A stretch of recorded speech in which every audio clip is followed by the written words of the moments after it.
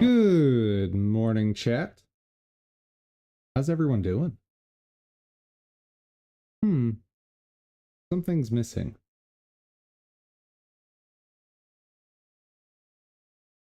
Why is that missing?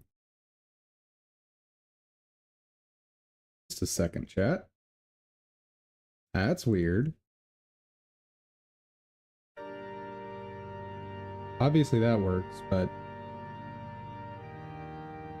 my Ko-fi overlay, it's like not being a Ko-fi overlay.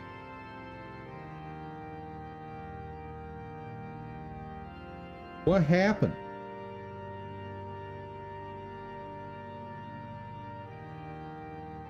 So it works. The link works, but OBS is like, nah, bruh.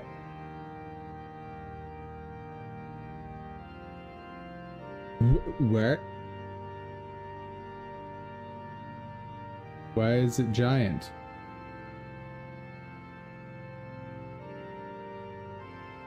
That's... Oh, right, that's just showing. Never mind. That was dumb.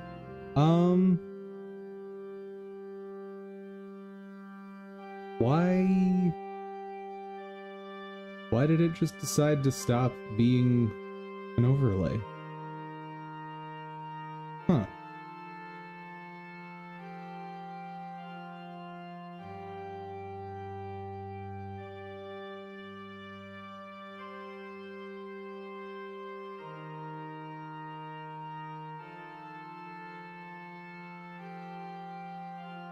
Oh, there we go. Well, note for the future. Refresh browser when scene becomes active, maybe is important. Let me just, show what I'm talking about. So when you're setting up an overlay like this from a browser source, apparently this little checkbox can help you out. But there we go. All working.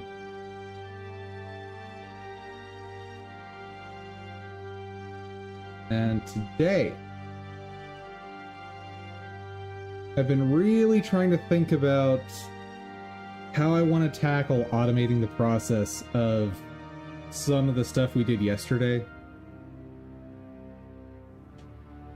Because that was an incredibly tedious process. And what I did yesterday, like, that worked fine, assuming there's no hiccups.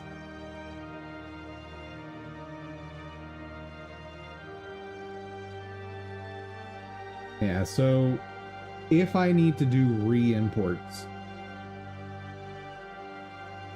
it'll become more of a thing, right?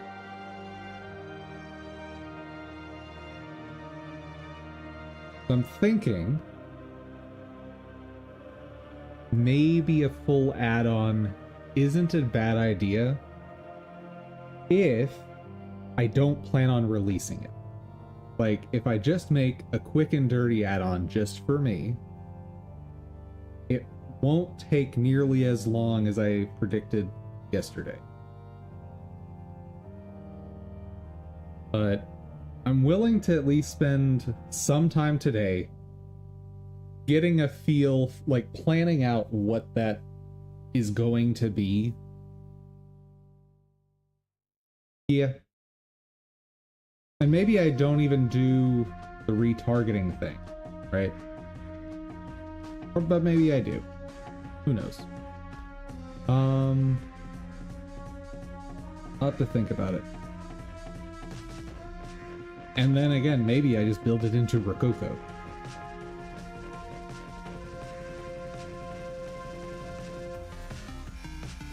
But probably the most annoying part of this, to extend right now, is going to be renaming those animations. Because if I recall correctly, I'm pretty sure I do. Uh-oh.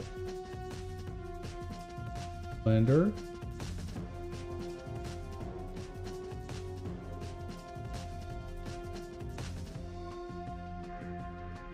Oh, Blender's mad at me. Okay, we'll do our dailies while that decides whether or not it wants to be happy. You know what? It's already decided.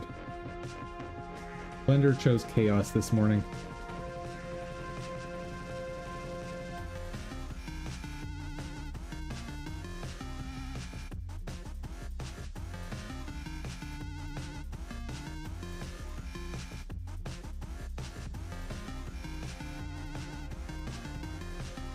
Ooh, new version tonight.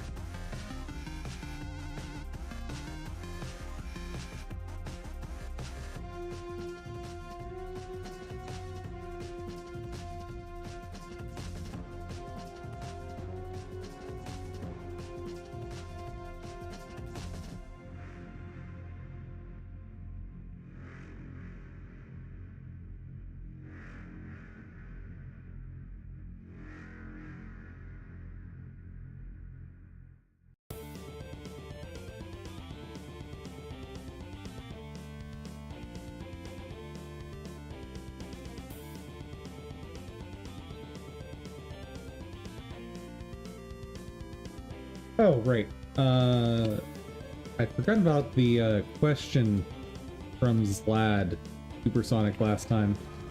The question was, do you think that developers in the past were more creative than developers these days?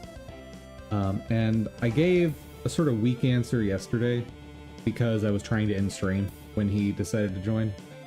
And I think the more in-depth answer goes something like this. I don't believe that developers today are more or less creative than developers of the past. I think there are different demands. There's two factors at play. There are different demands on developers today than there were in the past. So in the past, creativity was mostly targeted toward finding creative solutions to overcome limitations in technology, right? I think the biggest advancements we saw in that concept were in the Super Nintendo era. Like, developers of the time created absolutely amazing solutions for technological limitations.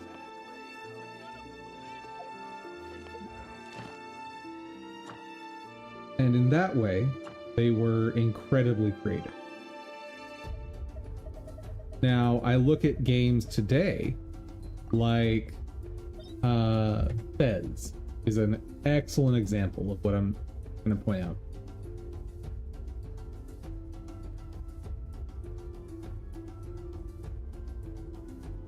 Fez is a game that presents itself as a 2D platformer, but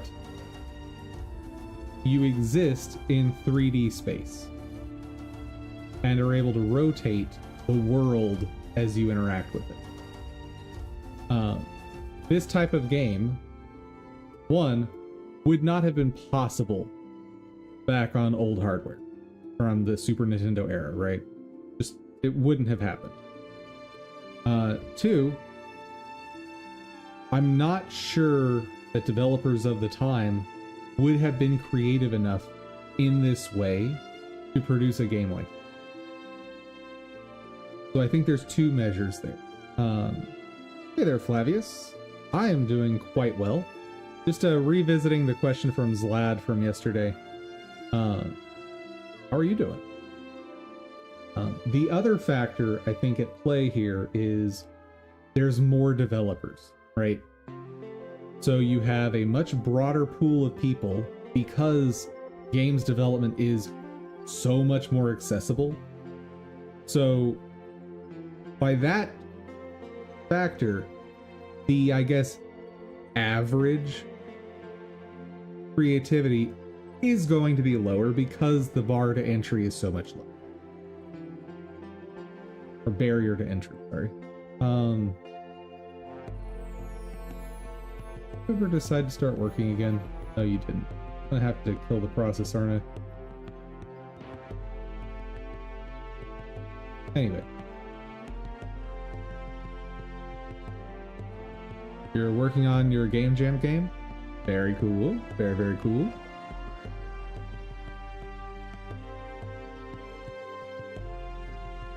But while the average might be lower just because the barrier to entry is lower, I think if you take the top 10% most creative developers today, they're probably on par with the developers of the past, right? Like, just comparing the eras I've brought up to modern day versus Super Nintendo era. And something we often forget is there were a lot of uninventive games back then. Like, the side-scrolling platformer genre was filled with really, really boring titles that we just don't remember. It's super easy to look back and say, ah, there was A Link to the Past. Ah, there was Illusions of Gaia. Ah, there was Secret of Mana. But we often forget there was a Michael Jackson game for the Super Nintendo that was mechanically not that interesting. There were the Power Rangers games, side-scroller beat-em-ups that really not a lot going on there, complexity-wise.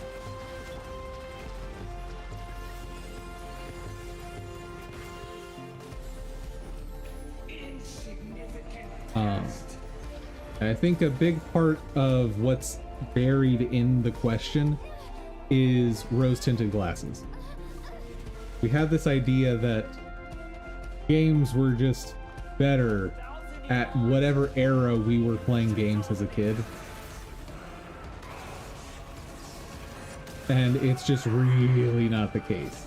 Like, this past year, I spent some time trying to do basically a comprehensive literature review for a friend of mine of video games. And one era that I remember very fondly was N64. And when I actually tried to compile a list of the best games for him to know about from that era, my conclusion was there were basically two games, two or three.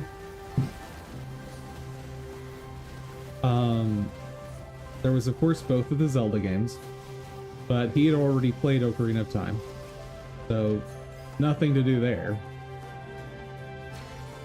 The other, Majora's Mask, which he ended up really not liking. We didn't even finish it. Which, admittedly, that game is an acquired taste.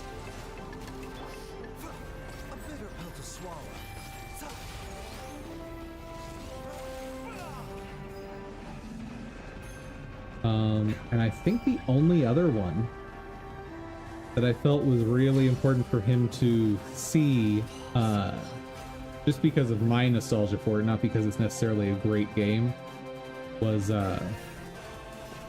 Space Station Silicon Valley.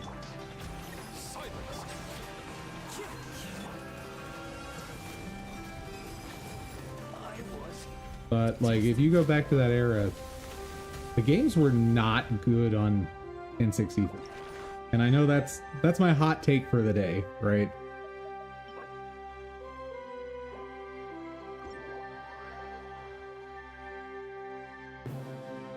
Hey Flavius, since you're around, were you around in the N64 era? And if so, what would you prop up as a great game from N64?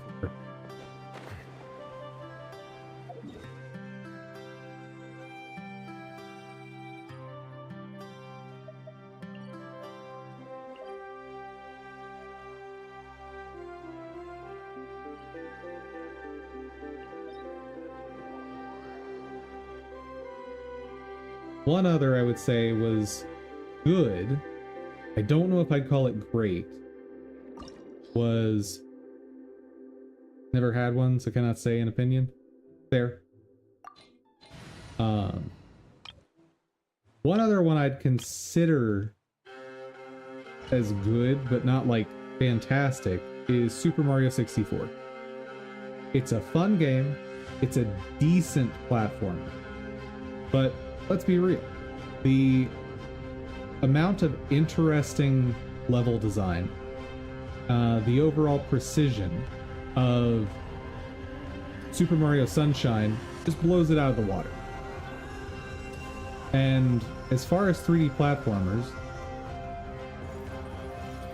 the only one I would say is really a great one is the Banjo-Kazooie games, meaning Banjo-Kazooie and Banjo-Tooie. I would say those are probably the greats of the era.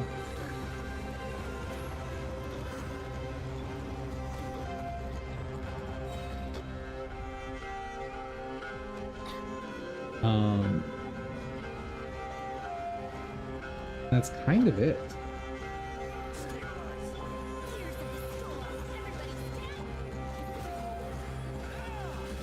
I don't know, don't move so much.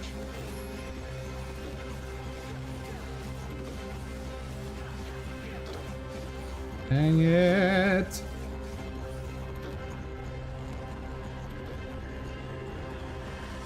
I think they patched the whale's AI. Because I have not been able to bait out the pattern that I used to be able to. Which would let me one cycle, or like, finish him in first phase. Like I think they decided, nah, we don't want players doing that. Okay, that's garbage. I was trying to dodge out or switch out or something.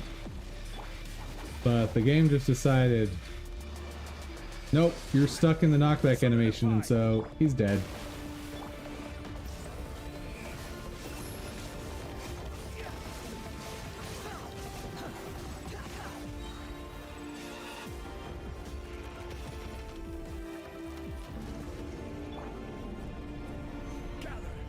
One game that people often cite as being just peak gaming is 007 GoldenEye. But let's be real. Until shooters, first person or third person shooters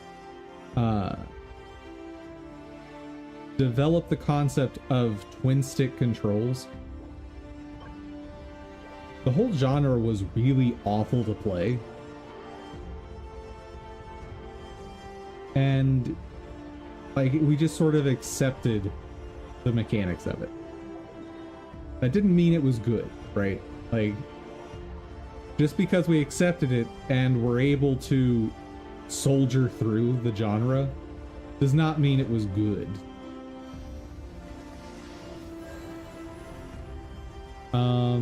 Flavius, during that era, what console did you have, if you had any?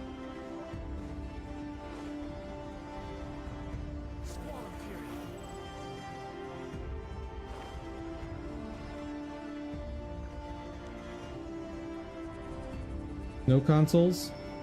Wait, you were a PC gamer back in that era, or were you just not a video game person back then?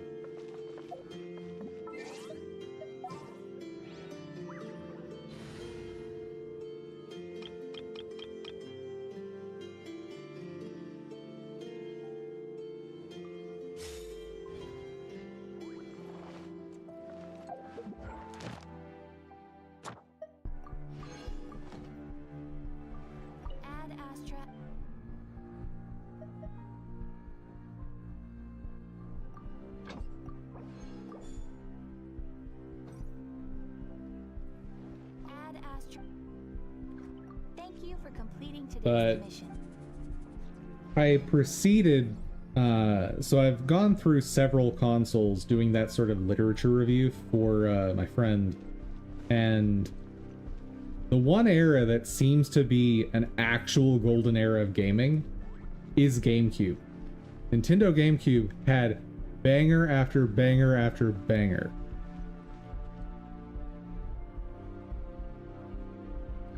I can show you what I had before a PC, but you would not believe me. I might believe it. But you said no console, so I'm curious.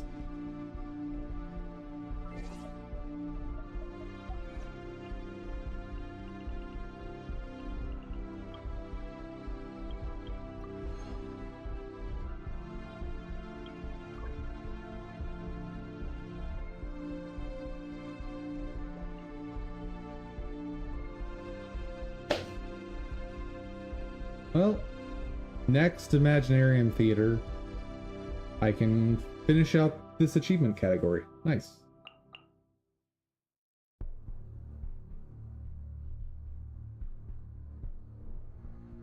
At some point I should go run this.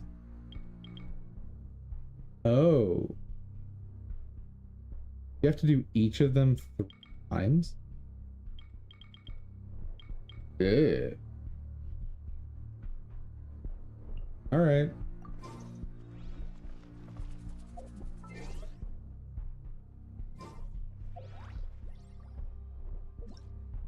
Okay, nothing new there.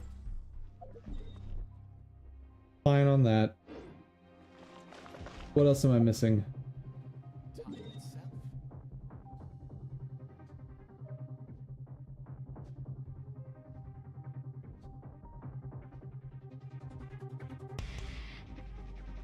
I think we're good.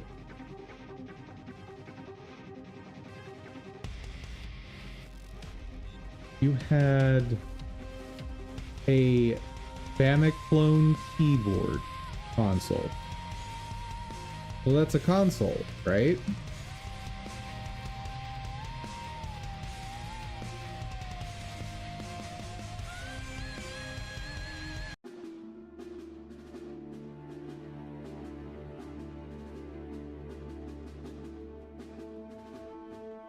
Like, just said you didn't have a console, and now you're listing a console.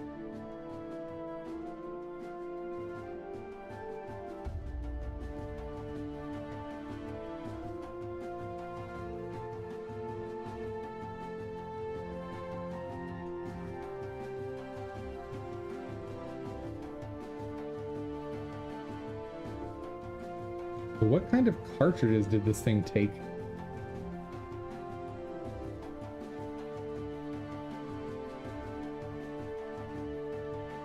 Apparently it had a floppy drive.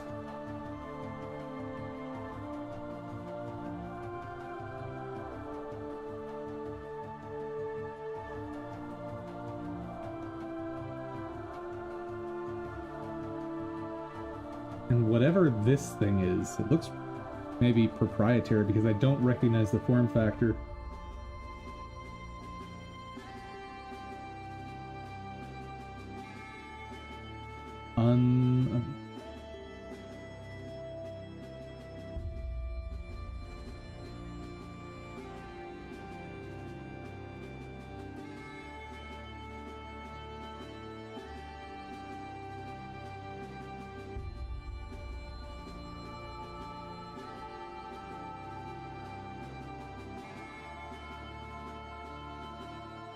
The type of hardware clone popular in North America and Western Europe is designed to hold all the console's hardware in the shape of a regular game console. What?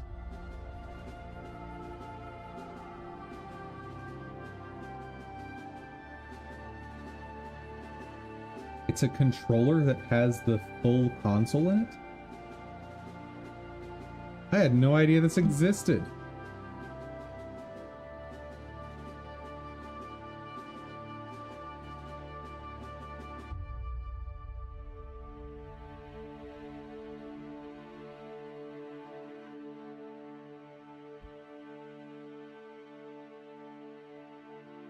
I mean, the link you sent me says it's a console.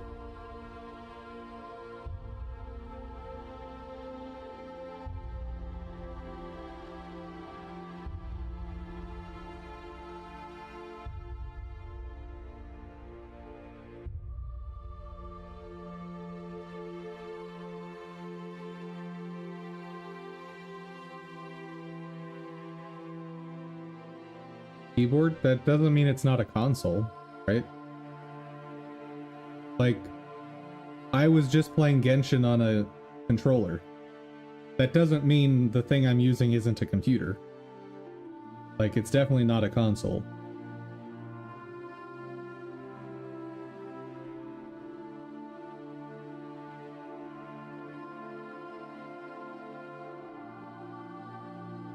Yeah, your input device has little to nothing to do with whether or not what you're playing on is a console. For example, Xbox 360 had a keyboard that you could buy for it. I believe you can also hook up a PS3 keyboard. Yep. There you go. Keyboard for the PS3.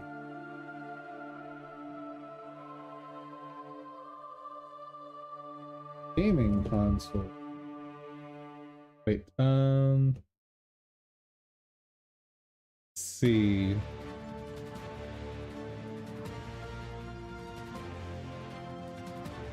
What's an example of a personal computer that didn't have a keyboard?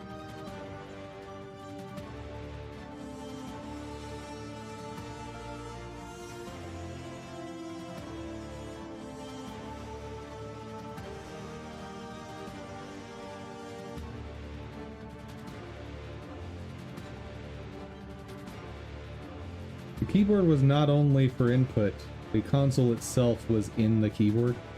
Yeah, so it was a controller-based Themiclone, like we were looking up. That, I mean, that's still a console, right? Like, Game Boy is a console. It's a handheld console. These factors don't make it not a console, right? It's a gaming console.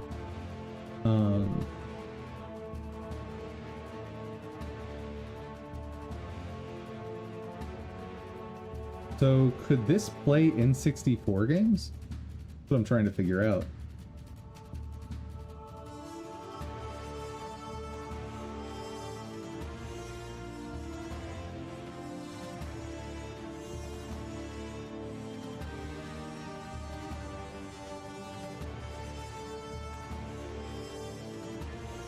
This is my Famicom keyboard. To place for NES cartridge. Oh. This isn't N64 era. This is before the N64, sir.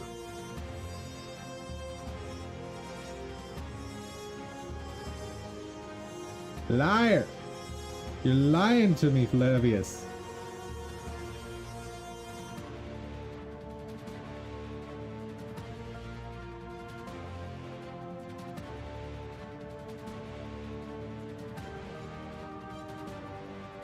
So this thing looks crazy. This one for N64 games. Like, what is happening here? I wonder if there's any YouTube videos showing this thing off.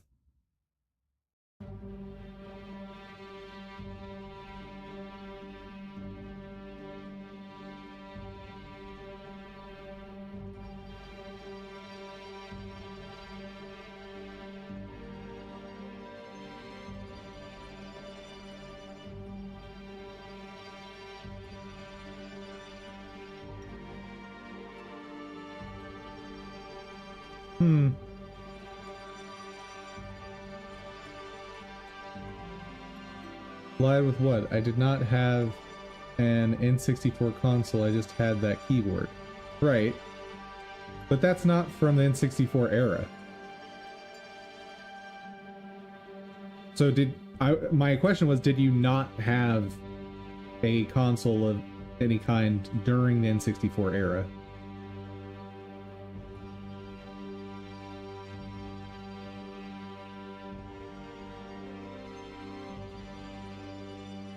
Unless maybe you're saying that like you were a generation behind when you started gaming. That happened to a lot of us too. I stayed behind the times for ages because I was convinced that Nintendo was up to speed hardware and software-wise with Sony and Microsoft, and oh, I was wrong.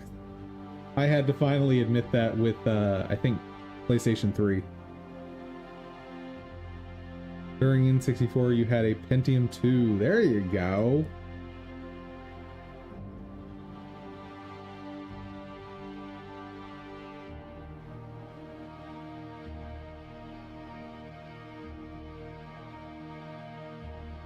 Oh. Woo. That era. I assume you were on a running Windows 98. I remember Windows 98. That was quite the era. 95 actually? Yeah, so we also had 95 when I was very small.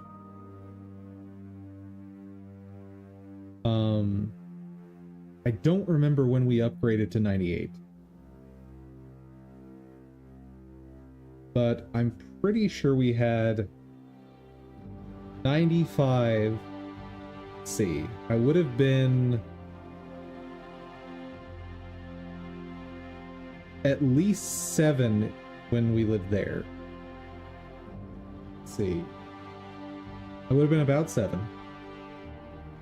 Then moved 8, 9.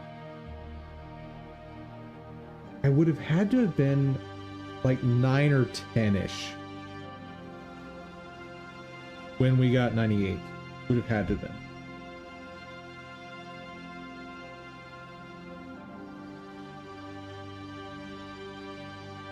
been. Anyway.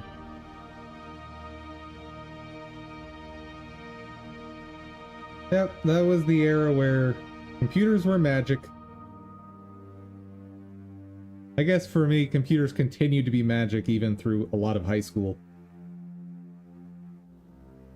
Like, I understood, there was a time, I don't know when, that I started understanding, like, yeah, okay, it's electronics, there's circuits and all this stuff, but like, actually understanding how any of it comes together, I didn't have a clue on that until basically college.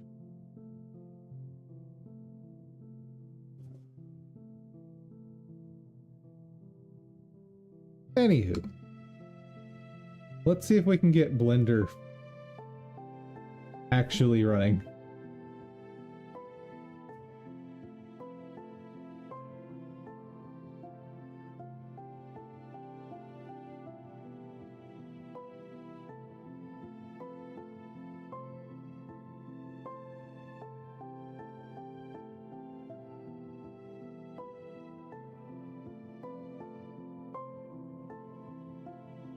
So, something I need to test.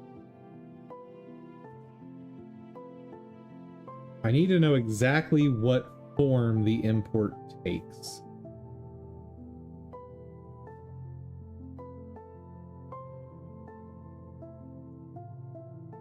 Because one thing that's going to be very annoying is if I can't get the name of the animation post import.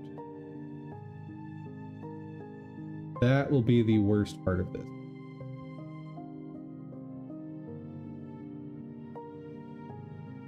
So walk right is the name I gave it.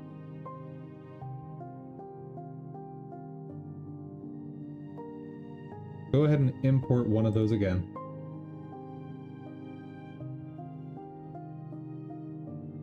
X.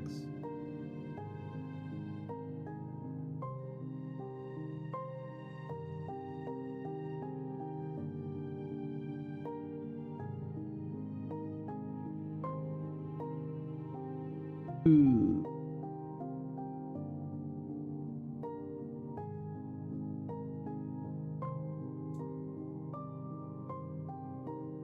Yeah, that's a problem.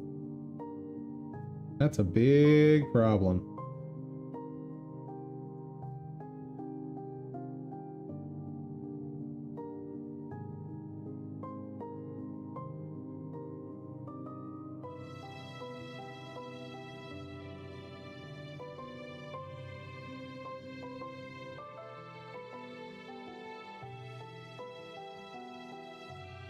Okay.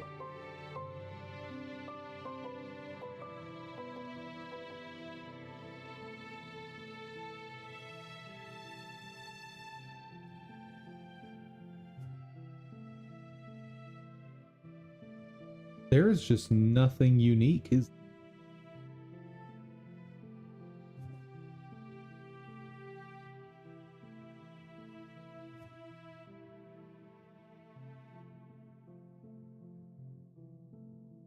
maybe there's something in the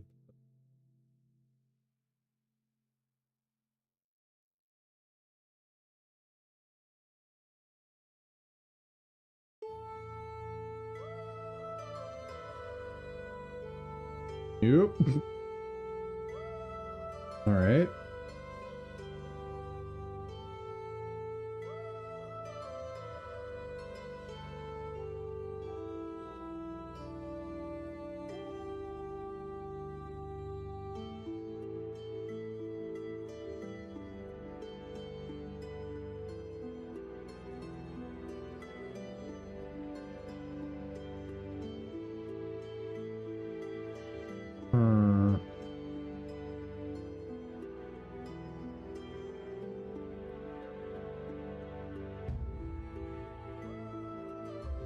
Where else could some data be stored? Like, it seems absolutely bizarre to me that the animation data doesn't contain the animation name. Wild.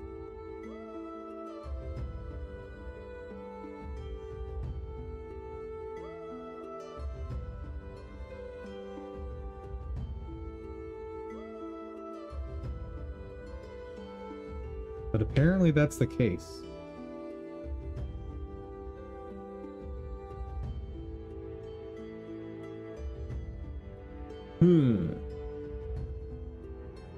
Alright, so let's start planning. Where's my running note? There you are.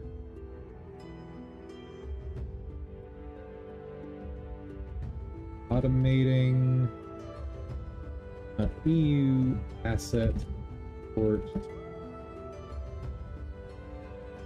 So, first thing, automate file import and action. Definitely something that I have to do to make this efficient.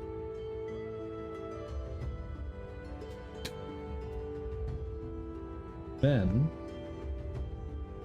send Coco override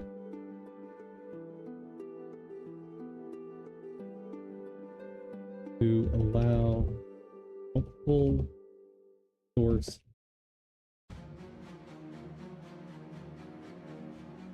I think I can do that to avoid having to write a ton of custom code.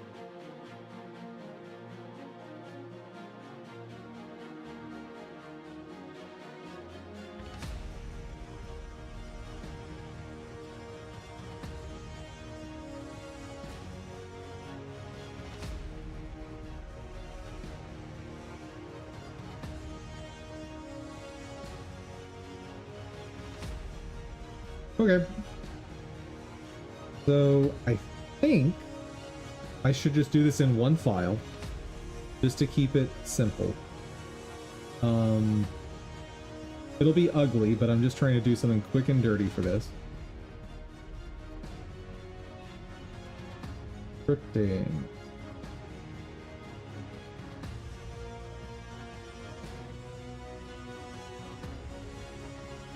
And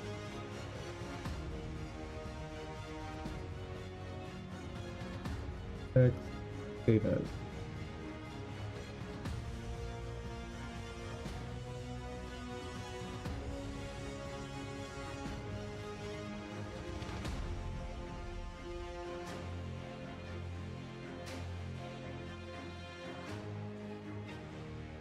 View asset.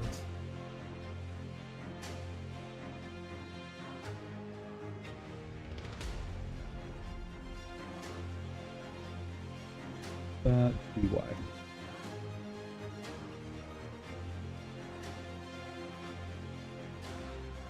Okay. Next.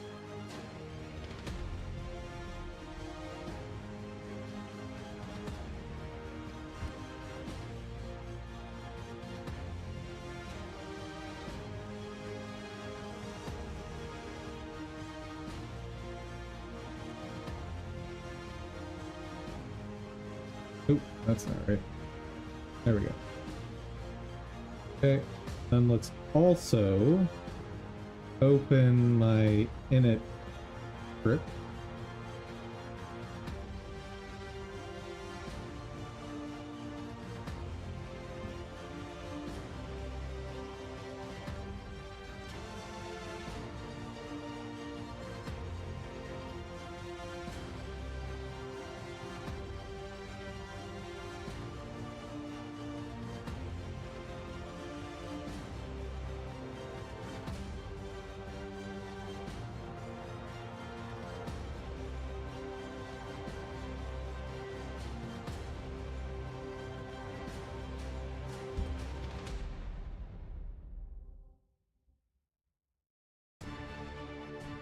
Order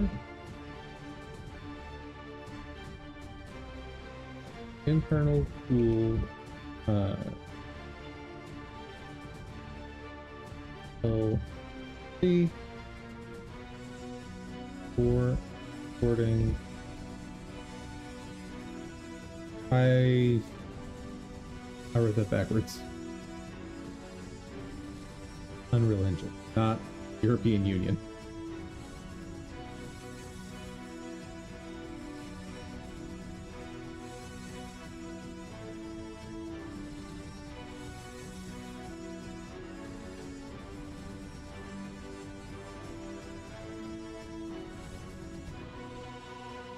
Hold on, let me fix that.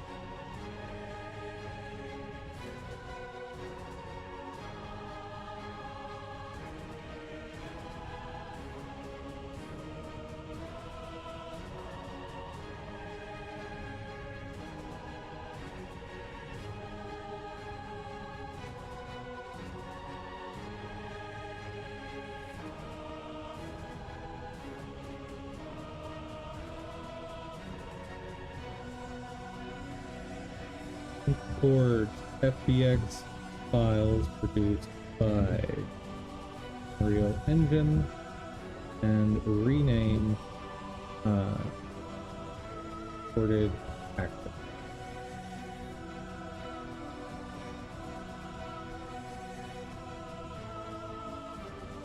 Okay.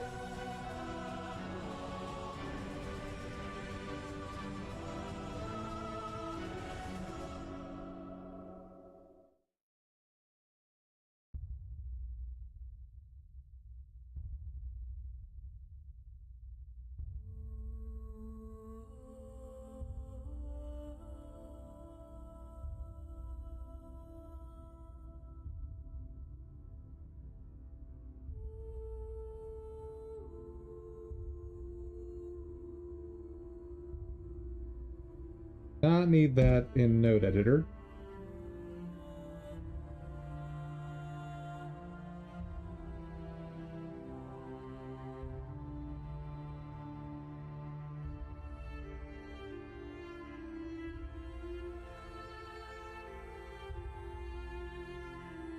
And same thing down here.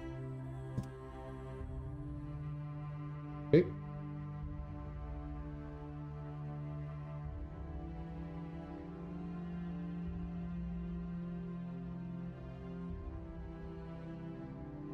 Don't need multiple panels.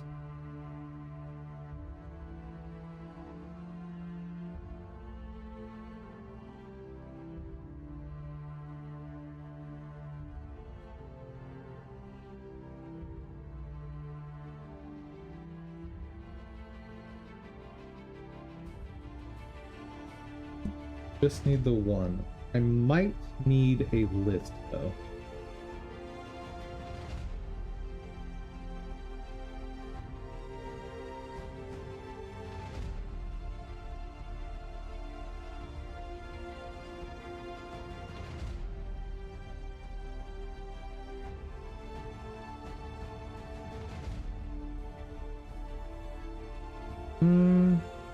No, if I need the list, it's going to be in the Rococo side of things.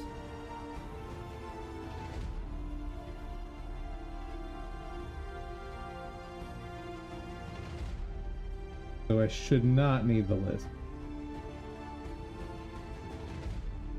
See?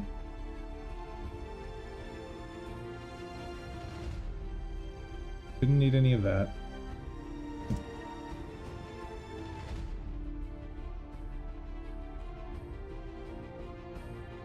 Okay.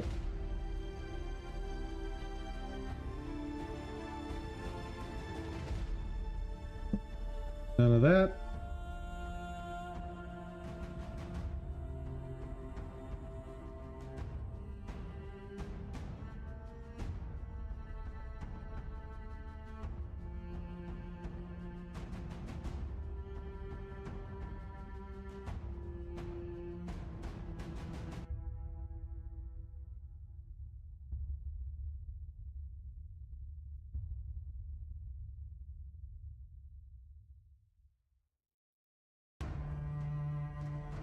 Okay. So what I want here is file selection and import.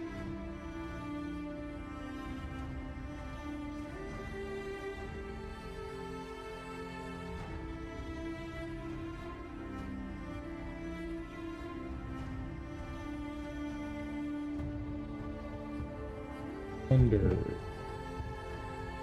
add-on load file.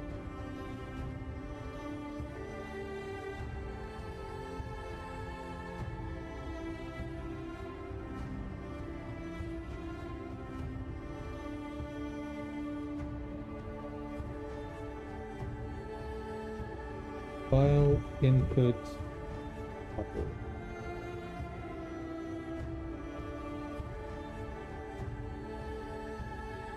Maybe.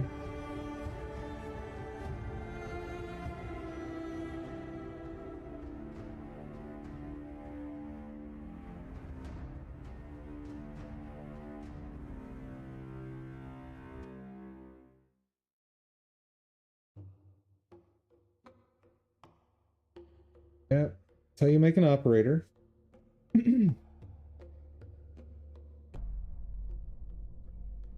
Calling a file selector. An operator can use the file selector.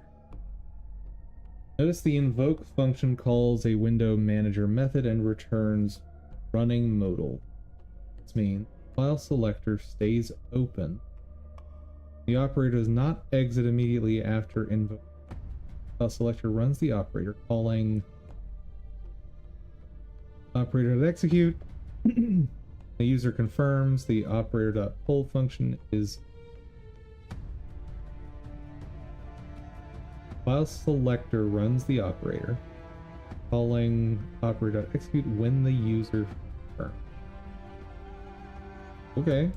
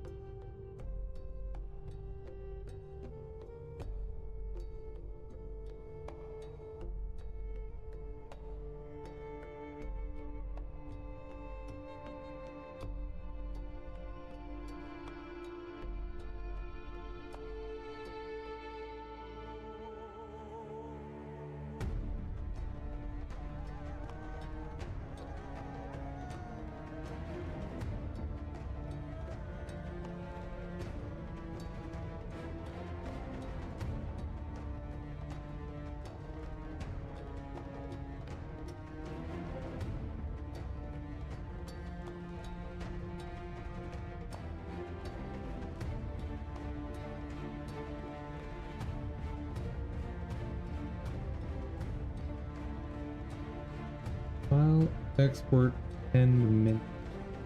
Register and add the file selector. Tries to also use F3 search text export operator for access. I don't think I want that.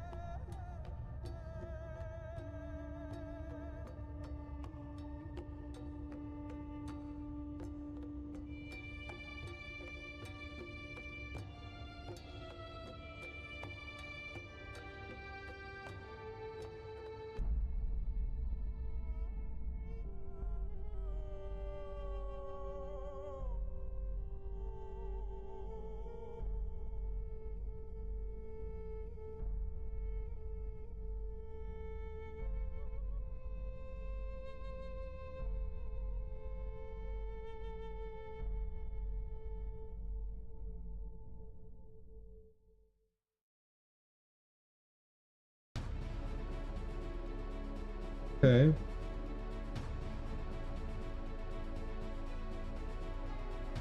See what this does.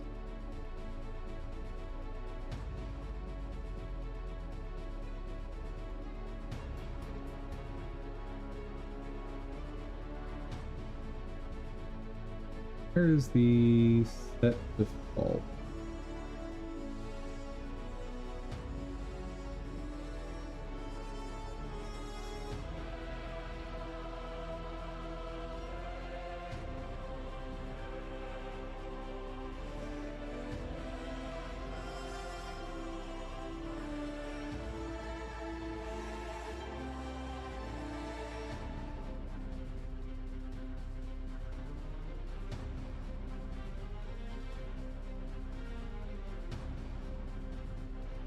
Or something.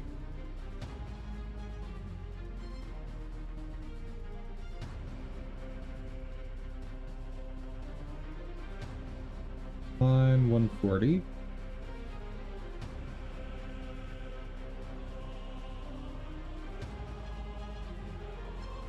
What are you not happy about?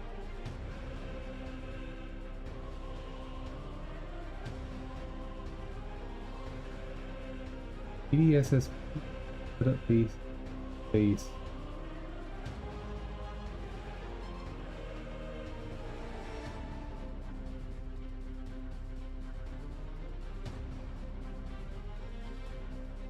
Should be able to just replace this. No, I need to add it.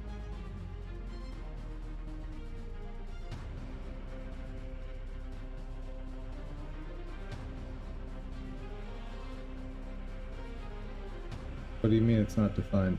It is absolutely, right?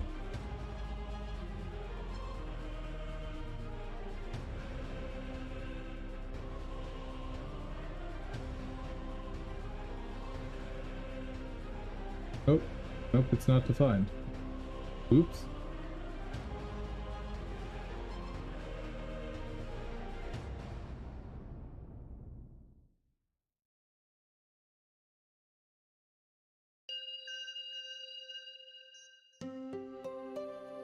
Now it's defined, right?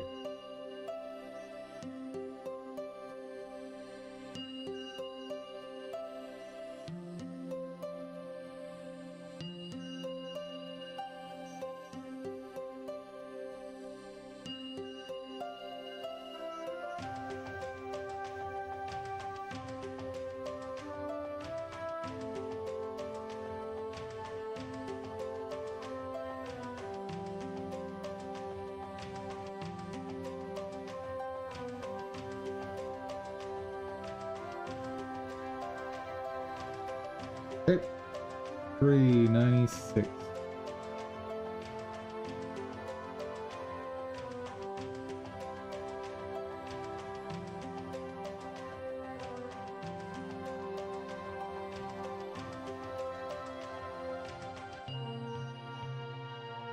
Maybe I don't need that registered.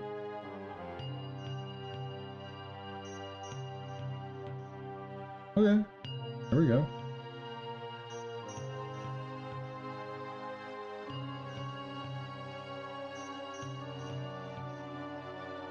All right.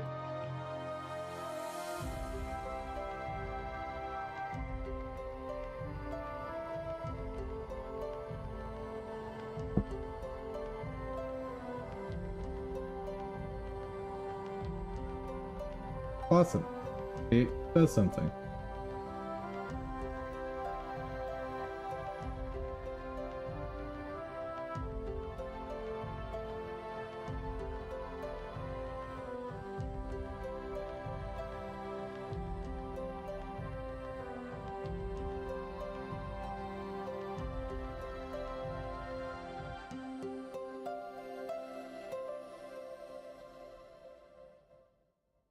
I think I want 3. I think that's all I need.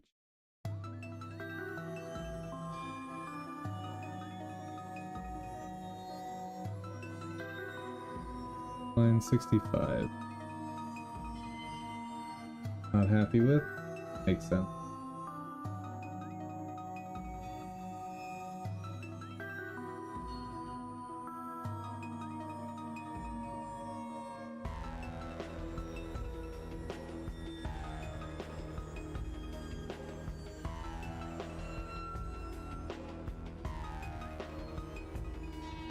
Okay, 77.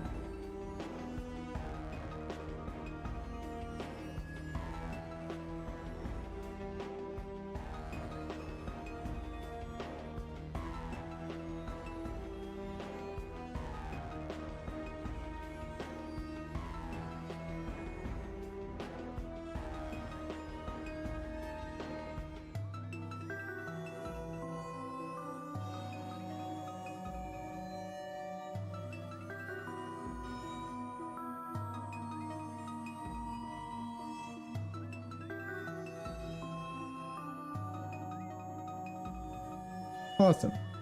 We're back to working.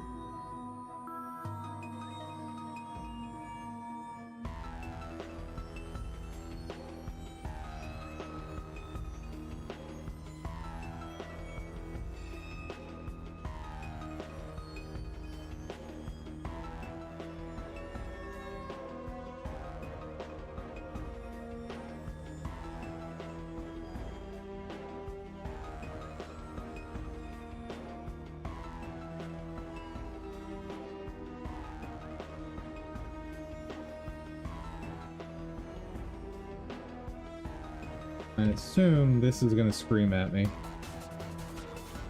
Oh yeah.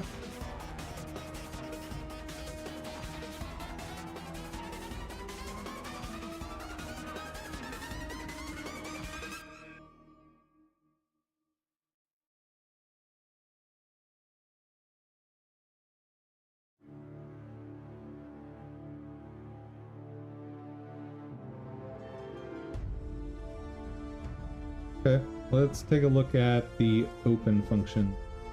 Here, open.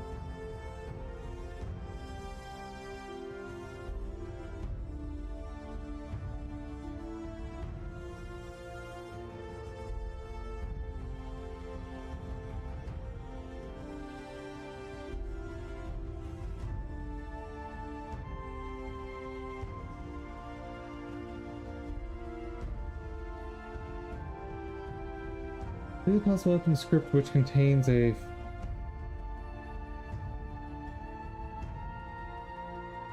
Maybe it's literally just the Python open. It looks like the Python open.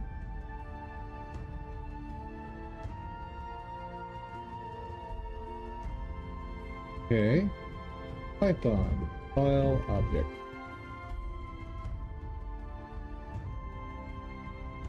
Let's talk.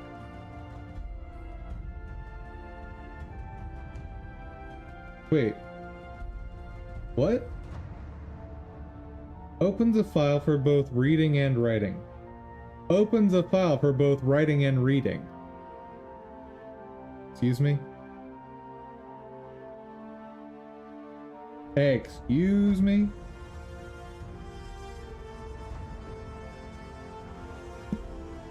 We gotta look this up right now. I'm gonna lose my mind on this one.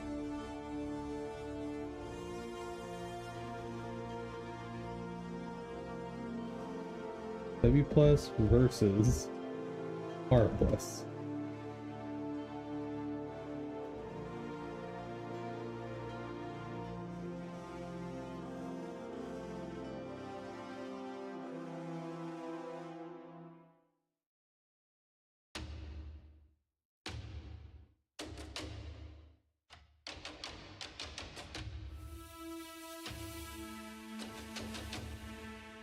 Okay, read only, the default mode. Yeah.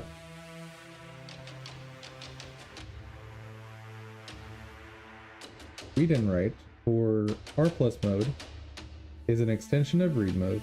Read and write mode opens the file for both reading and writing. Got it. Write and read for W plus mode opens the file for writing, reading. Overwrites the file if it exists, else it creates a new file for writing and reading.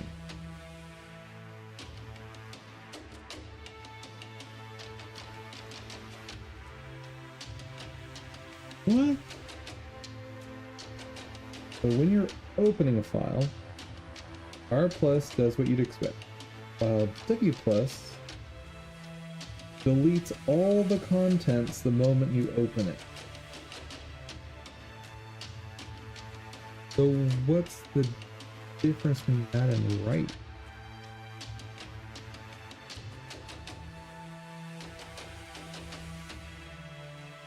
Write only opens the file in writing only mode. This mode creates a new file if the file does not.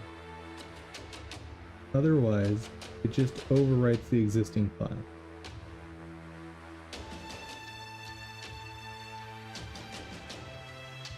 I don't see the difference.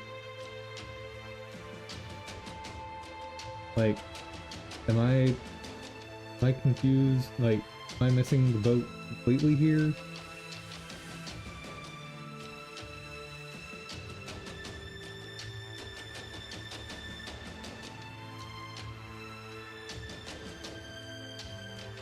Maybe Stack Overflow is where I'll get my answer.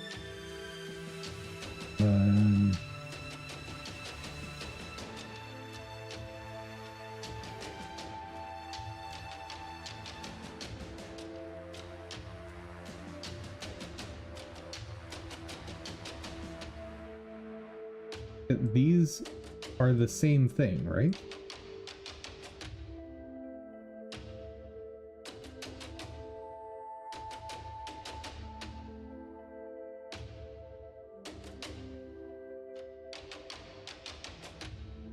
Oh, here's interesting. Opening files for your writing.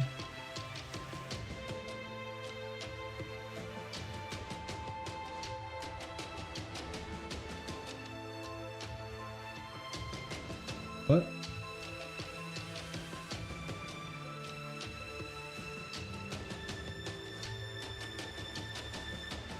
A description is wrong.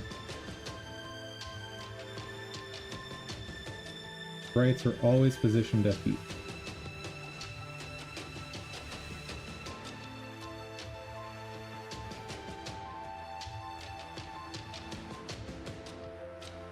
That's fun.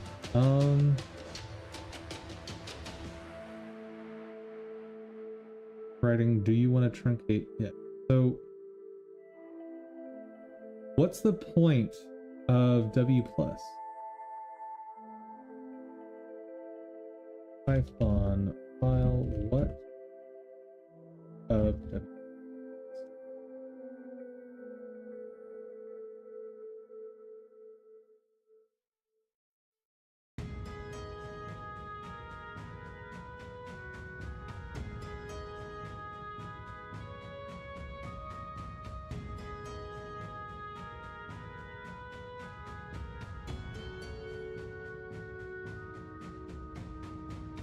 open a file for updating here, but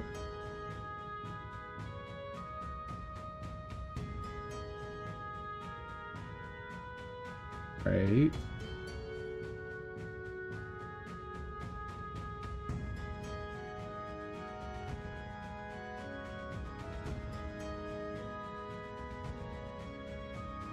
Claims to be an exhaustive list of modes, but it isn't. It would be rather silly to give an exhaustive list of modes, as they function more like a function with multiple parameters. R, W, and A are exclusive, but B can be added to any of those, as can plus for U. Combinatorial explicit. Oh.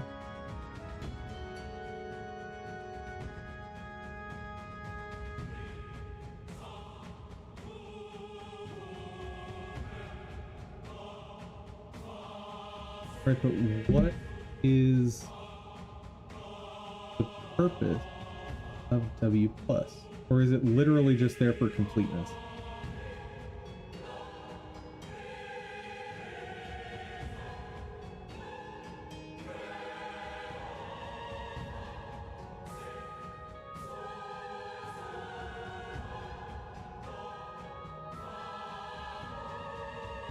I think it's just there for completeness. As soon as you open the file, now an empty file, it contains 0 bytes. It used to contain data. That data has been truncated, cut off, and thrown away. Now the file has 0 bytes. You can't read any of the data that existed before you open the file with W+. If you actually wanted to read, well, yeah.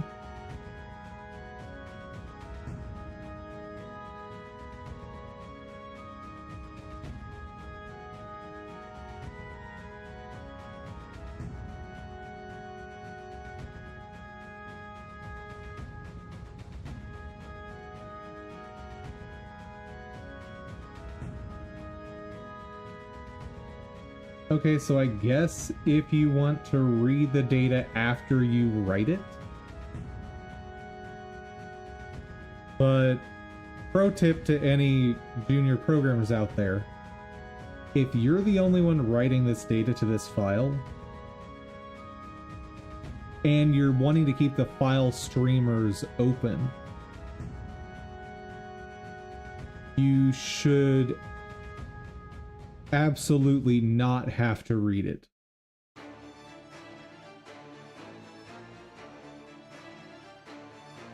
So I think my rule of thumb is if you ever use W+ as your access, you've done something wrong. I'm not going to say with absolute certainty. Like, maybe someone has an example out there where it makes sense, but I think W+ probably should just be avoided. I think it's indicative of bad code. Okay.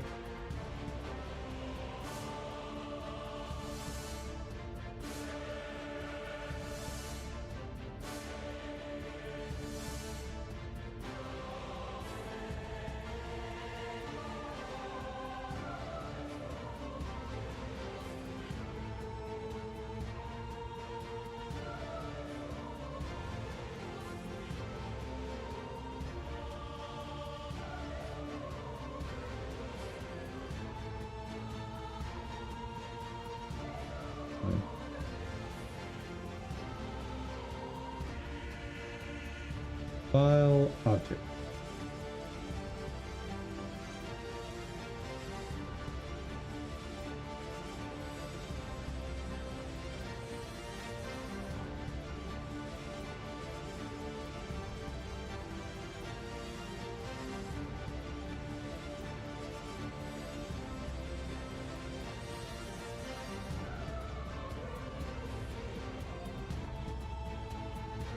And I'm assuming this is not going to give me... Yeah, this doesn't give me any sort of code completion.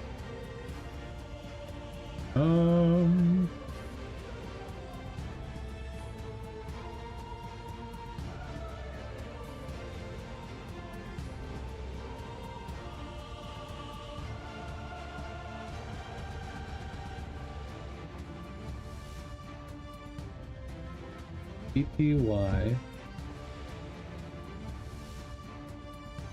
read file.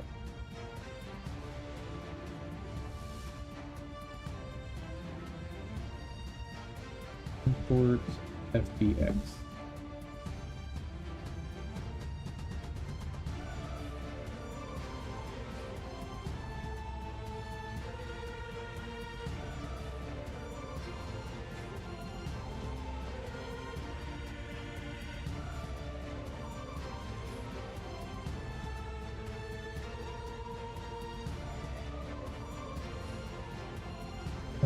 Python user input multiple files.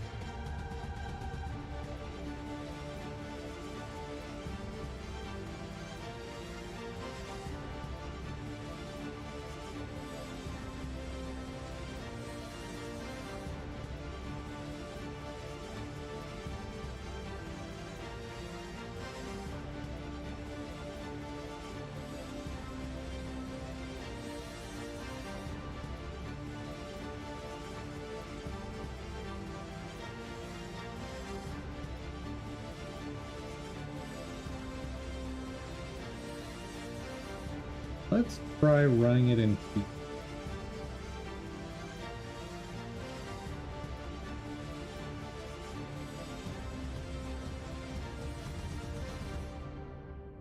Okay. File is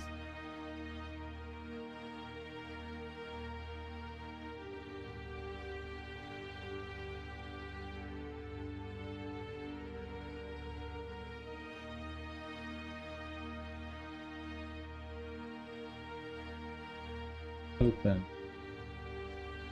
Self.file path.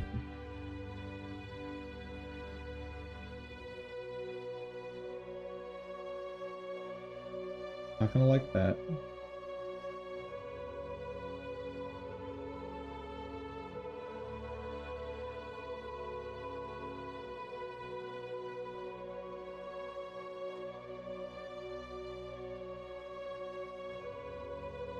Oh, whoop.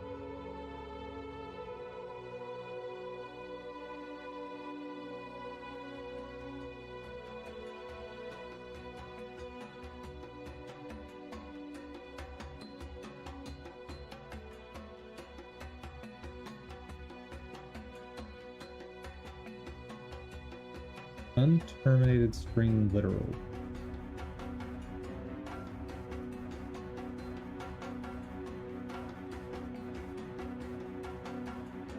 How do I escape it?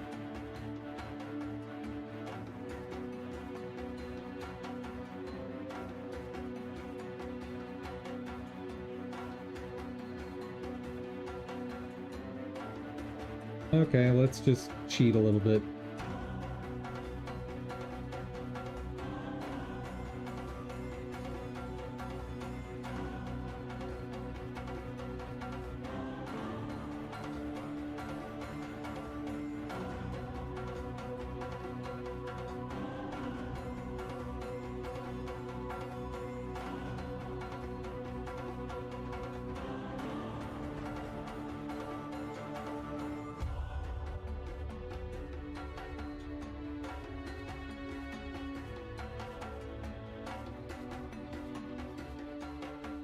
Mission denied.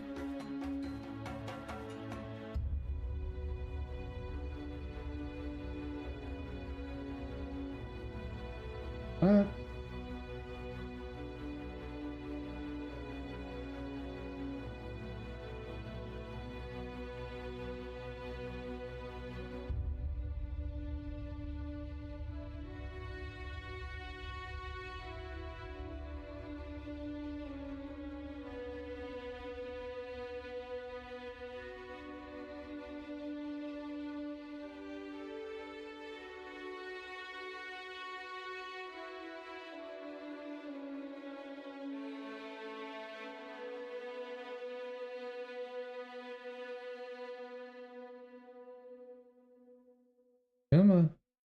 You can do it. Oh, you can.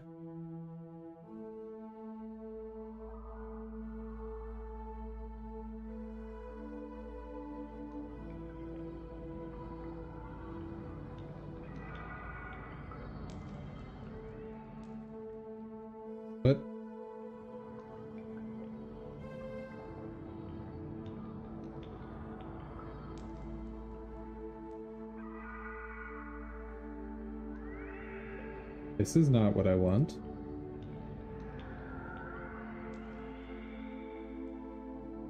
That's what I want. Okay.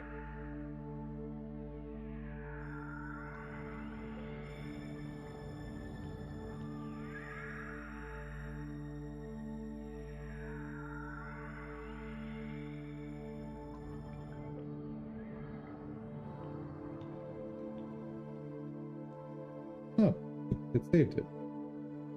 Permission denied. Why? Why would permission be denied? Why are you like this?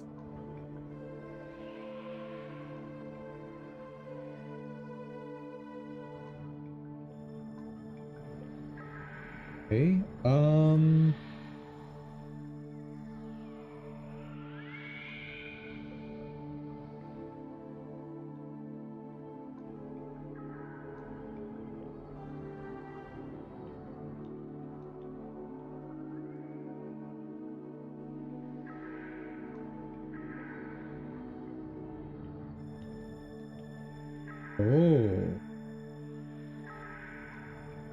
Oh, okay. Okay, I understand. Execute is called after it closes. My bad, my bad, my bad.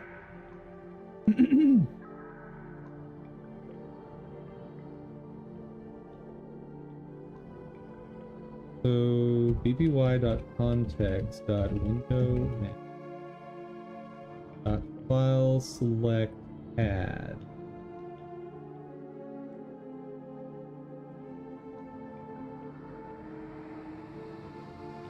Self?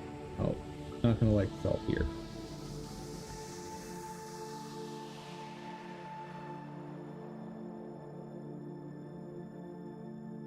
bpy file select add.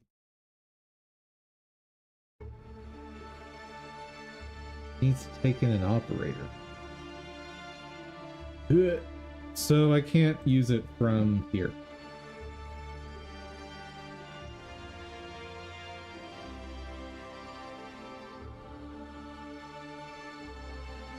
Okay, let's try this. Self, let's see, print self.file path.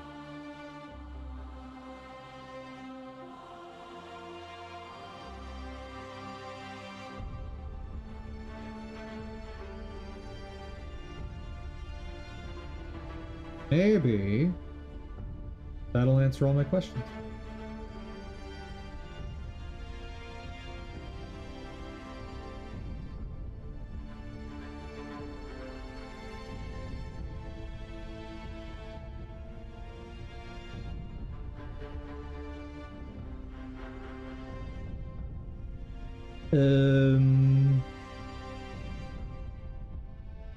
Hello?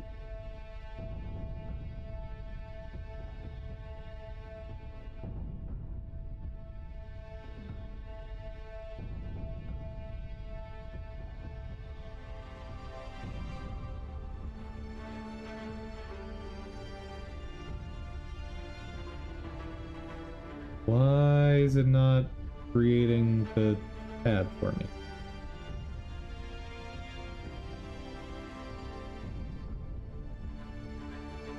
Huh.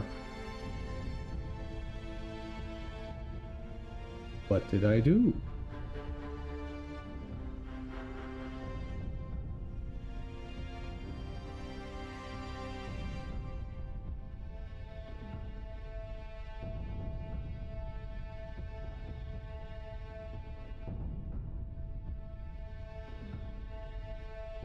Bro, what do you mean you're already registered?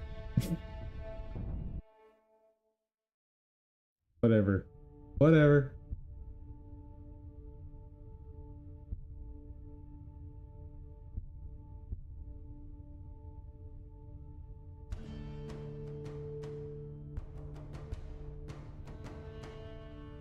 Okay. So all it gives me is one file.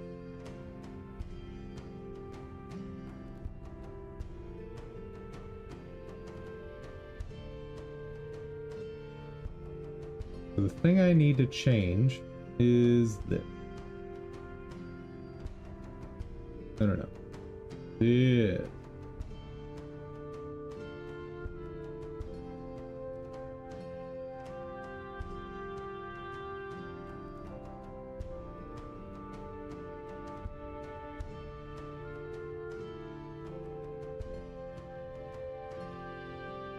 Open the file selector with an operator. The string properties, file path, file name, directory, and files collection are assigned when present operator.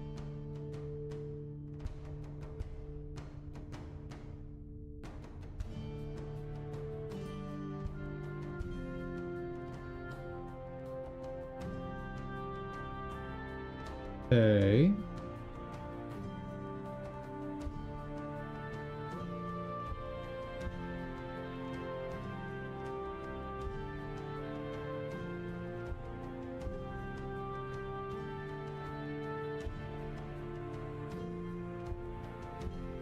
Test is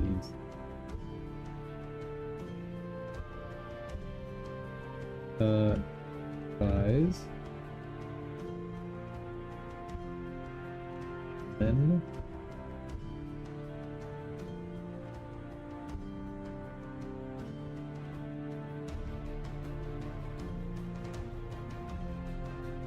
hold on. Python list length.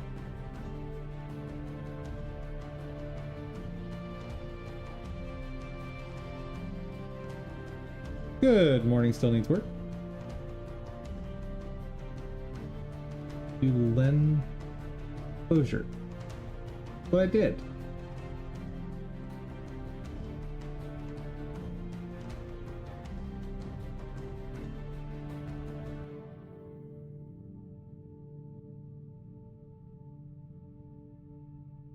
Oh.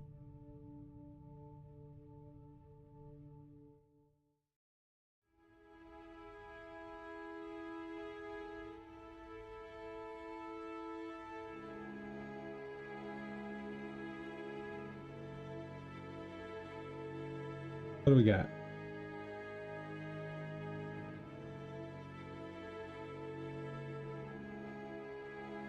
Export some data object has no attribute file.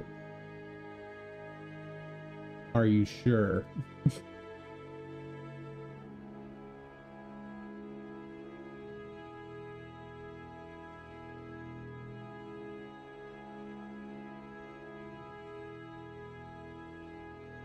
Huh.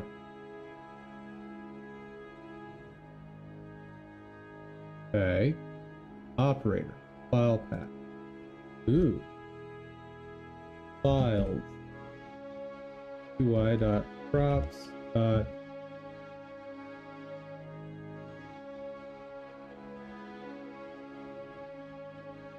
UI.props. In property. Subtype equal.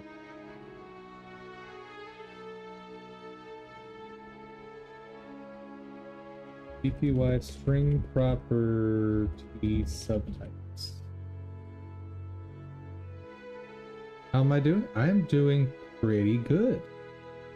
I figured out what things I want to automate during the porting process from Unreal Engine over to Blender, and I'm working on that. How are you doing today?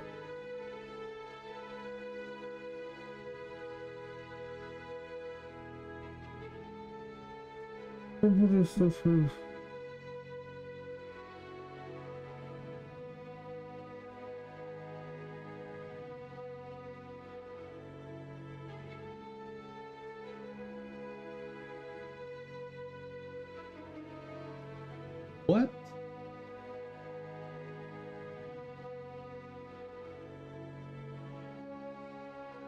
What if I just leave it blank or use none?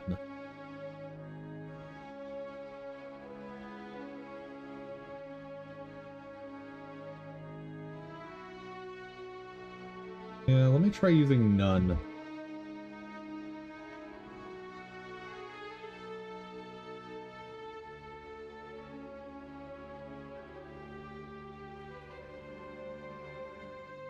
Yeah, yeah. Whoa! Alright, Blender. Why do you love to crash so much?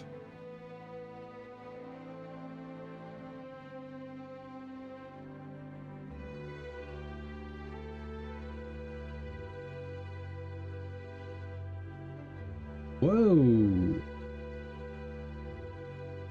Alright. I did something wrong.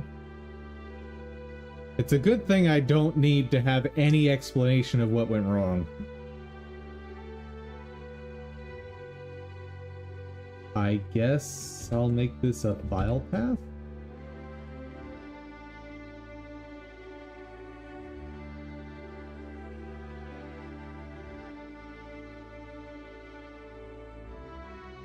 Nope.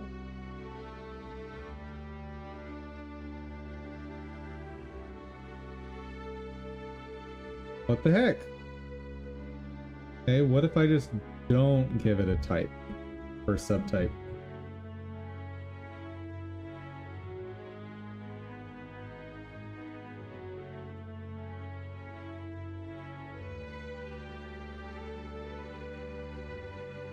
Nope.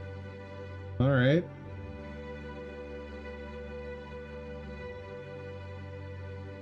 And if I comment that out, does it fix it?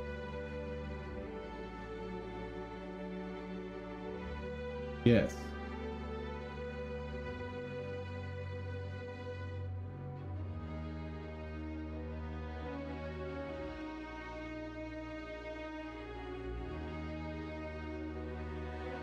File select dot add.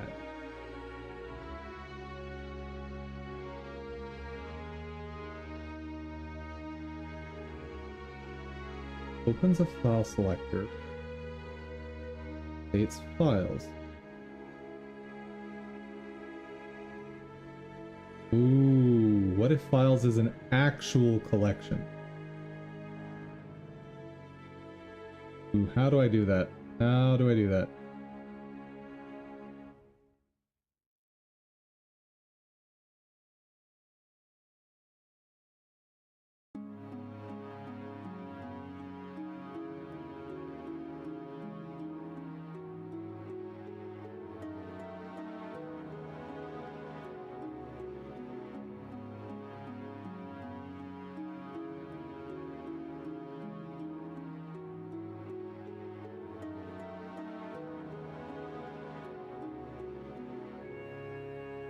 Okay, that's directory. Ooh. Fun. Files, collection.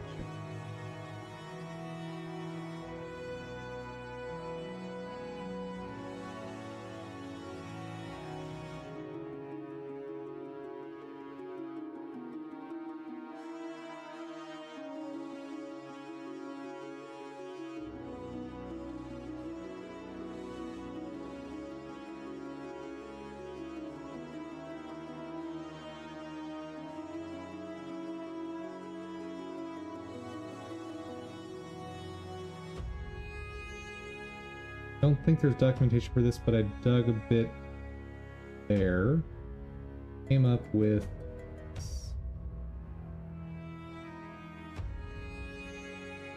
file name directory, file path, file mode. Not the files collection.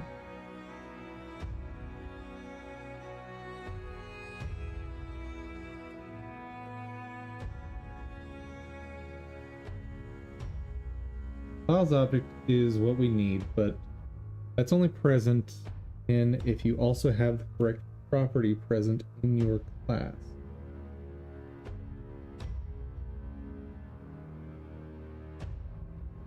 Let's try it, I guess.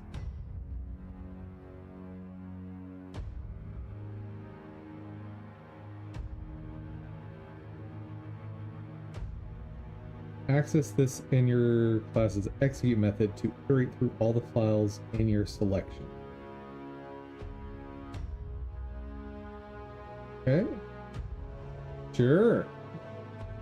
Whatever you say, bro. Whatever you say.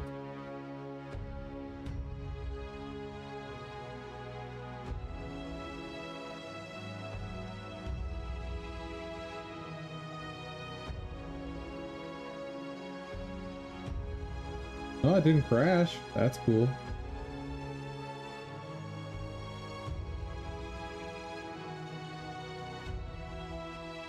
What do you mean?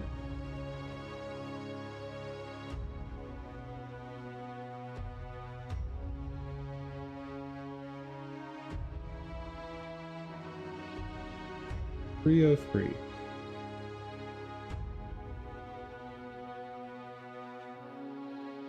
All right.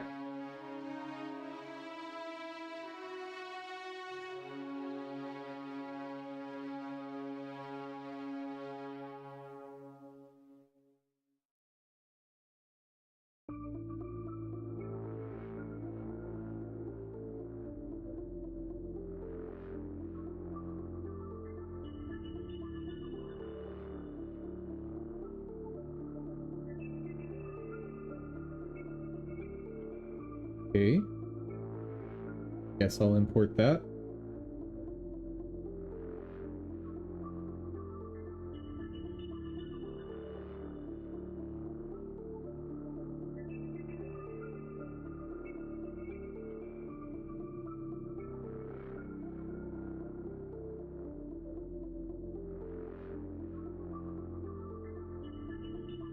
Maybe it just worked. 9. Was it 9 files? 5. Hey! We have something reasonable! I love it when that happens.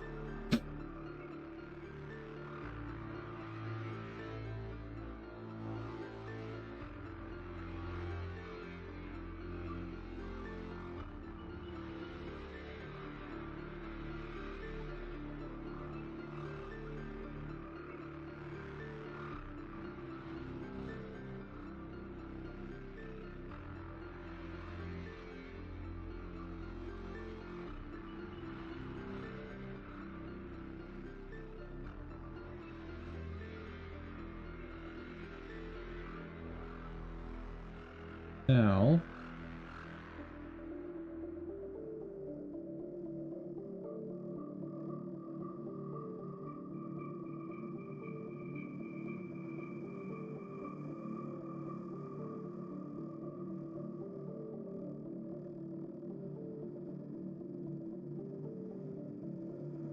don't need that.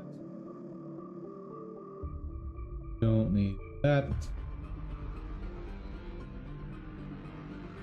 Don't need that.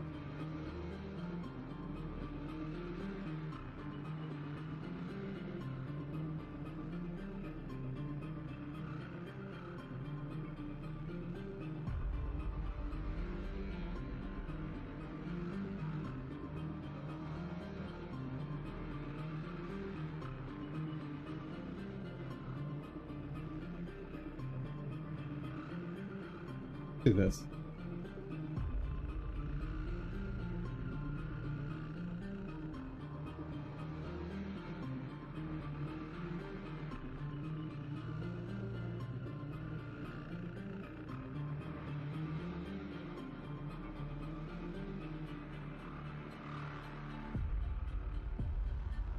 How do I try catch? Python try catch.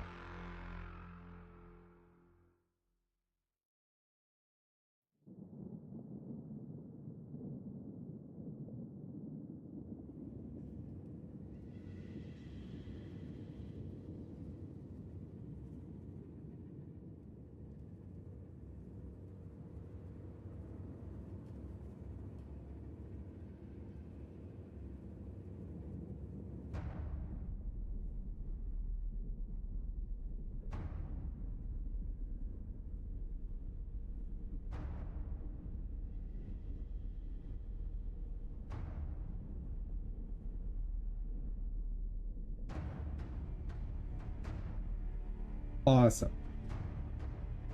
Now I just don't have those errors anymore. Okay. Now what do I want to do?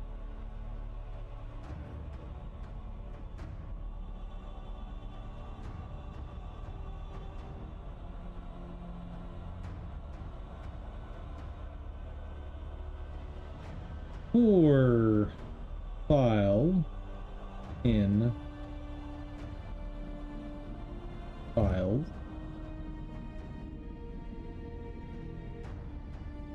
What do I want to do?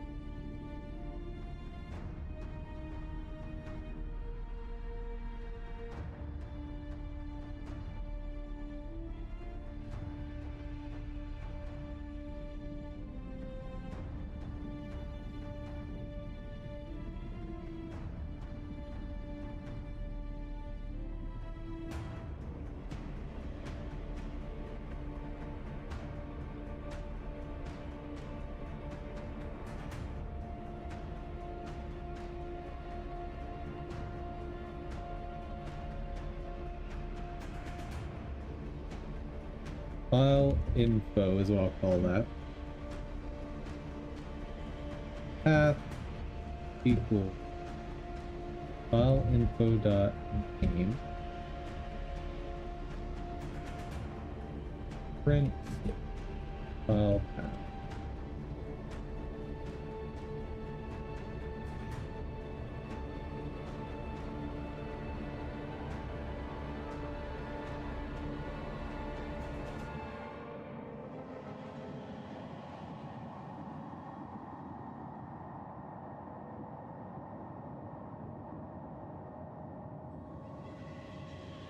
Name files is not defined. Did you mean file? I disagree.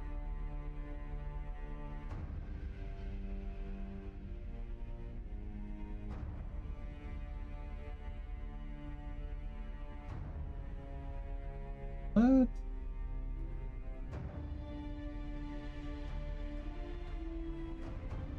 Ah, self.files.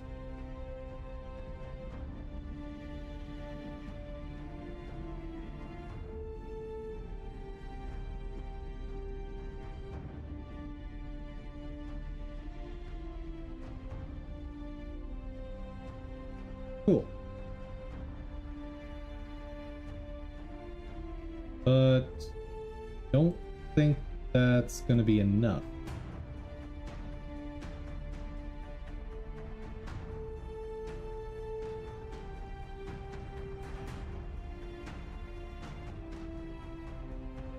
Because if I do print self.file path,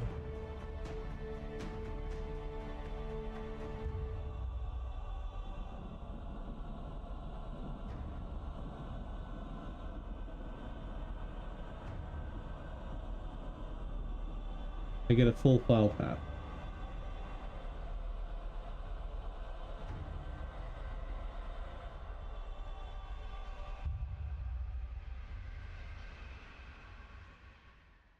Does this work? No.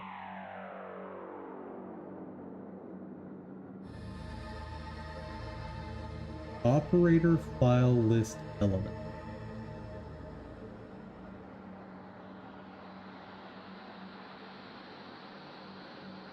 What are you?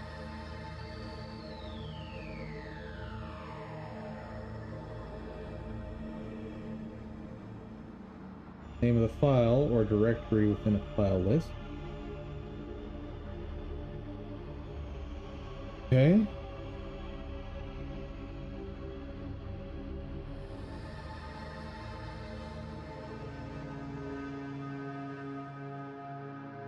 Maybe I need directory.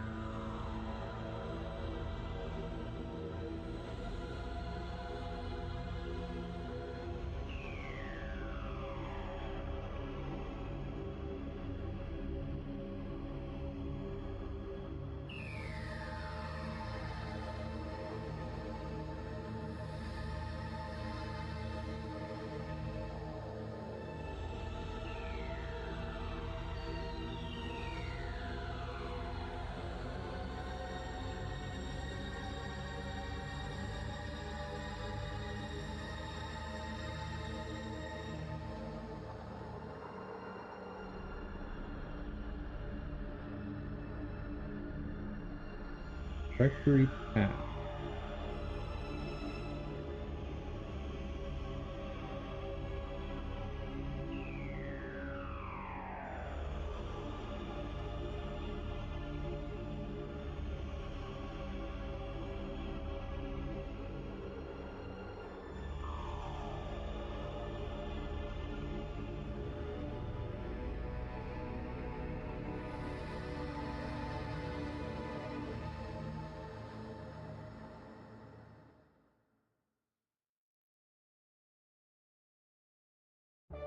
Okay. And nice.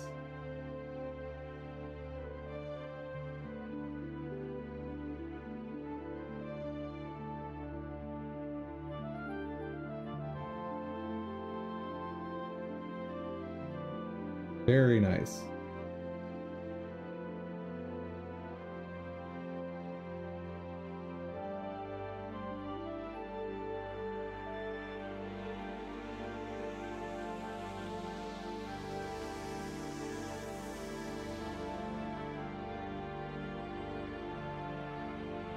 File path.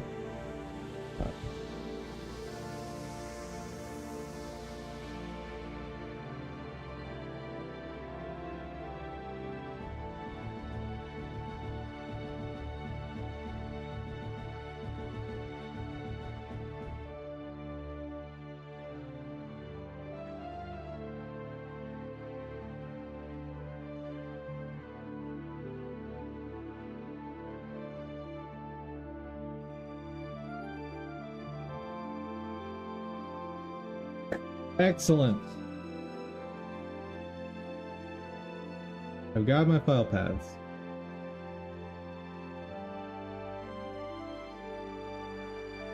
Don't need that. BPY import FBX.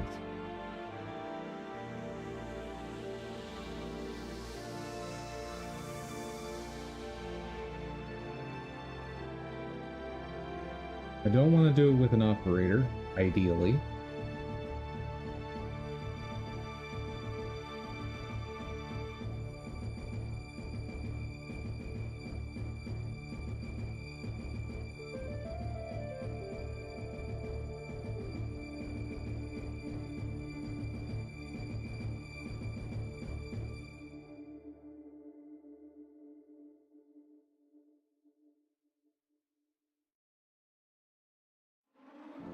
Oh, I missed your previous comment, still needs work. Sorry, I got a little too focused. You're doing all right. Started your 2 classes today. Very, very cool. Been missing a lot of what you've been saying because my brain annoyingly keeps zoning out. Sorry, don't apologize. Today's gonna be rough. Sorry. I'm so sorry, chat. I'm so sorry. Okay.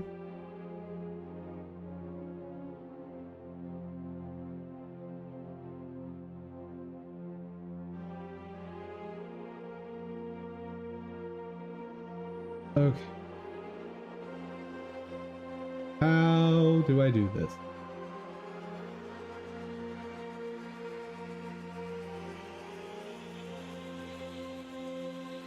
It's basically the operator file import template. Replace the parts that actually does stuff after the import with a comment. This is where I would like pause.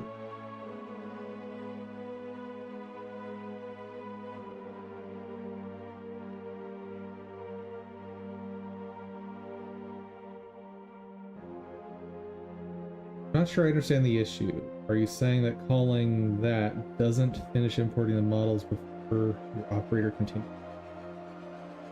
My experience with operators is that only if they invoke their modal component do they release control. And the script needs to artificially block until it does finish. This can be tackled in different ways, like using a macro operator or callback. Have one operator pass through modal While waiting for some credit. Still needs work, you are not the only one. Having brain issues.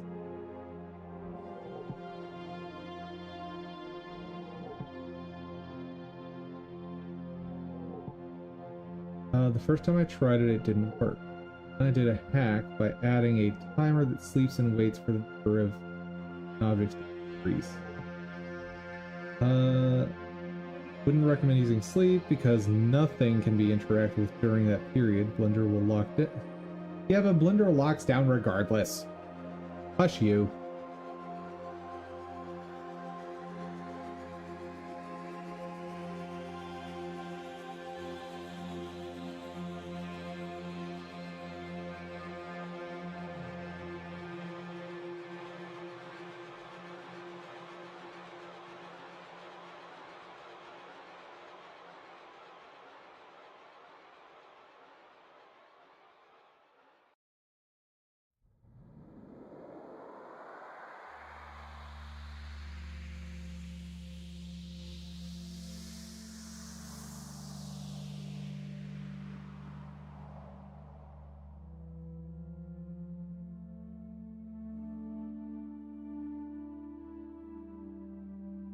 Execute file param root file bpfly ops port scene fb.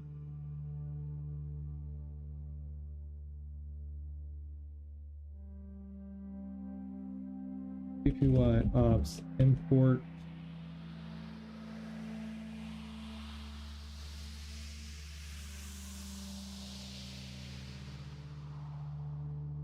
does it have a return?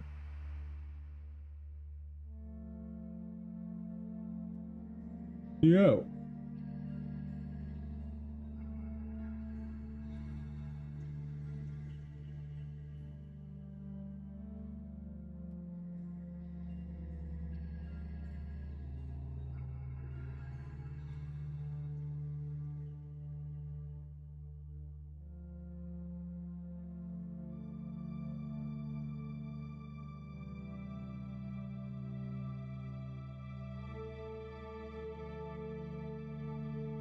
Okay, so I need to get whatever the new action is.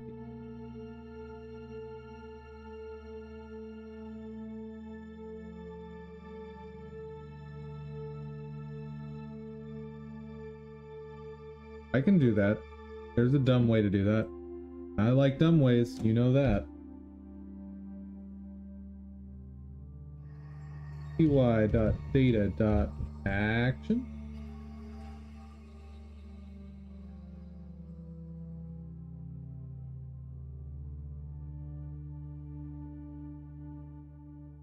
Okay.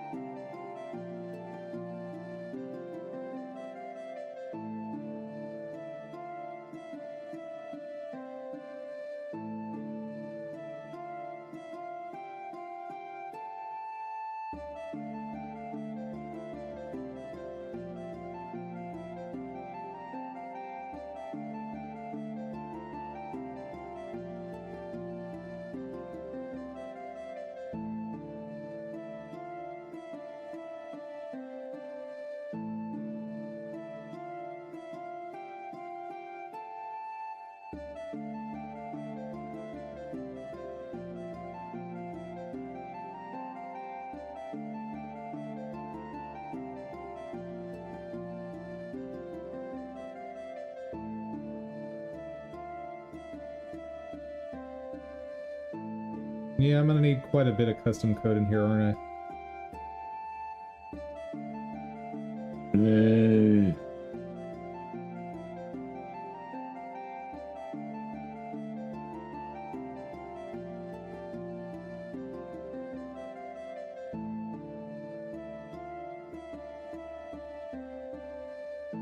Let's focus on just getting the import in a happy spot.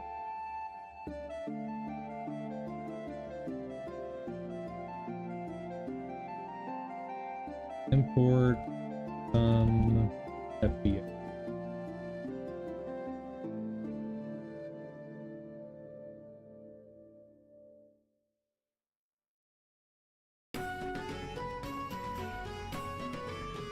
Import some FBX.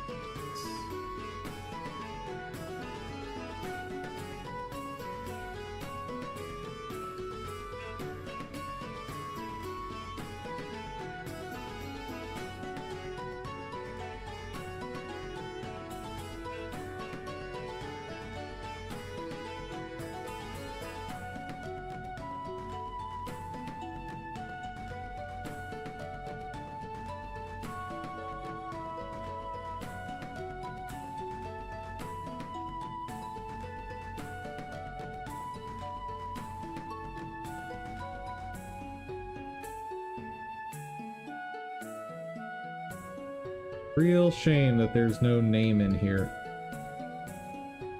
The pain.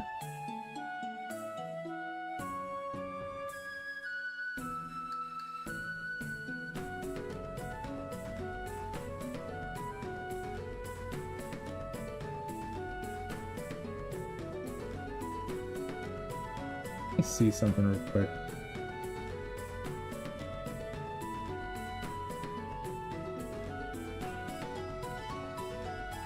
But I don't want to do it with this file.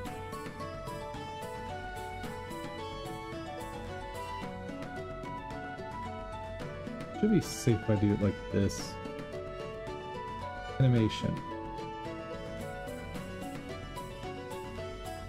Action editor.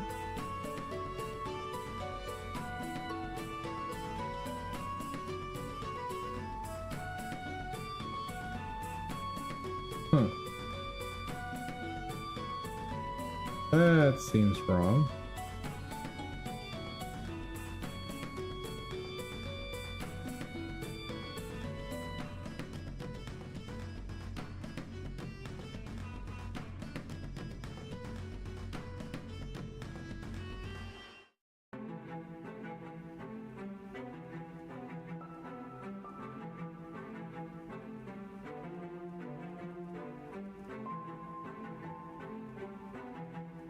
Something's very wrong here.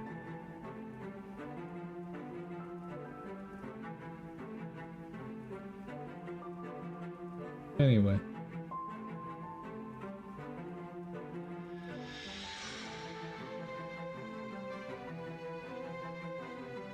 Okay. What's my next step?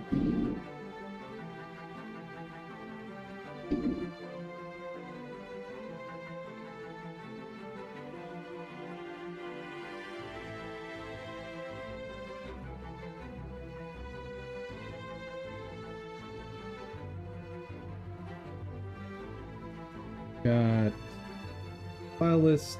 I need to do an import. So, how do I do the import? Urgh. That is ugly.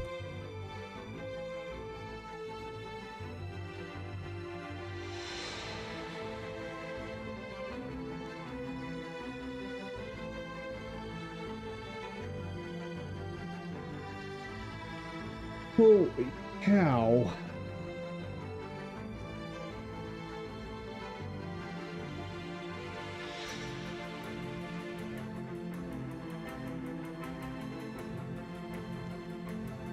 Right.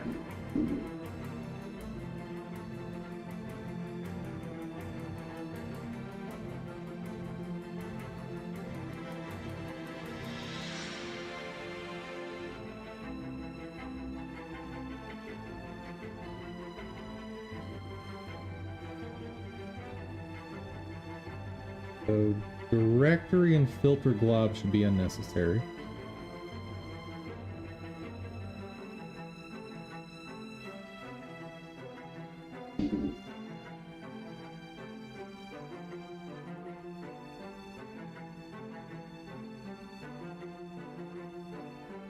mean, I guess I can use the filter.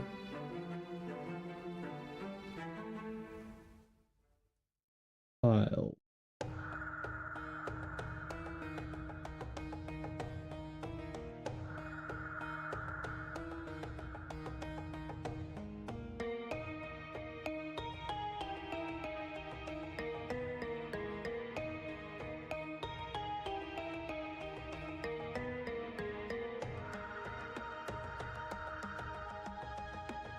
Import option category. Armature related.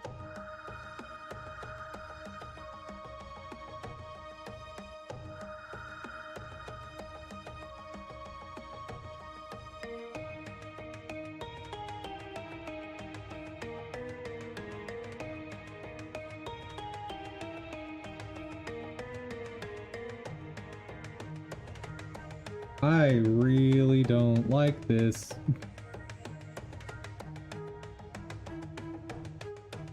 So files, I'm gonna just put that. And let's get some more space. And make it easier for you guys to see what the heck is going on here.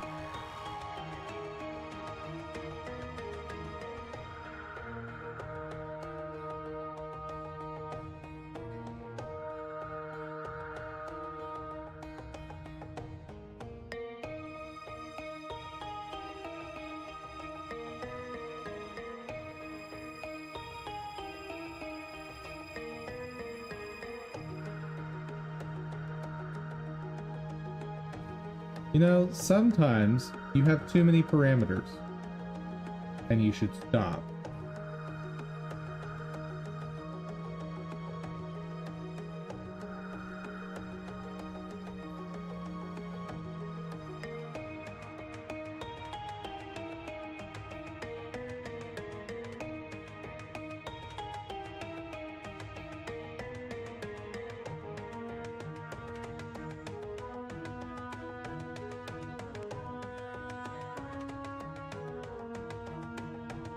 Let's see.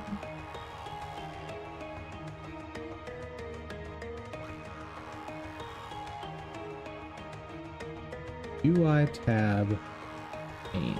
I think I'll just leave that alone. Use manual orientation. False. Global scale.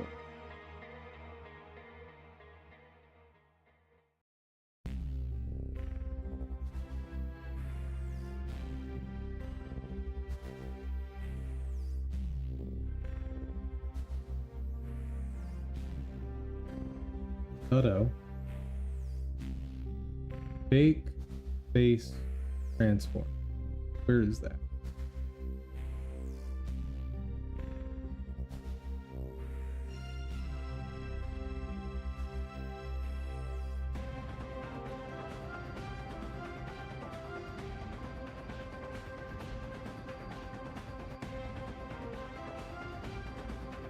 Bake space transforms false.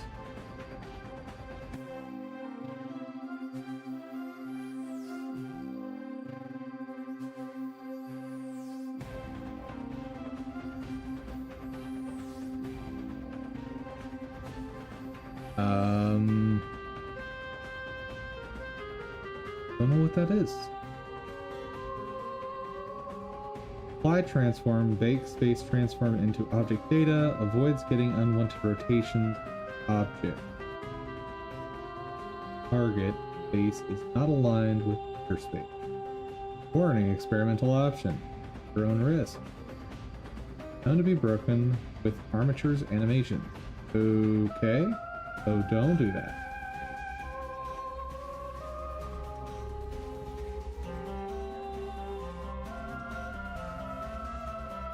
Use custom normals. True. Color type. sRGB. It's image search. Sure. Alpha decals. What's that?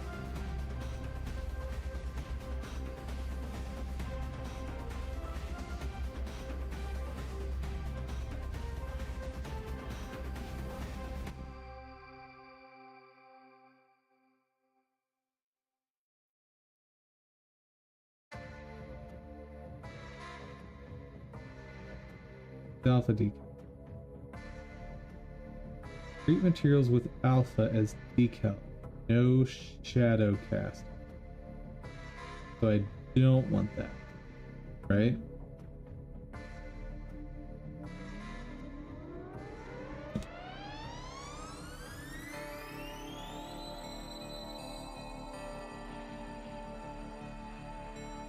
These animations, definitely.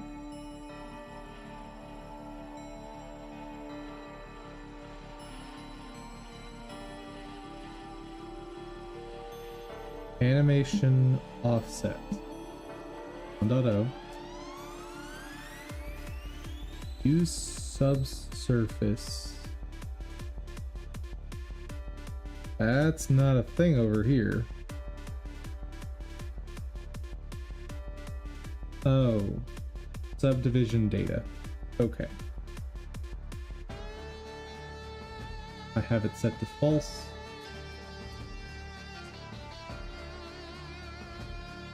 Custom something.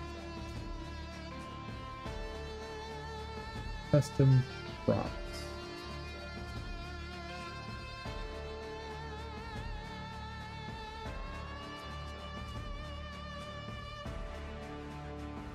Custom properties. Import user properties as custom property.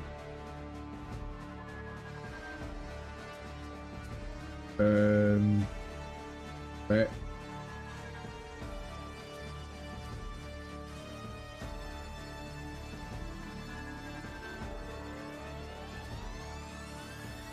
Oh, there it is. I have it to true.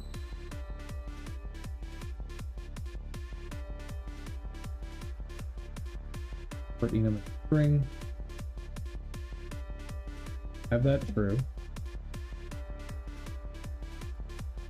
Ignore leaf bones. I do have false.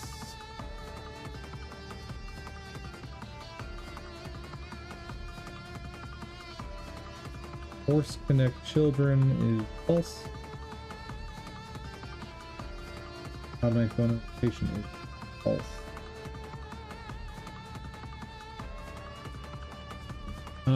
Was I able to find any humanoid characters to use in my game? Yes. But I need to get this online before I start using them. Primary bone axis.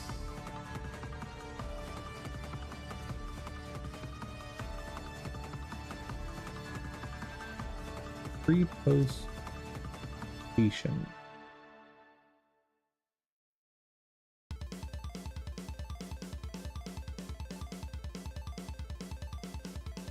Okay. I have Y and X for those. Oh wait, Y and X is there. Axis forward. Minus Z.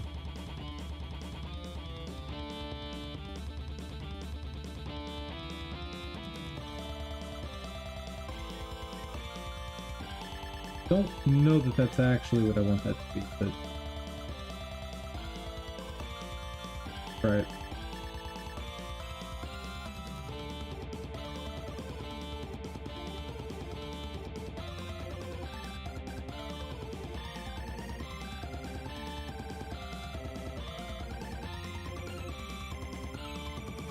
What's wrong?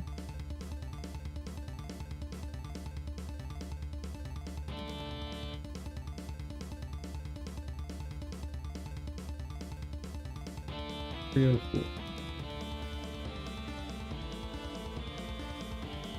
Oh.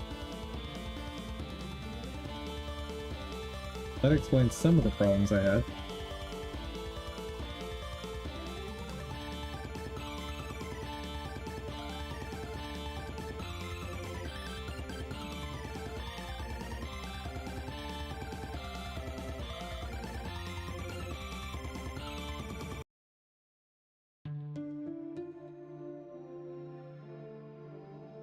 Huh?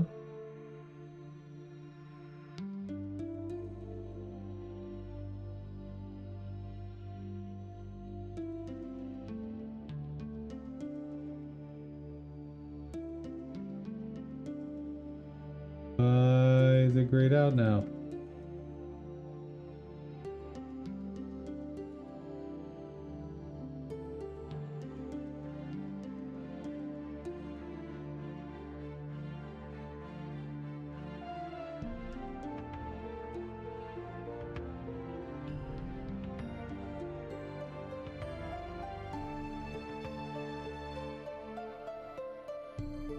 Why are you grayed out?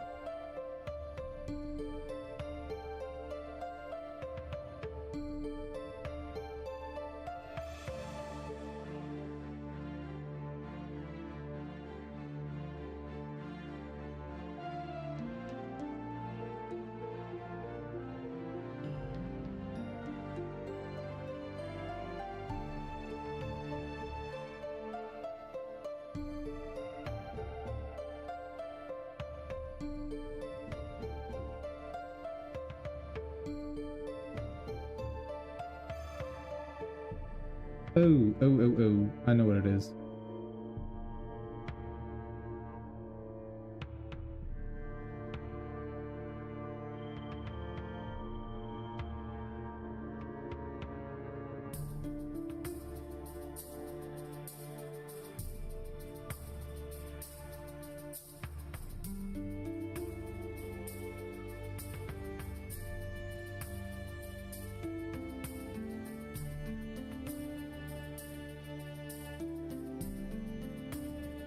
That should have worked.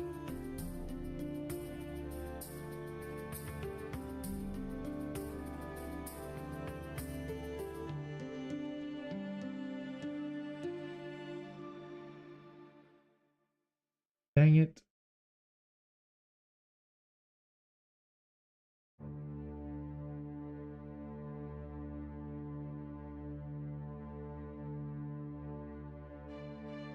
I broke something.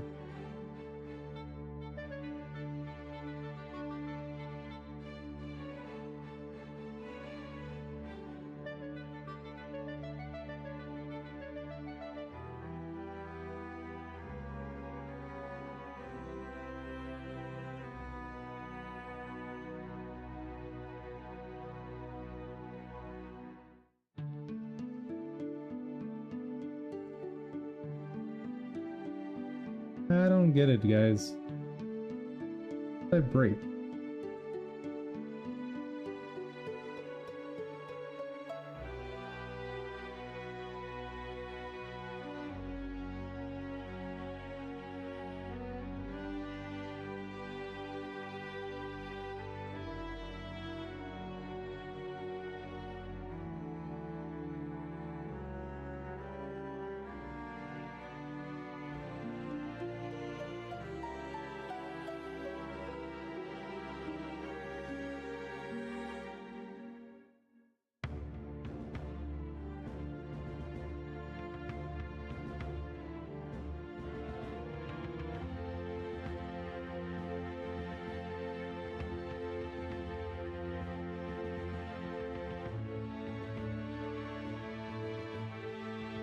You're not familiar with coding in Blender?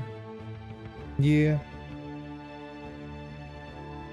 Well, I'm glad I could share Blender coding with you.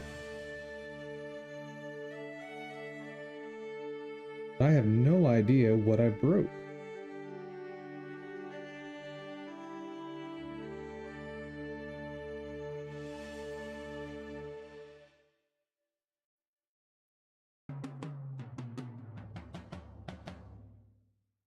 I can't go further back. Dang it.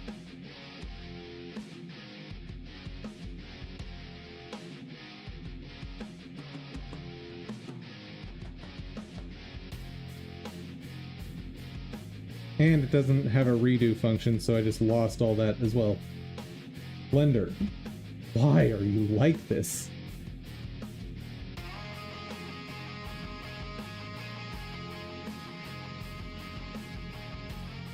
I basically just left everything alone, so we'll start there.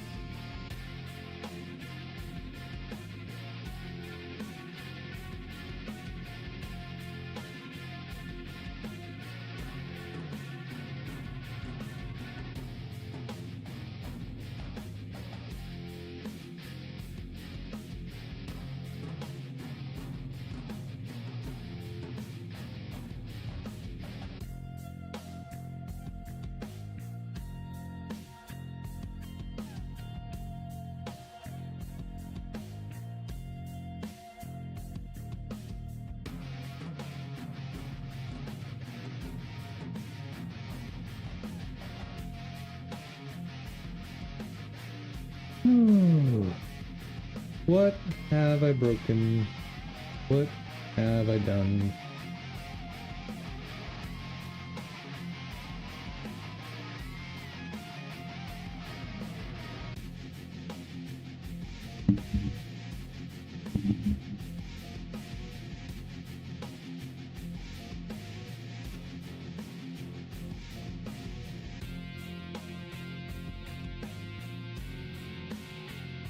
Okay.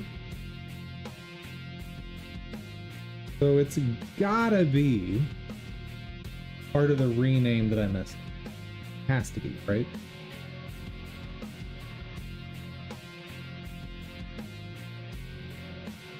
The only thing that makes sense to me.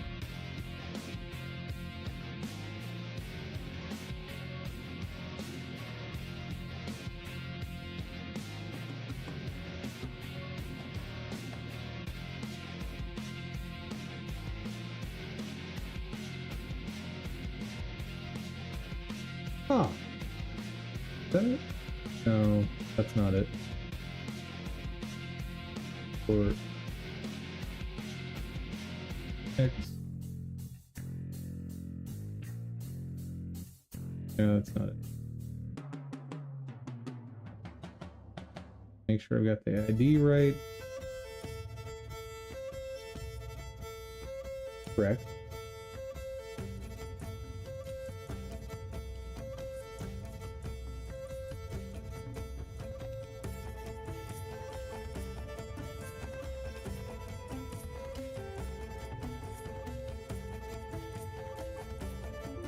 New Ko-fi subscription from Still Needs Work. Test textbook. That's right.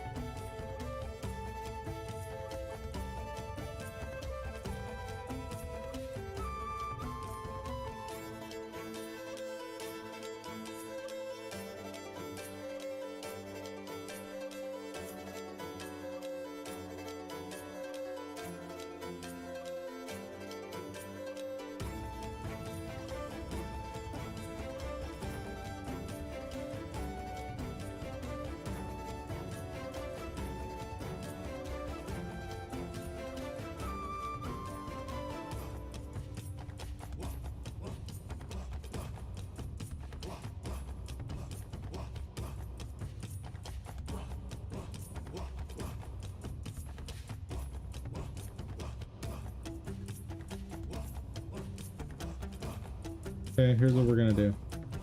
Save that. Save there. Run, nothing happens. Starting fresh.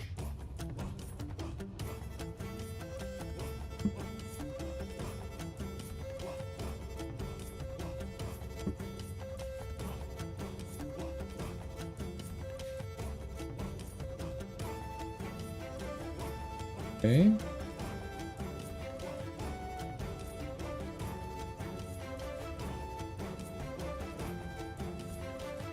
It's definitely found the importer.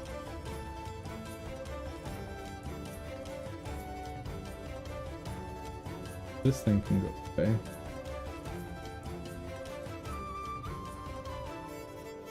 This.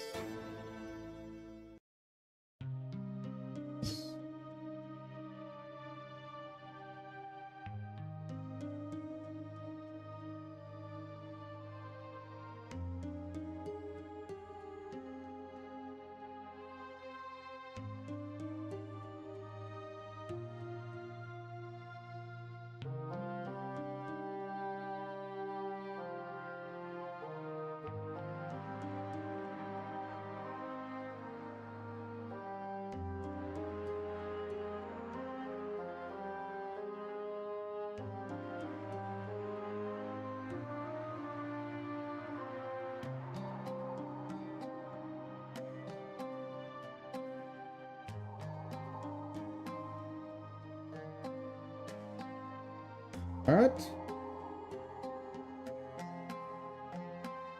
No subscription? Billings work. What are you doing? What are you doing?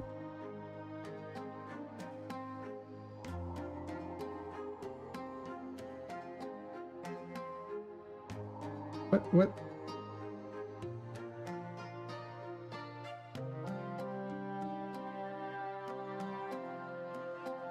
Oh my goodness, still needs work. What? Thank you. Thank you very much. Really, really, really don't need to be doing that. You are already supporting me a ton. Thank you. I do appreciate it.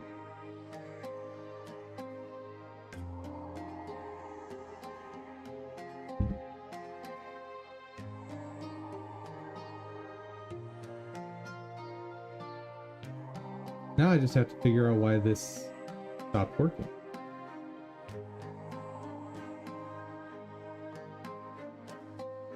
Ports. Operator. Order. PLID name is great. Label is great.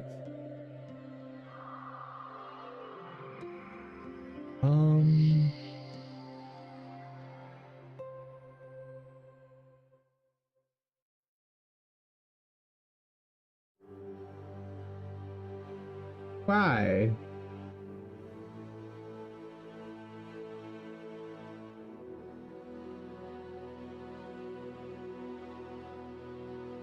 I appreciate your vote of confidence. Still needs work. Very much so. But Blender is kind of crushing me today.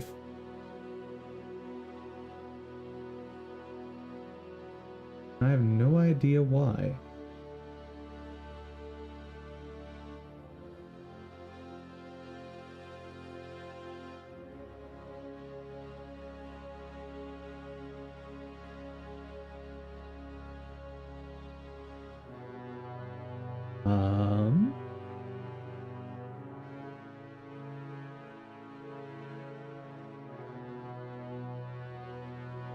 Go back to basics on everything.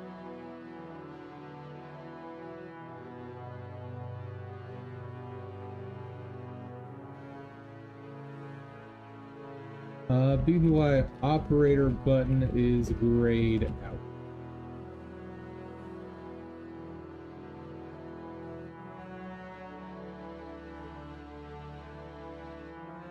Blender has a lot of new features from when I last had ever looked at them. Years ago, so I think this adds to everything where they crash more. I wouldn't know. I am very new to Blender, so. Why is the operator panel grayed out?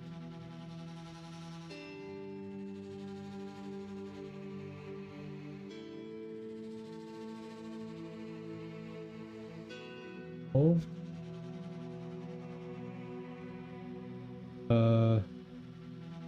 Right.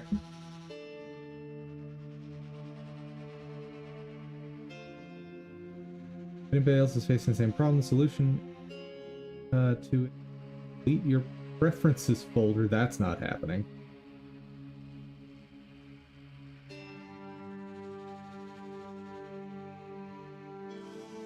I learned about how it can do OpenVDB to create effects. There's also metaballs that can be used for modeling. Cool.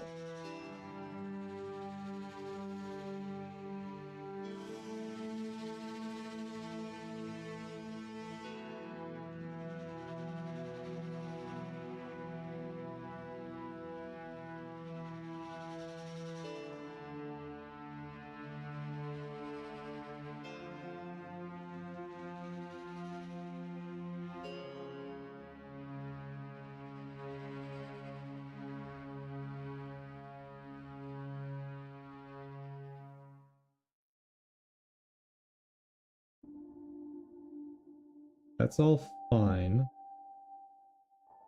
Go ahead and open it again. I want to just put this top again.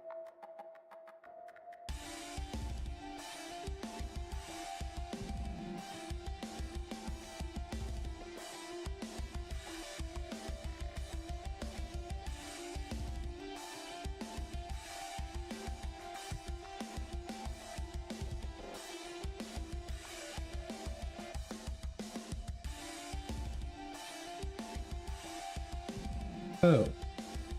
Hold on. Oh, that's right.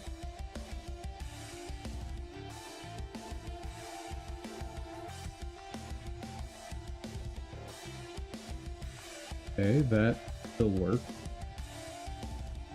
What am I doing wrong?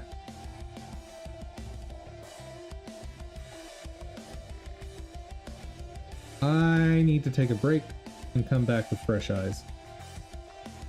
So that's what we're gonna do. And I also desperately need to find a better stream game than Bloons Tower Defense 6. But I have no idea what I would pick.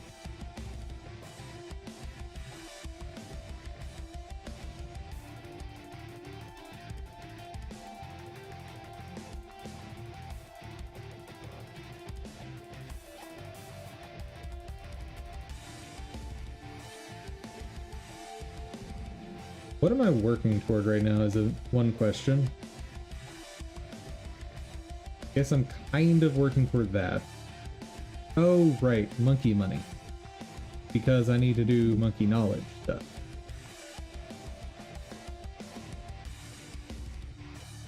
Look at Steam sales to see what's available. Could do that real quick.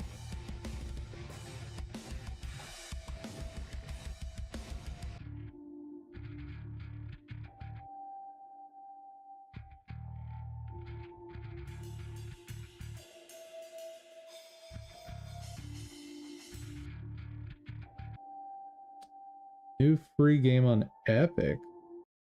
Interesting.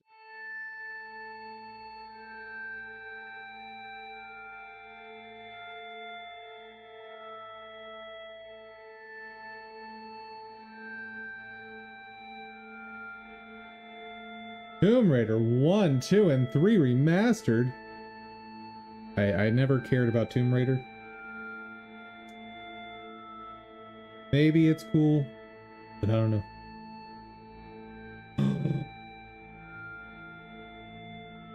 Still Needs Work is lying to me? Oh my goodness. Oh my goodness. I can't believe you would do that.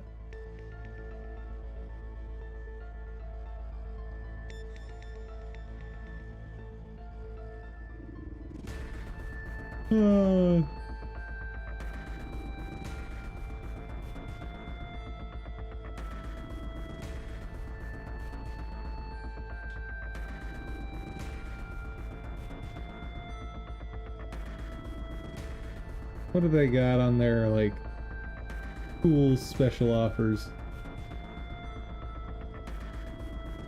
Eh.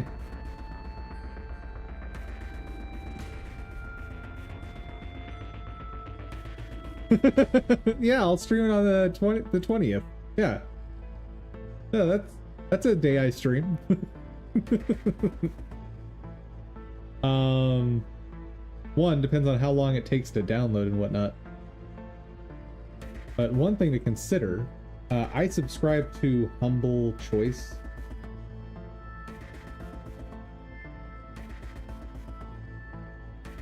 So I do have these games.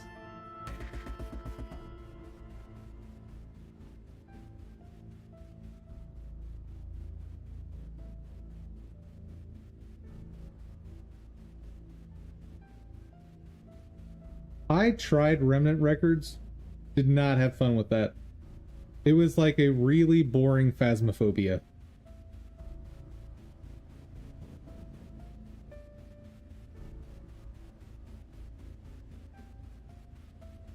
Remnant 2 is probably too mature for what I want for this channel.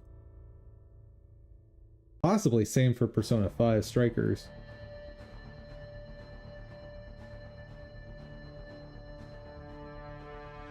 What is this? Action adventure puzzle game centered around unique climbing mechanics.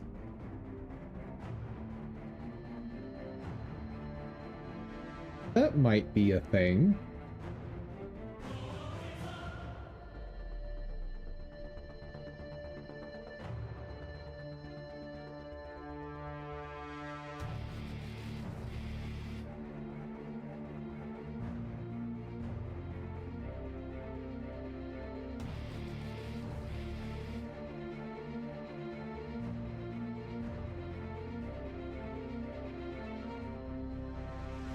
I don't know, that could be dangerous. That almost looks like a game I could get just like really hooked in and then just not stop playing. I'll have to think on that one. For now, I will pop some balloons.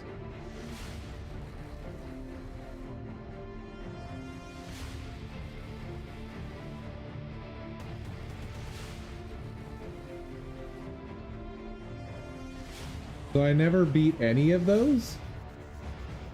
Garbage!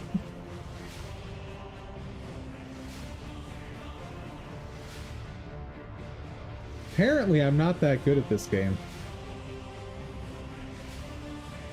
And here I thought I was decent.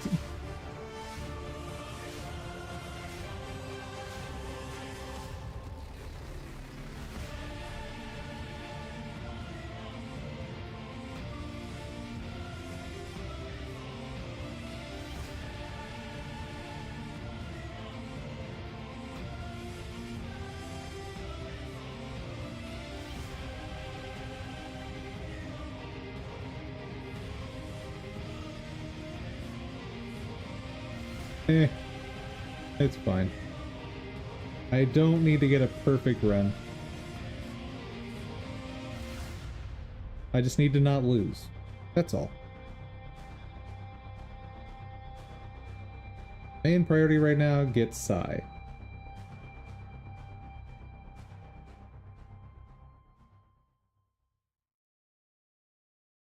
Your learning material for this class is junk?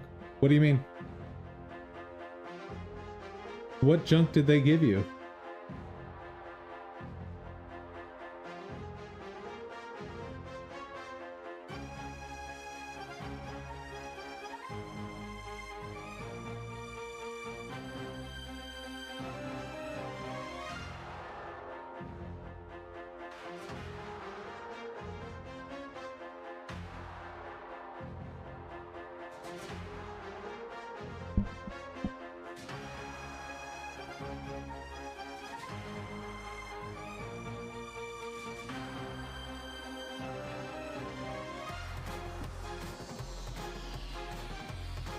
Like, the statements are either convoluted, where it seems like they are using words to not get caught for plagiarism, or it's just not true information.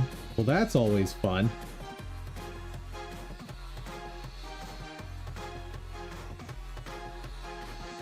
You gotta love that.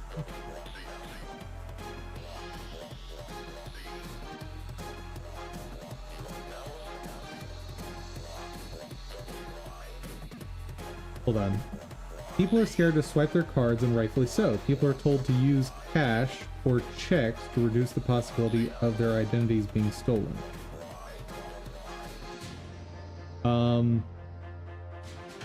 I'm sure there are some people who avoid using cards.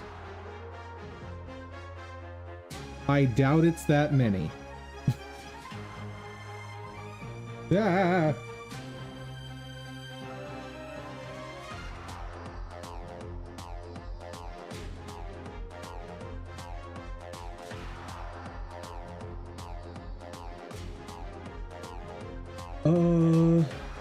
What is my goal build for this run?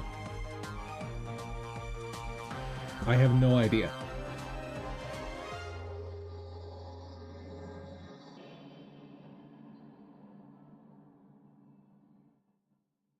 What if I try for beast handlers? Like, I keep wanting to try them and keeping really bad at it.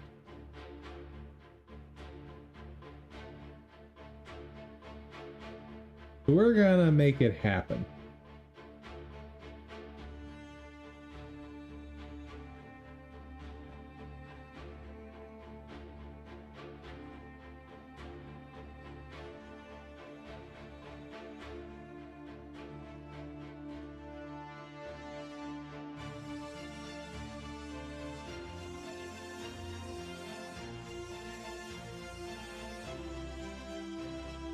And I guess I should make 3 main beast handlers. and have a bunch of supporting ones, right?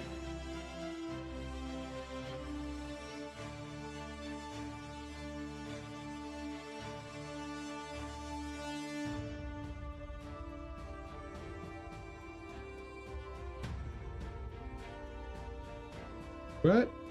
Why? Why do you do this to me, game?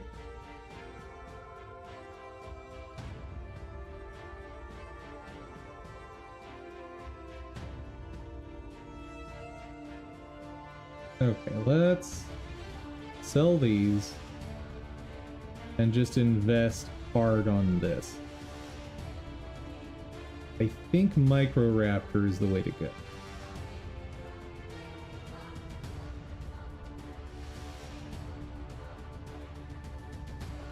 You target first.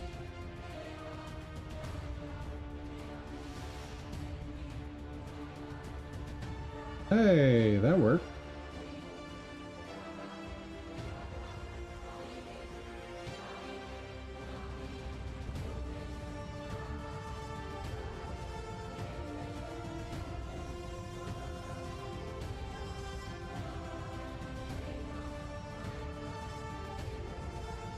Oh, dang it.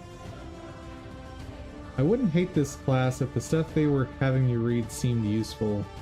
Times I have to take notes because their answer is the only correct answer for the quiz, even though sometimes it's not correct in reality. But I cannot remember what they fabricated as true. So what is the name of this class? Like what course are you taking?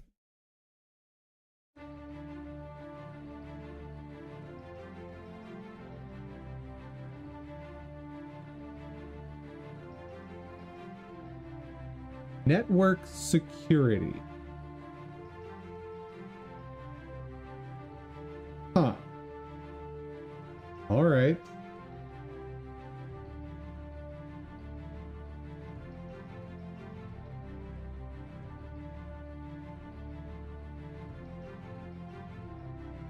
I really wish hovering over these would tell me what the hotkey is.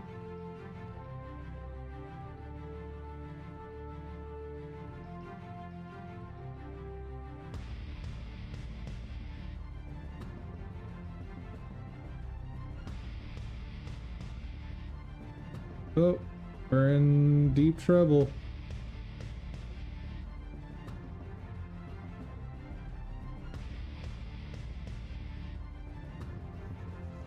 Hold on. Hi there. Boop. Boop.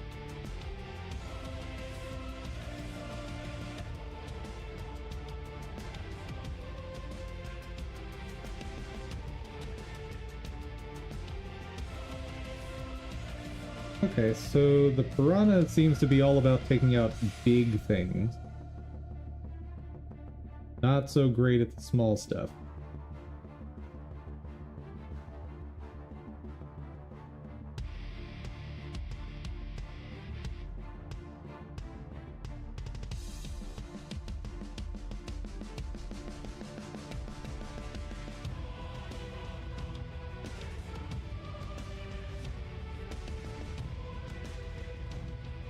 Velociraptor seems to be better at small stuff.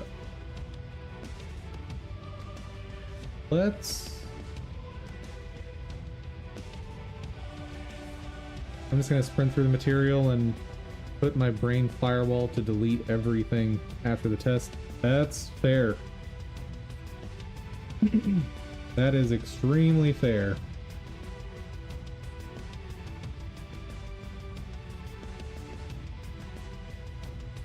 Wait, they don't even need to be in range in order to merge? Interesting.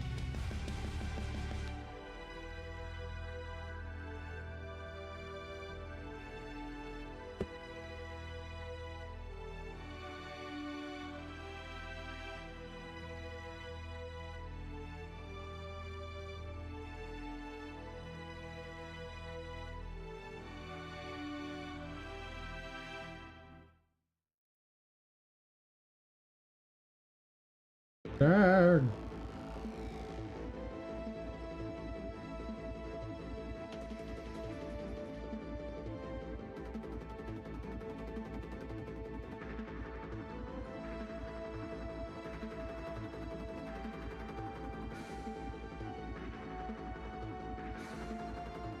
Okay, good. He's taking out leads.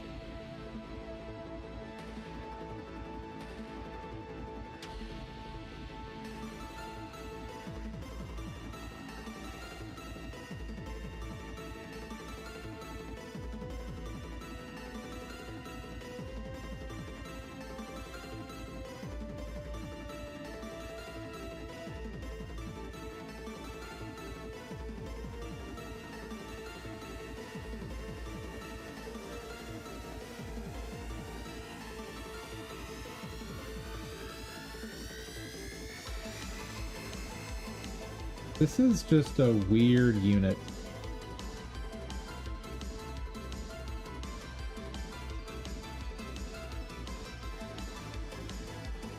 Guns up for that.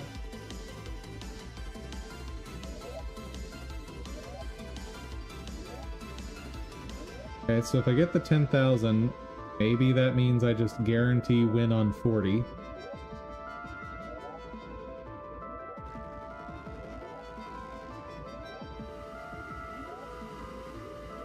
Maybe.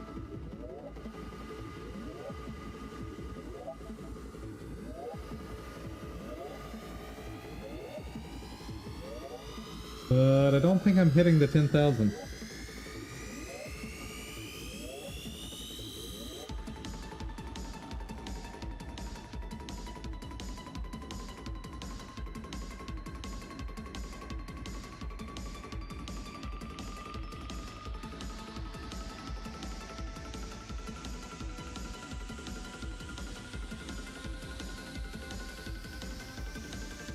Ooh.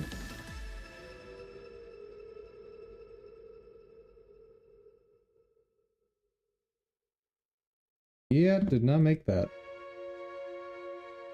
So...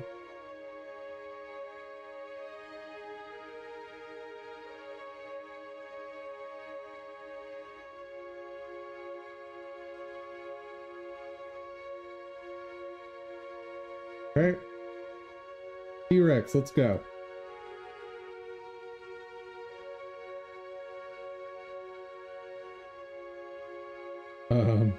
Guess that worked.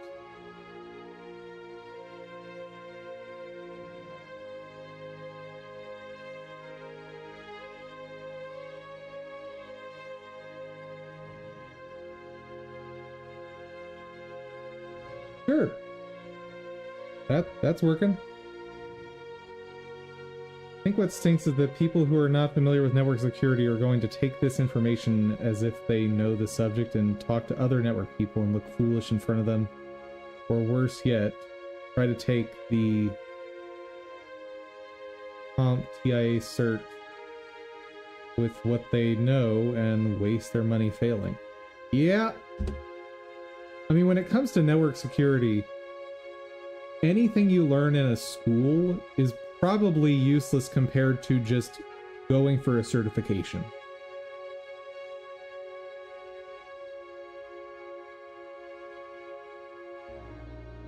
Like, I think that's the real truth here.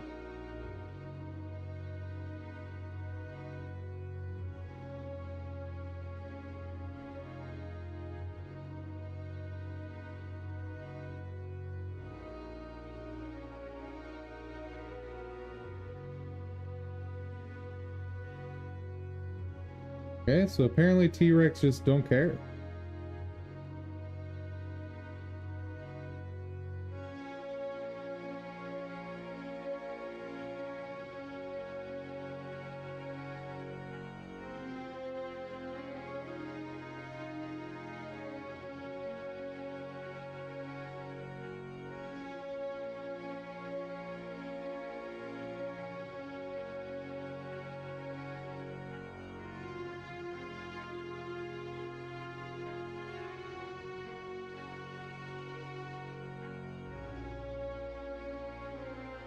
Okay, 29 combat power. What does that mean? Woohoo! That's a problem.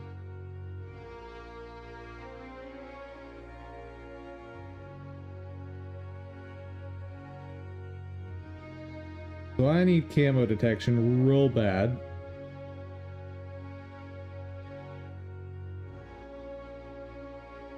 Let's do this.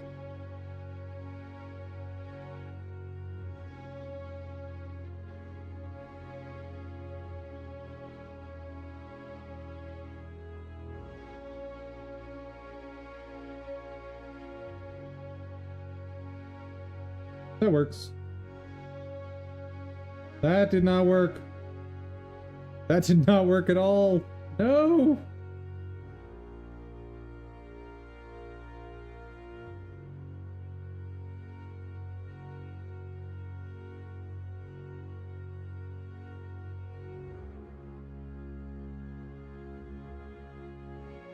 So the actual thing hurting me is not the camo detection, it's the magic.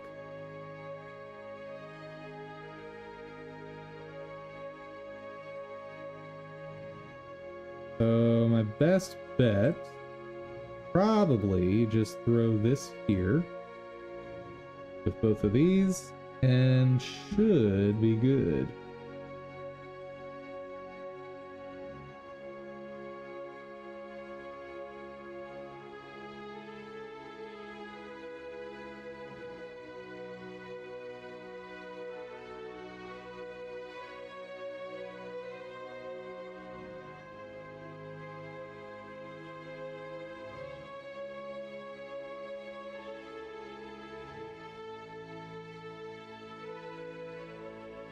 What the heck?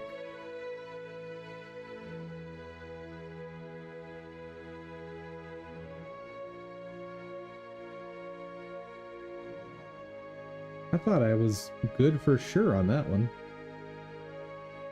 I can always throw this here. Like, I hate using this, but... I know it'll work. I know. I know.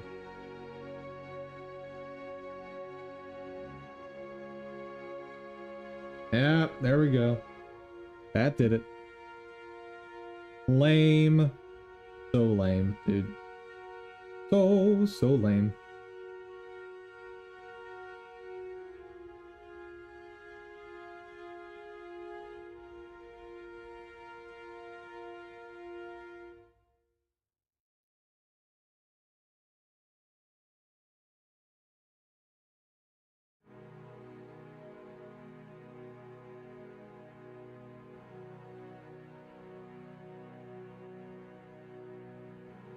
Oh. I messed up on that placement. Oh well.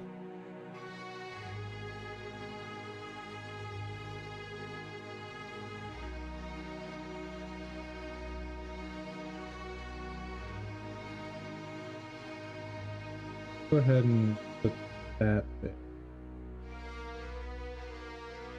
There we go.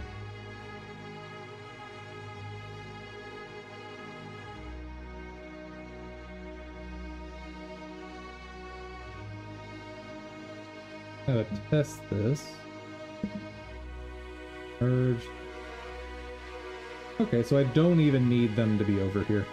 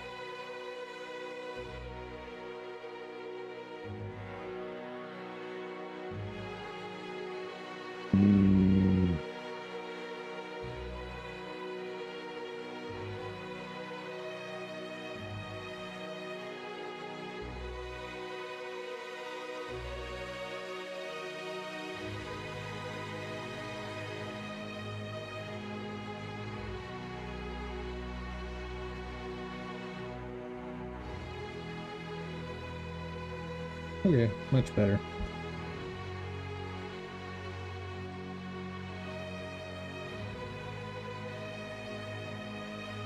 Nice, 32.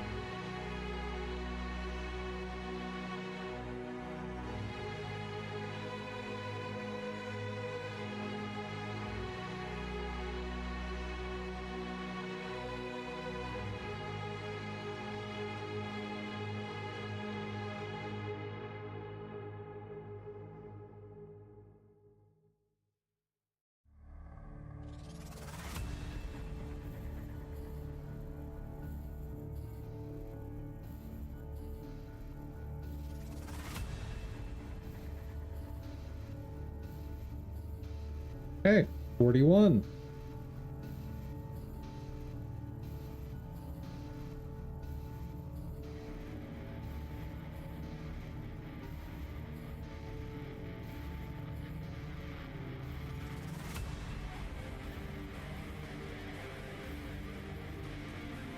Really don't have a firm understanding of what the combat power actually does, though.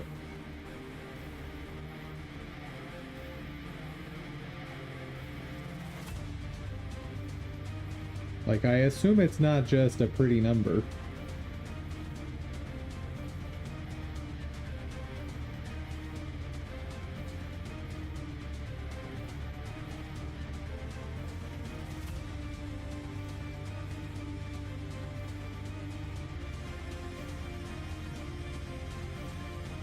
Okay, so one more of those, and that guy's maxed. That's cool.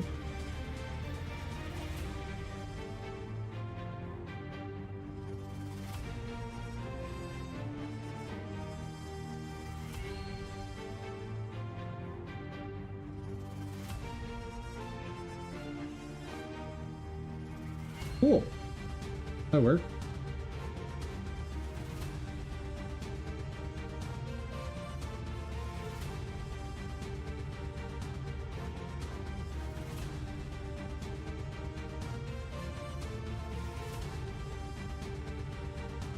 Sweet.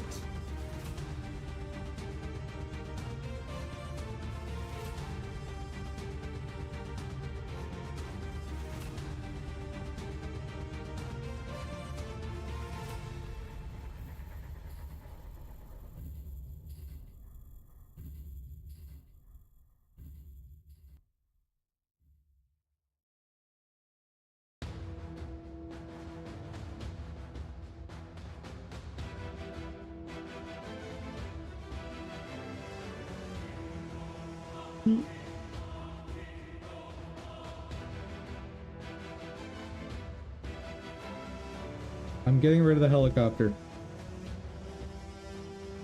I know I maybe shouldn't, but I'm going to.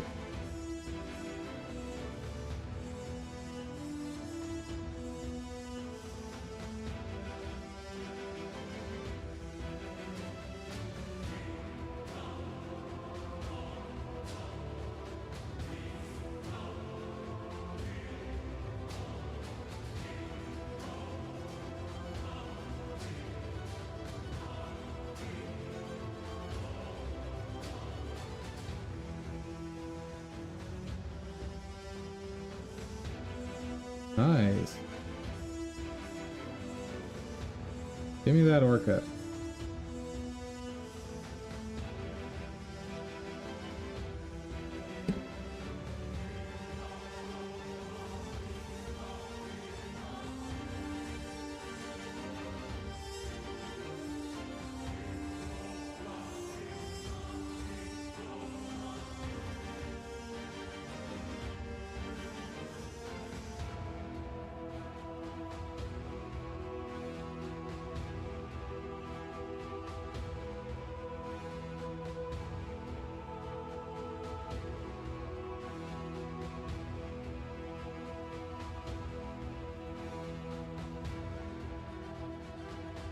Yeah.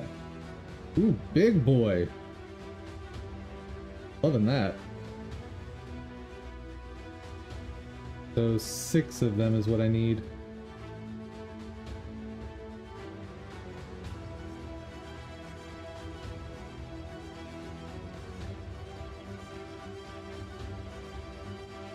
but not sure I'm gonna reach it before we hit the round 80.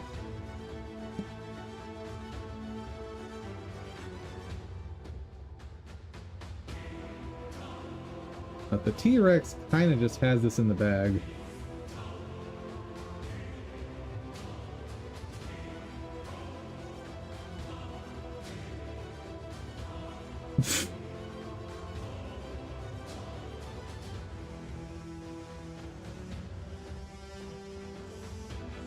Apparently I don't need to worry about reds anymore.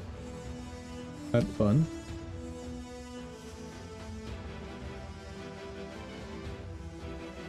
We 1, 2, 4, 5.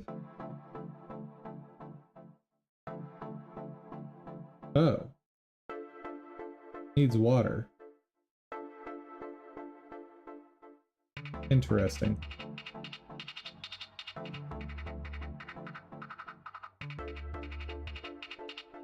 Good to know.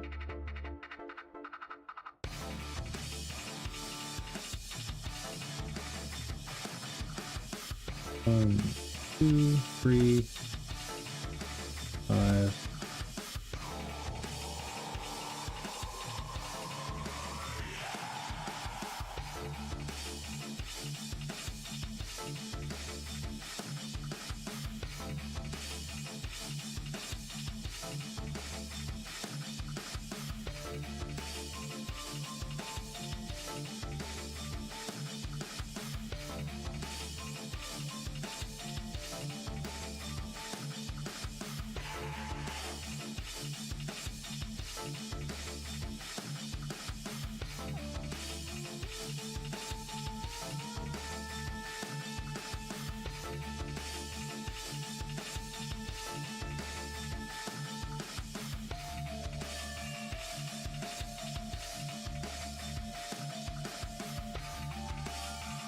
Basically done there.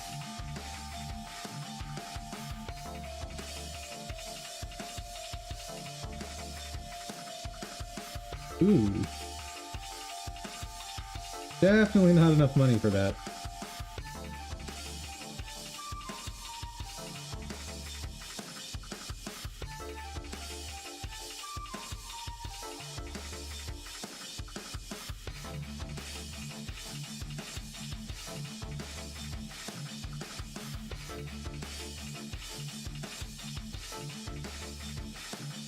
Hey, 64.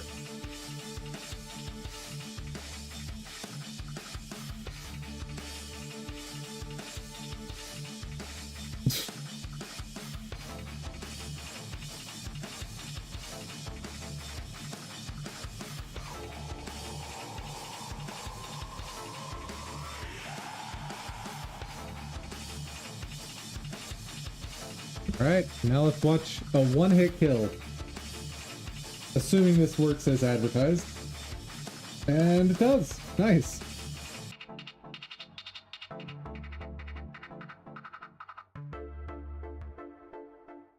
One thing I want to look at. Is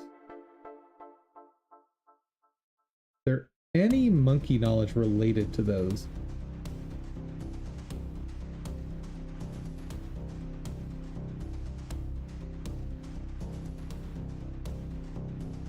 Doesn't look like.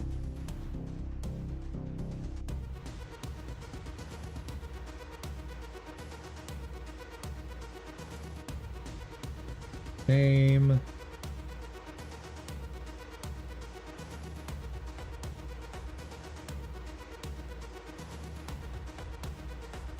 I guess they just haven't bothered adding those.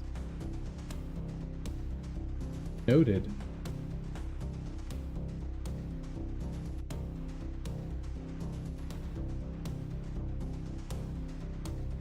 One more into primary, but I'll need more money for that. Okay, back to coding. That was a longer break than intended. Not bad.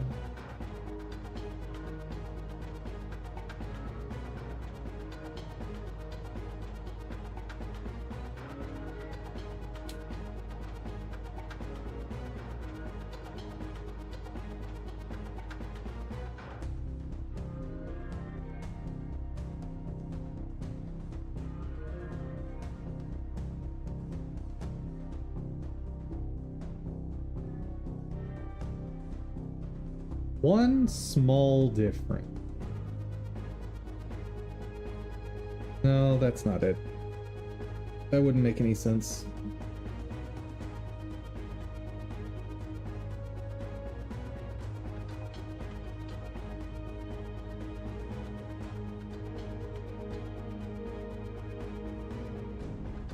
Add-on Y is my operator button tray.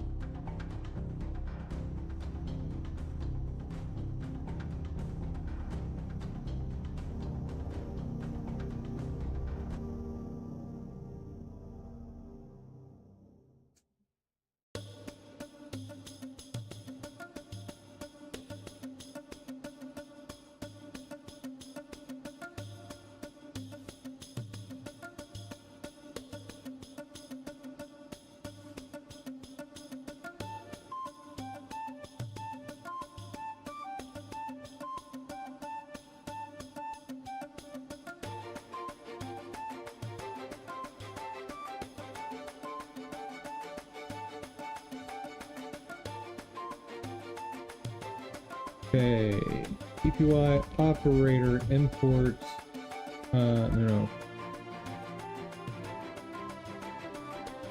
What is it called?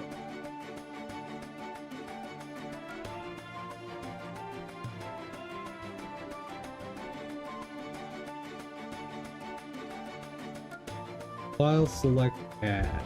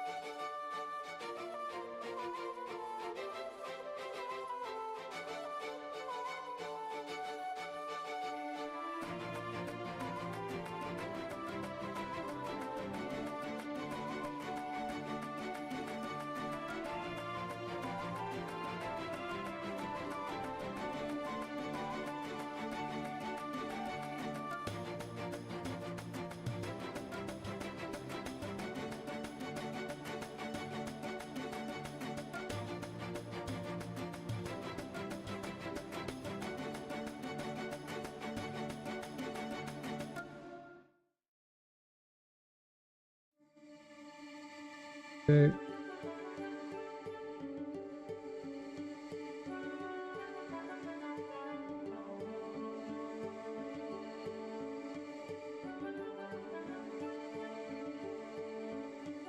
Now it works. So what's the difference?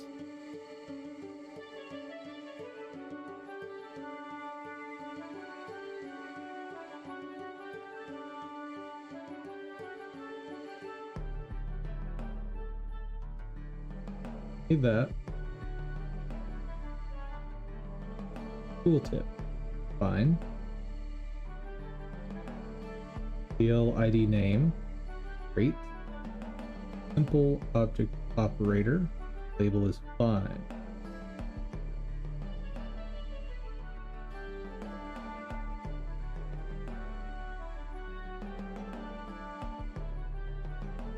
Invoke and execute. Okay. I'm not sure I need the poll.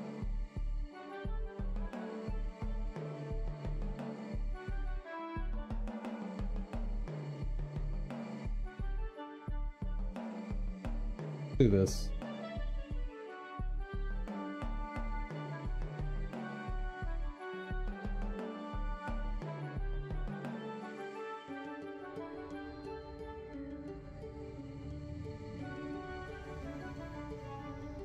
Oh. What? It was literally just the poll length. Okay. Sure. Why not?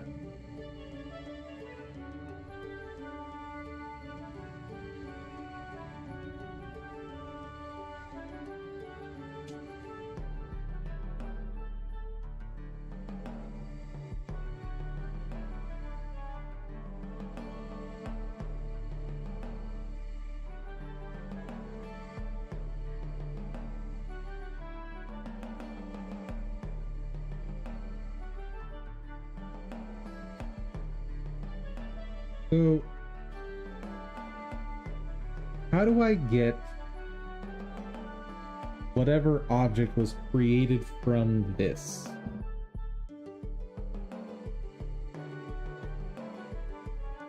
Will I determine recently imported object?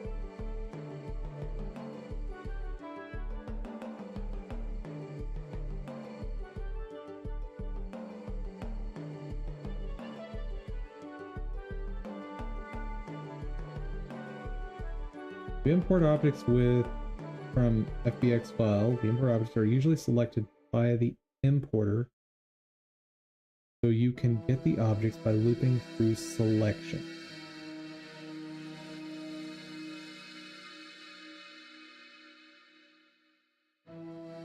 Okay.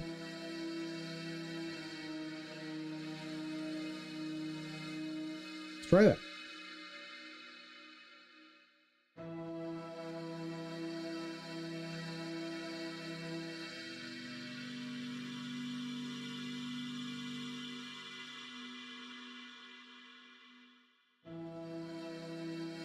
Import then.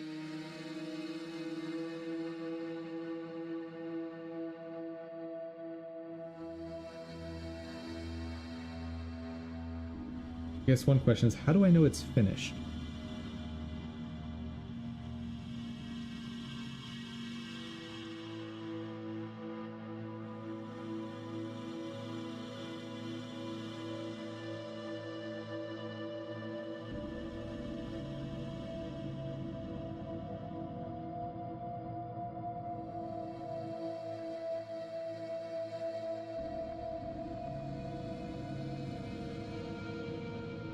For object in PPY context select objects.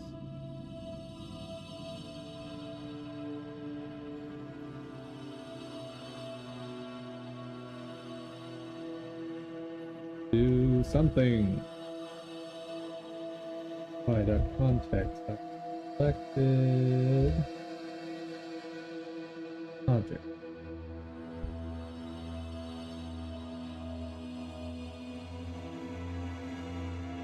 Test it.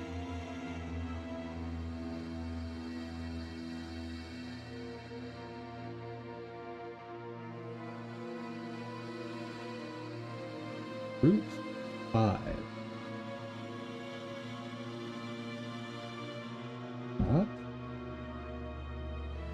Not what?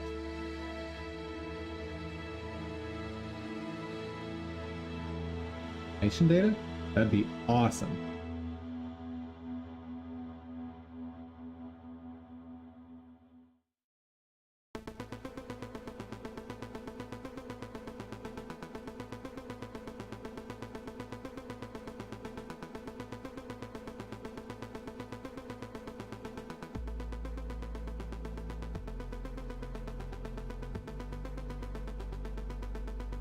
Okay.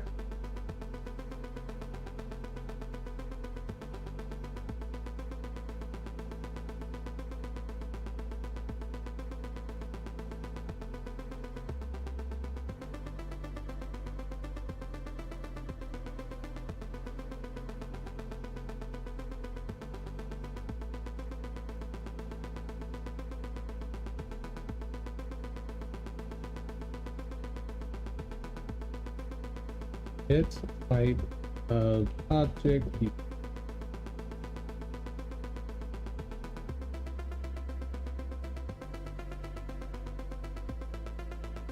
Take the quiz, get no answers wrong, and it gives me a 99%. Nice! Love that.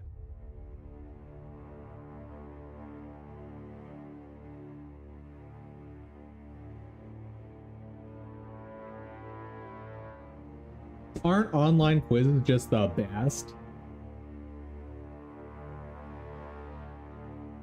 Selected class is not a retrievable object.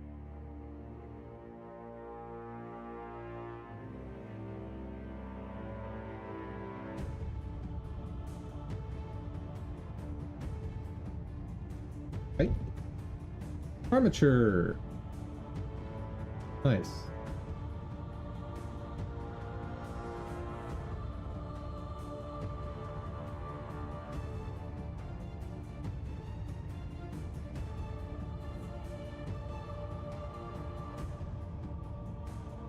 4 object in selected object.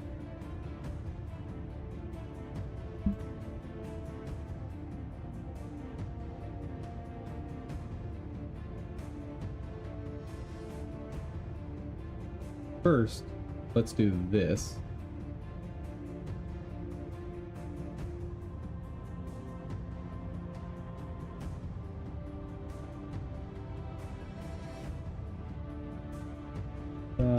Name. Nice.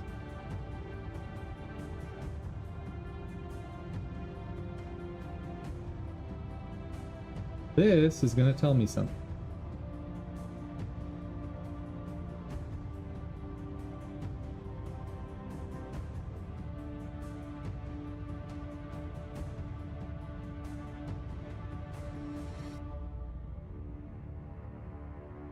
Okay, it didn't like something there. Line 80.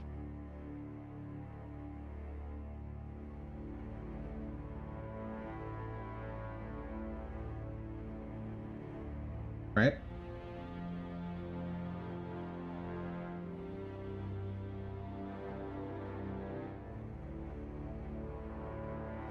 Oh.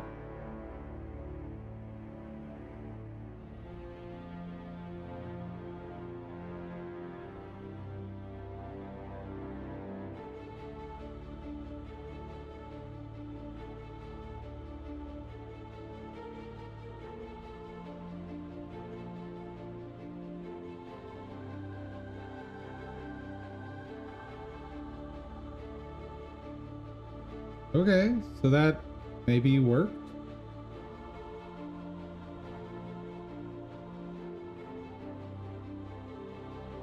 Okay. Something's happening here.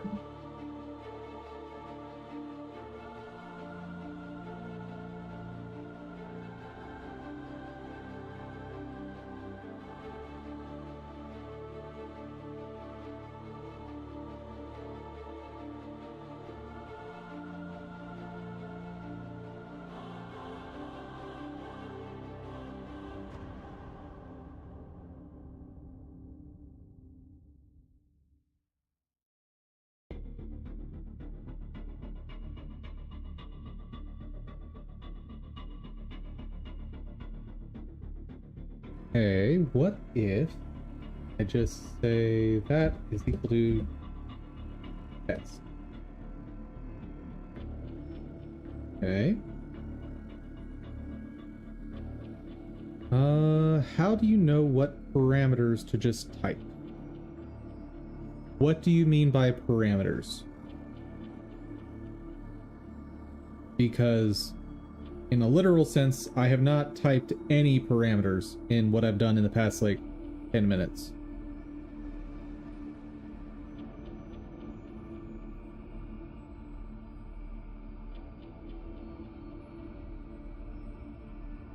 After the dot. So, what properties?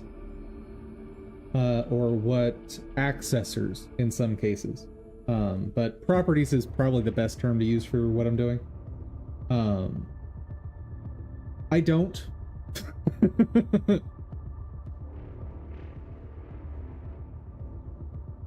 The answer is I really don't. I'm guessing.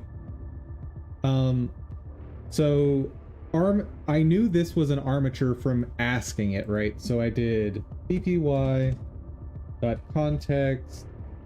And so knowing about bpy.context, that I had to look up, right? And that's from way, way back in the day. I still remember that.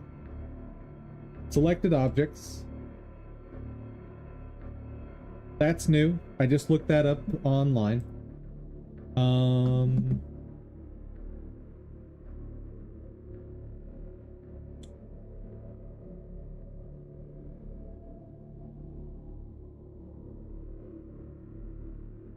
Like, I looked up how to get my most recently imported thing, and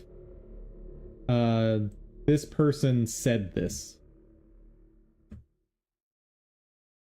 Like, oh, that seems like a useful function. I can show it. There it is. Didn't know about that before today. Selected objects. Now, selected objects, based on the name, I'm guessing it's a set. So that's why I just access the first element. Gives me that one. And that, I ask it, okay, what type are you? You're an armature. Well, armatures, I know from past experience, have animation data. Right? And animation data also has something called an action that it's associated with.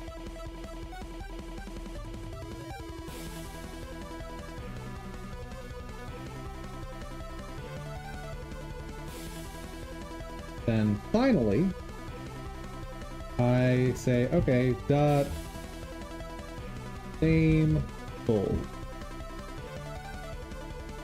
Right. And that actually tested something else because I updated the name and the name full got auto updated, so we're good.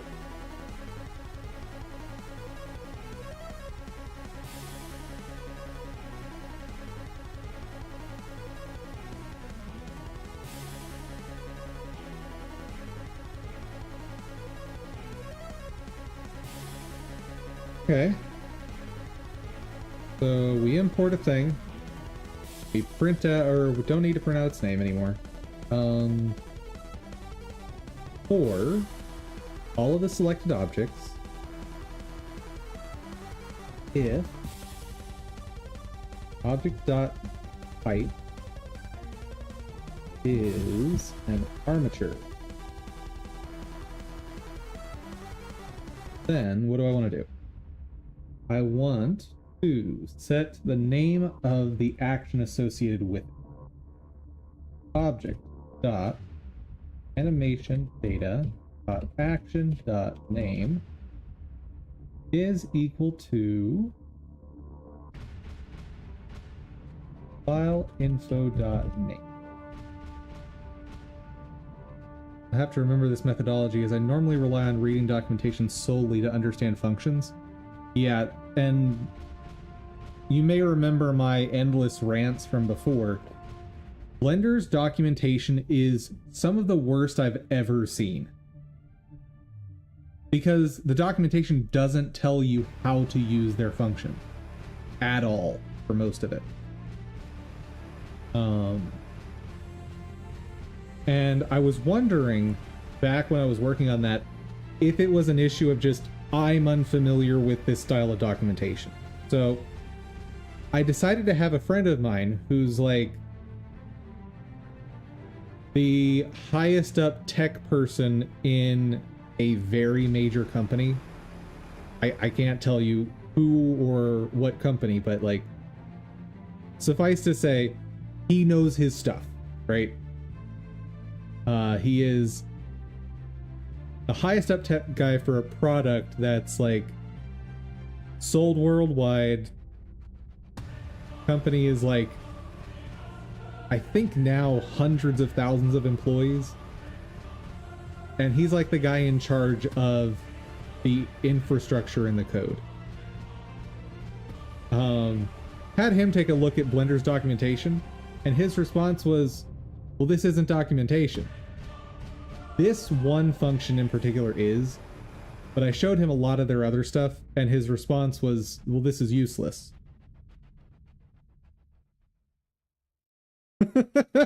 Hello, bot. Oh, bots. You're the reason I may be getting rid of Kick. You pesky little scamp, you.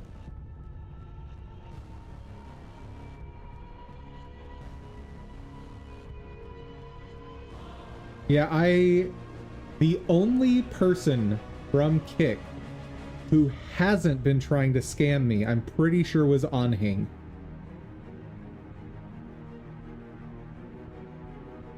And he shows up on Twitch as well, so... Yeah.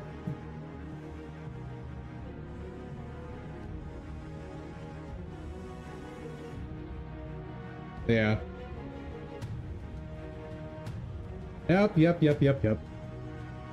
Alright. Give me that gorgeous code. Object, animation data, action, name is fileinfo.name.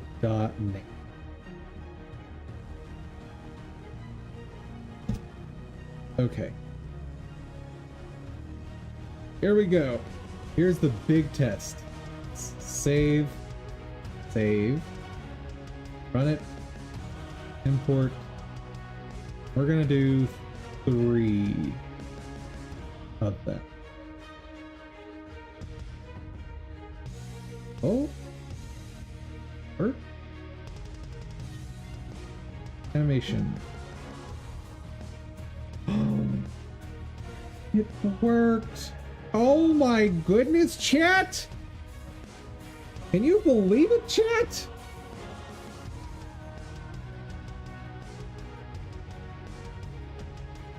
Now, my import settings may be absolute garbage, so grain of salt and whatnot.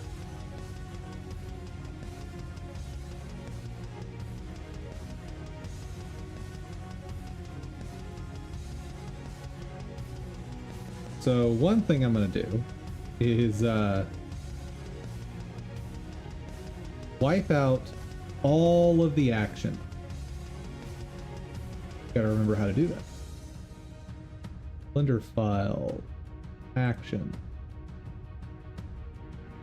And I want to redo all of it. You're a genius? No, no. I am a dum-dum.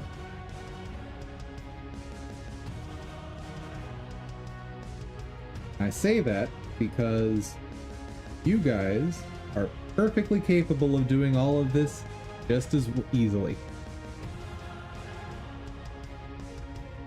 Okay. All of that's gone.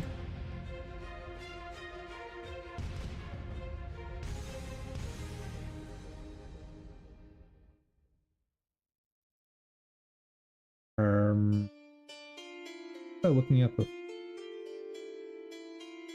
Oh, that's what I was looking at. Okay. Now.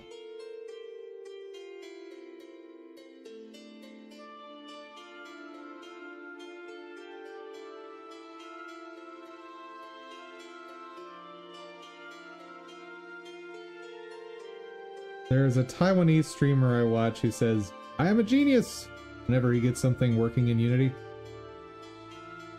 Fair. I can understand that. Yeah, what I really want to stress as part of my streams and my company is there's nothing special here, right? The things I'm doing, anyone can do. Like, assuming you have even the slightest aptitude for programming, you can do these things. And I try to be extremely transparent about the things I can't do, right? Like, I've been extremely forthcoming about my lack of skill in art. And so I show how to compensate for your lack of skill in an area. One thing I hate more than anything is people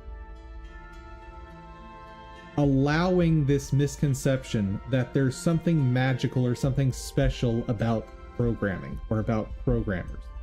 That there's some quality about them that if you don't understand things immediately, then coding isn't for you. I think that's a terrible disservice to people that happens way too often. And I think my channel does a decent job of trying to break that down. The idea that, oh, this is how long this work takes.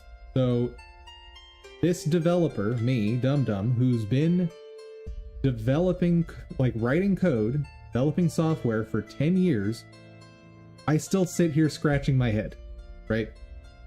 Like, with a new language, with a new tech, I spend a lot of time just trying to figure out what the heck is going on.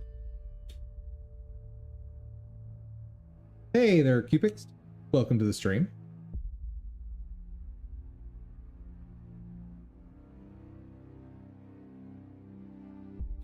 there's something magical about understanding shaders. They're voodoo magic for all I care. I mean, you are not wrong. So this is one area that I will agree. Shaders are magic. No, I kind of understand them. Kind of. But I also recognize that there's like, let me just draw you a picture real quick.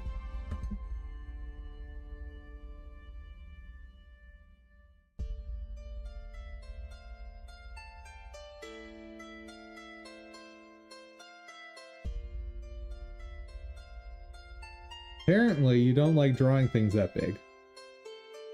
Oh, I made that too big.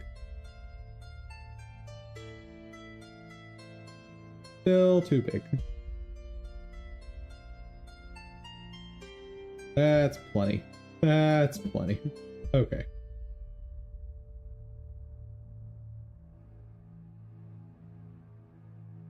So...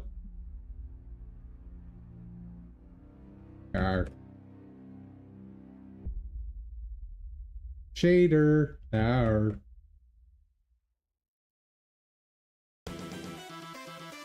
Shaders. And my knowledge. I say it halfway jokingly as someone who's mainly working with shaders, so it's like you have rules, but sometimes shaders just do their magic on you and you don't know how or why. You're not wrong. Shaders involve DirectX 12, right? Shaders are in any graphics processing. Anything that renders uses shaders. So, of all the knowledge of shaders, so like, here is everything there is to know about shaders, right? I, Dum-Dum, understand a little bit right here. Yeah, OpenGL, Vulkan, that'd be the two big ones most people heard of. Yep. And that tiny bit of knowledge that I've gained right there, that itty little bit, has let me see, oh, there's at least this much knowledge out here. Like, I can see this far, and I'm like, okay, there's all that knowledge, which means all of this stuff, I don't even know that it's there yet.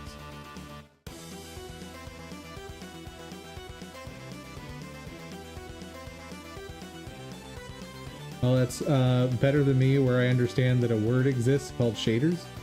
It's fair.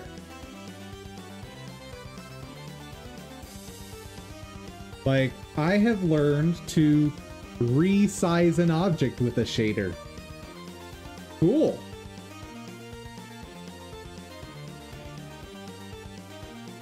I've learned how to change an object's color with shaders. Cool. I've learned how to modify those with time. Cool. Not super useful, but cool.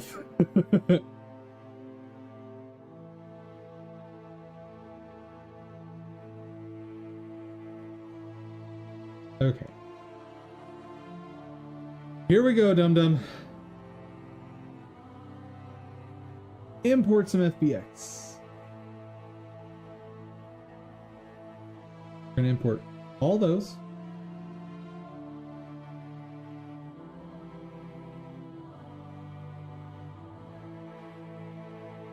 Okay.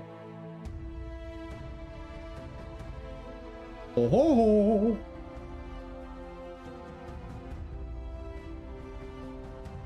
And all of them have been renamed. Oh yes. Oh yes, yes, yes.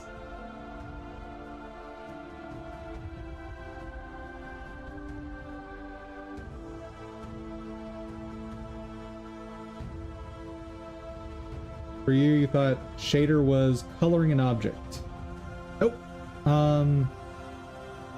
One thing you can look at to get a little bit better conception of it is Skyrim reshader.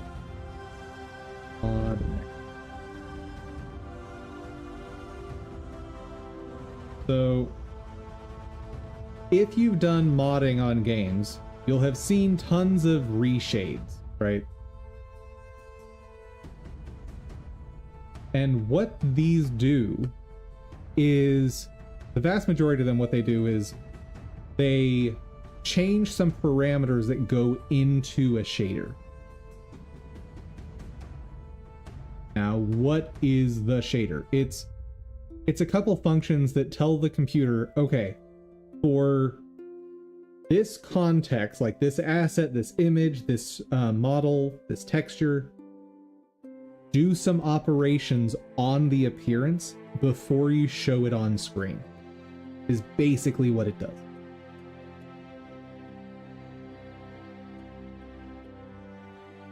And you can do some super cool stuff with it.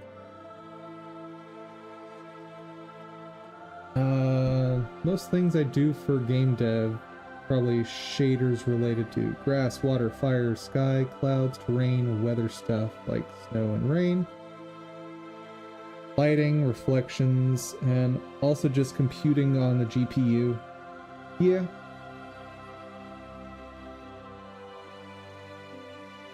So, generally speaking, shaders are the quickest and easiest way to throw stuff onto a GPU. And GPU computations are going to be generally more efficient. Different calculations concerning graphics? Exactly. That's what a shader is. Let me just actually show you my shader code.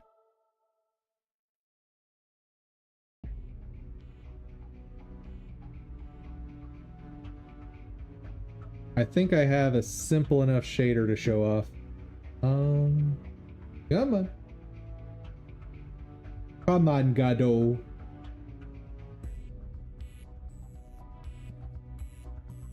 Shader editor.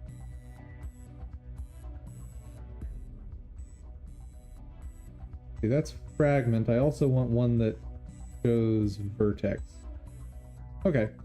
So, basic structure of a shader. Within the context of Godot, all shaders are... I think all shaders are canvas items. There might be other types I don't know about.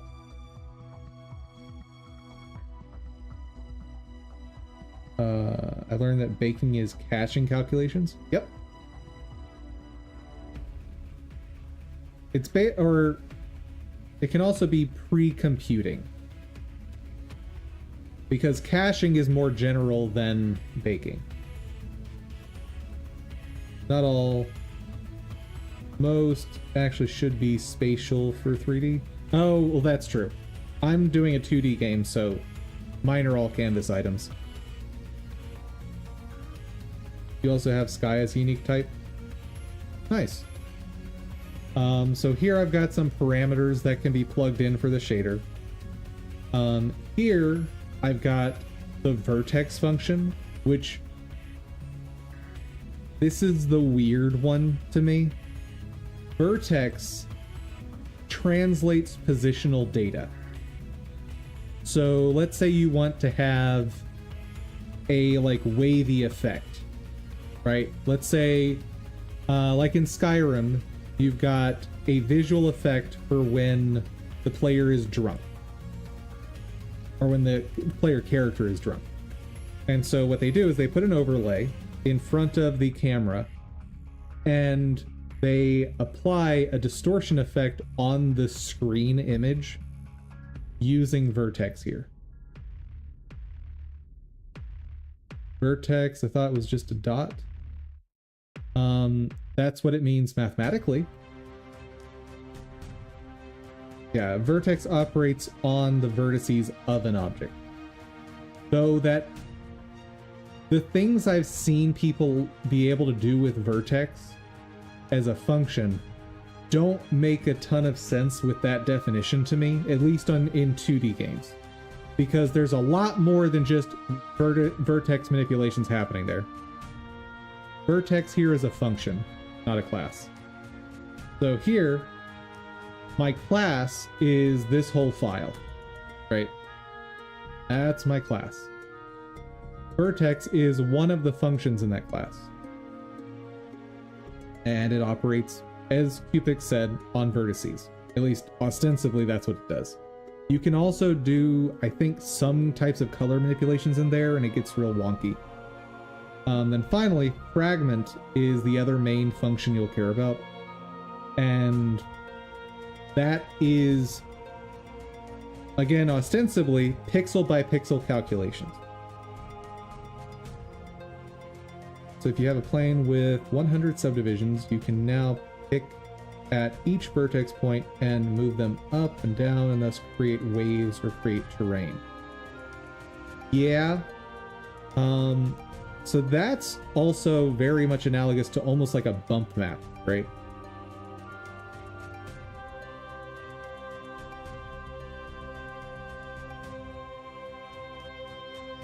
No, I think Cupix was just using property capitalization for his sentence.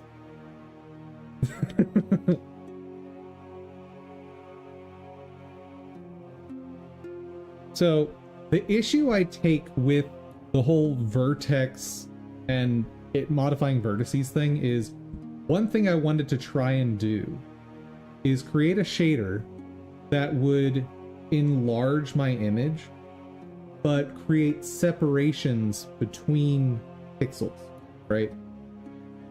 And shaders don't do that. Like, the shaders operate continuously on like the display resolution. They don't operate at the resolution of the asset, which feels weird to me. And it also has the added issue of causing sub-pixel calculations based on the pixel size of your assets. So, for instance, if I were to apply a shader to the terrain, let's say, that causes a gradient of black to white going to the right, the gradient would also be visible even within a single pixel here. I don't like that. Like, in my mind, the shader should have a single result for this pixel. So, like, shaders are sort of a post-processing step. I mean, you could argue that because in OpenGL, vertex and fragment are their own files, you could call them classes. Godot just went like, yeah, let's put all these different files for computing into one file, make them separate functions. Take in mind, unless normal code, these functions can't communicate with each other unless you use varyings, and even then only works from vertex to fragment. Yep. You could probably communicate from fragment to vertex, but it would be operating on the previous frame. Like, fragment will know about vertex from fragment is pixel-based operations. So here I have my fragment function, and every single pixel on screen is passed into this, and it does something for that pixel.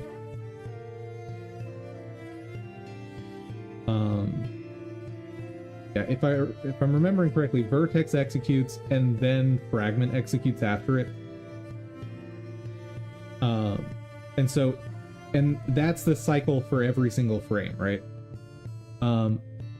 I believe you could probably have fragment cache something somewhere, and then on the next cycle, vertex could pick it up.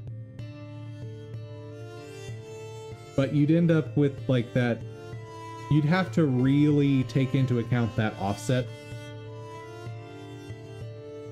if you wanted to communicate that way, but there's probably not a reason to communicate in that direction. Probably.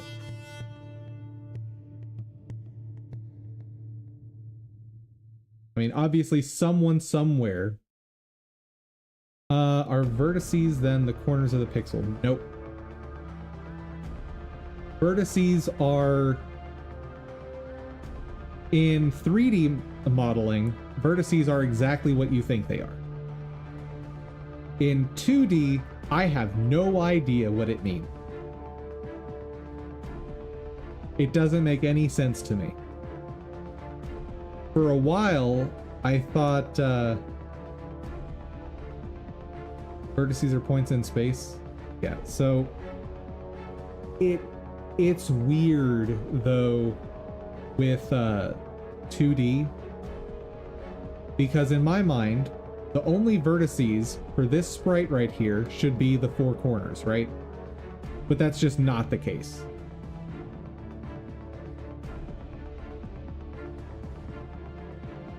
What is the relation between vertices and pixels? There isn't. There is no direct relationship between them. Pixels are pixels. Vertices are almost like metadata about positional information of your asset. It's almost like that.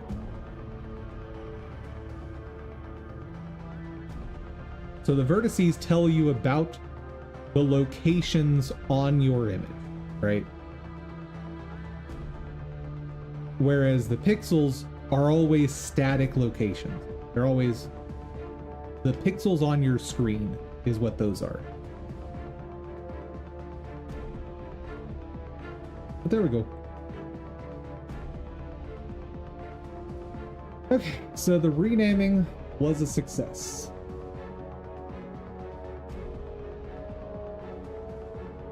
Now, one thing I want to check.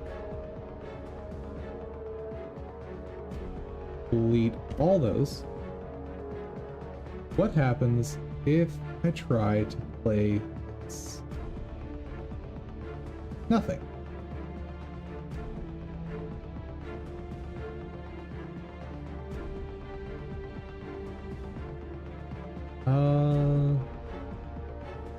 Yeah, if you've got an image, send it over. I'll show it on stream.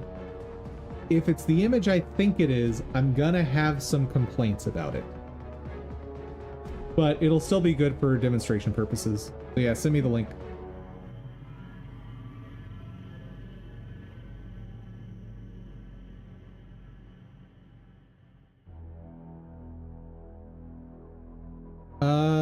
Either send it on Twitch or send it in the Discord server. Either one works.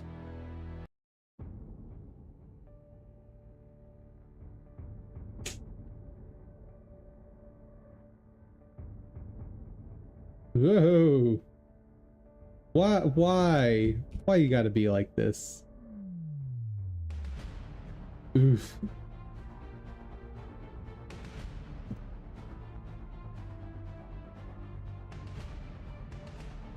Graphics pipeline and OpenGL. Can I open image in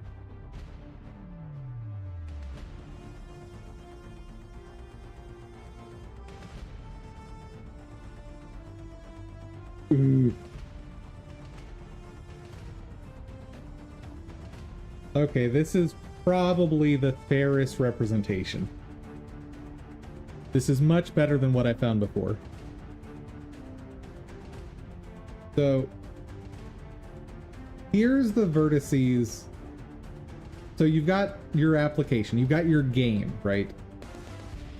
That then gets processed as vertices. These are locational data within the context of image, within a model. I mean, everything's going to be more complex than a flowchart like this. Making a peanut butter and jelly sandwich is more complex than a flowchart like this.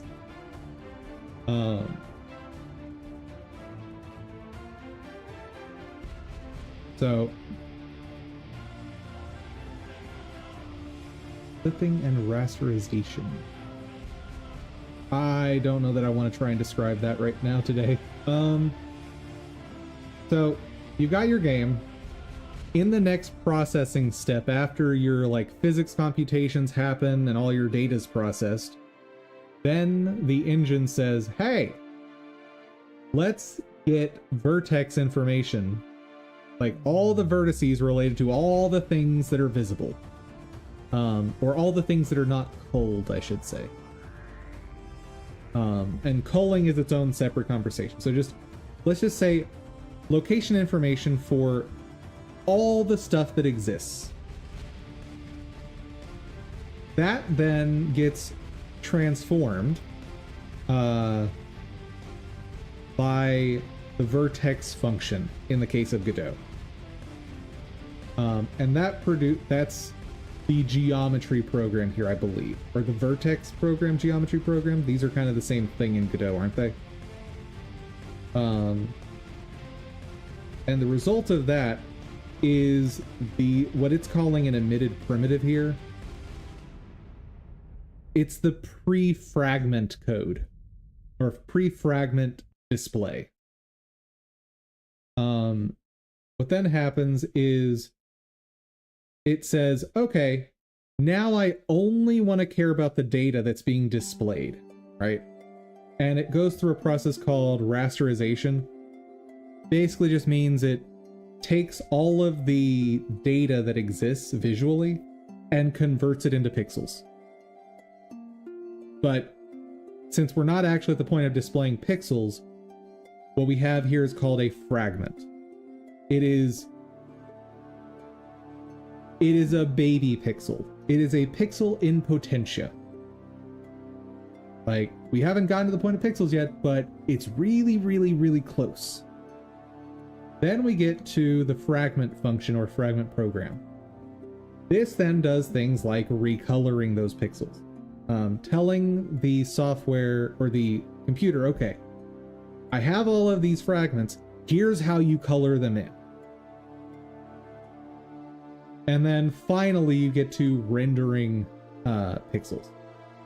There's the frame buffer operations, but ignore those. We're not going to talk about frame buffer operations. Like, basically, at every step of the way, you could do pre and post processing on every single step, but that's a bit too advanced for just going over the basic topic.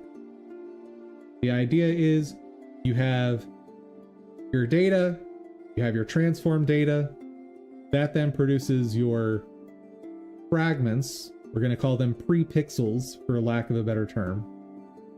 And then those fragments become real pixels after you apply the fragment program or fragment function. Fragment is what makes them real boys. There you go. Very nice visual, Cupix. Thank you for that. And if there's anything you think I got wrong there, just chime in, because you probably understand this way better than I do.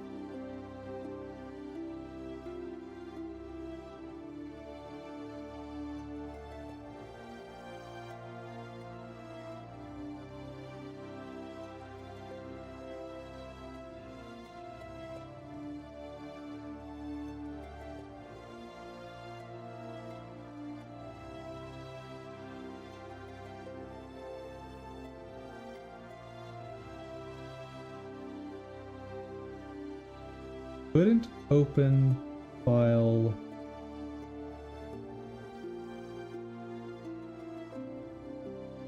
Combat stun. Hold up.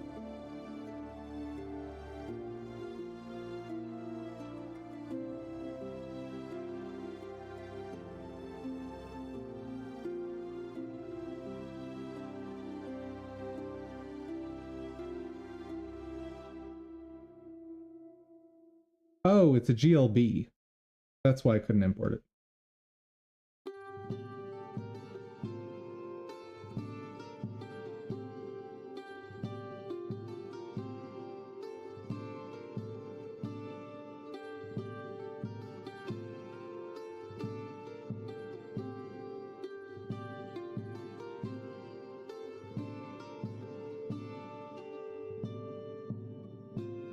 Nah, you were pretty decent. In the end, it's always a bit different based on what the engineer rendered the engine or rendered implementation in the pipeline, but the general gist remains the same, I guess. Want to be able to edit my messages? Yeah. That seems like a functionality that should exist, maybe?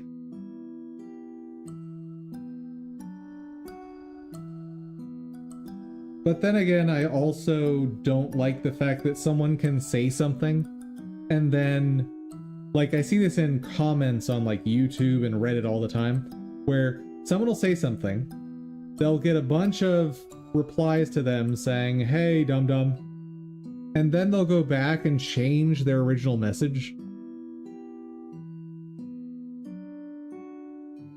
Yeah, exactly. There's also that problem of not being able to track what's going on because people will just change things arbitrarily.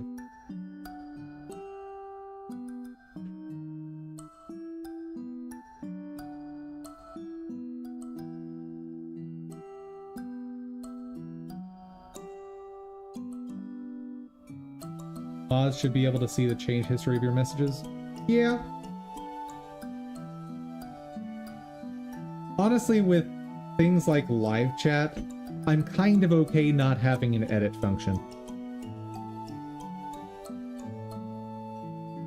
With things like Discord, I think it's smart for them to have an edit, right? Because that's much more of a long-term storage thing. Whereas live chat, after the stream, you're not going to be referencing back to that, right? Like, whatever the understanding was in the moment, that's what makes most sense for this sort of structure.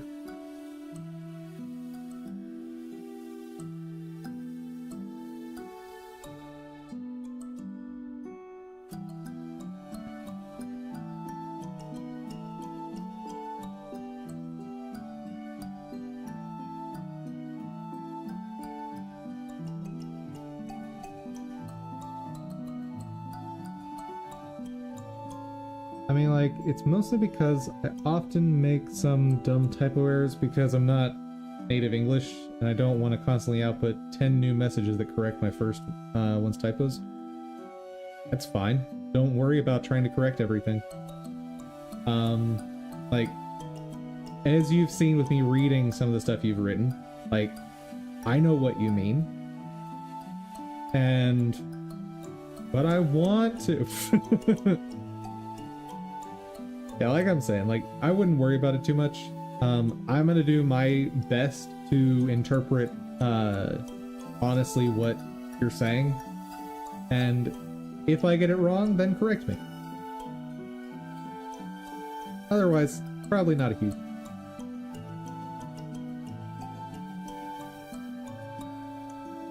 I want to pop some balloons.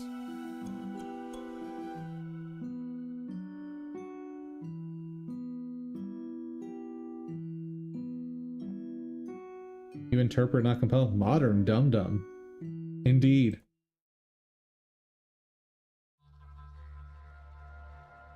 I have no idea how difficult this one's gonna be. No clue. What? Hold on, what is the path here?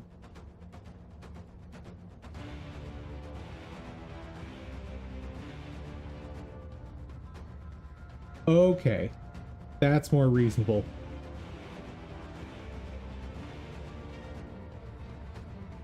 My brain saw this and I went, what? They're all just going whoop whoop? That's awful.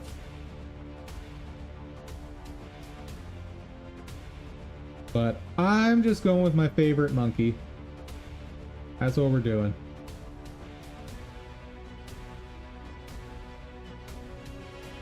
I think there.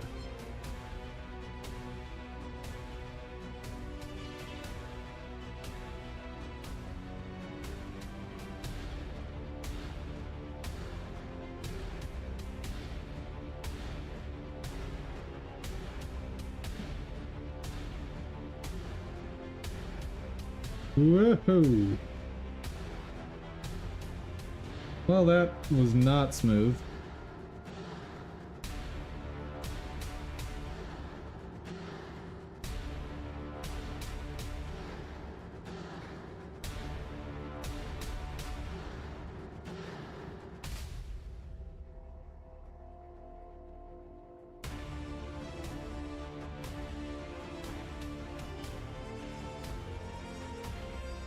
There we go.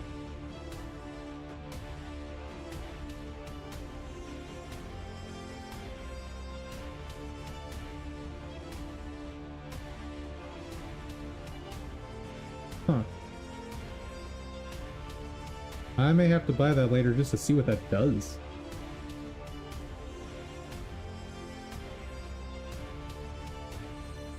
Boomerang Monkey seems like he'd be able to clear the Prancing Well. Boomerang Monkey would be very good, but I don't want to spend the money on that right now. Like, I want to get to this thing.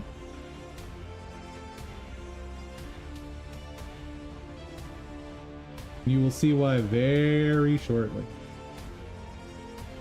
Actually, what I really need to get to is 1080.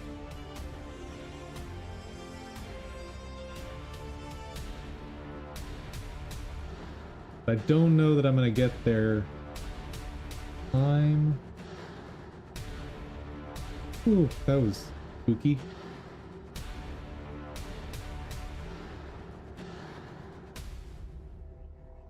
Okay. Give me that 1080. Nice! Now we have Psy, the psychic monkey.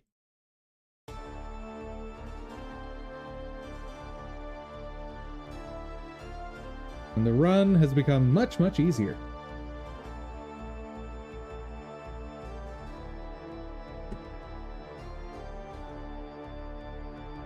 Yes, Psy is a hero monkey, and he is my favorite. Because he has no range limitations. He has... he stops balloons the moment he attacks them. He always fully destroys a balloon. At higher levels, he can multi-target. He can just stop and destroy Moabs at high enough levels. The only weakness he has is magic balloons. He cannot target magics at any level to my knowledge. But... whoa! That was bad. But... we got Chain Lightning now.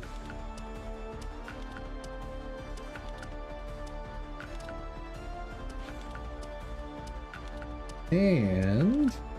boop.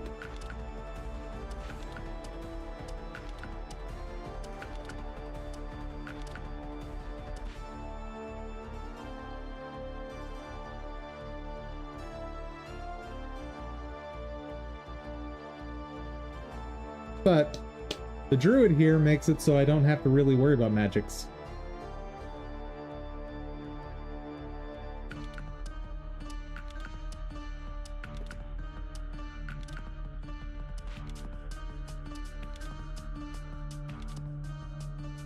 Honestly, I think I might be okay all the way to 40.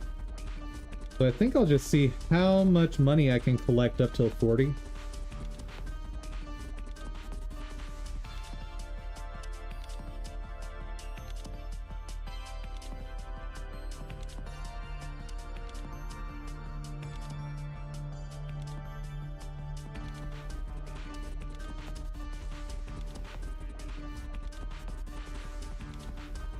Woo! Good job, Psy. Good job, Psy.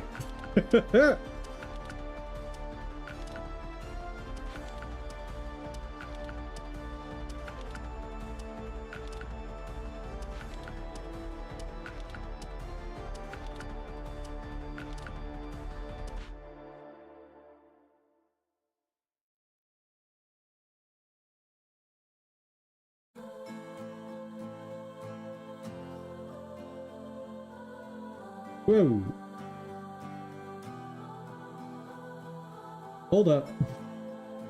We got a problem.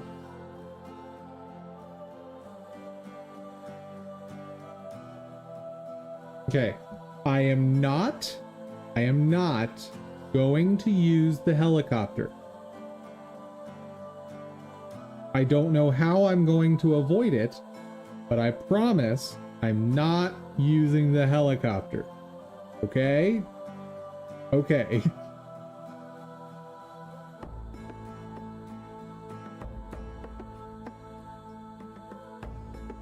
Let's try it with crossbow. Helicopters for the weak. But I'm weak. Wait, can this not... What?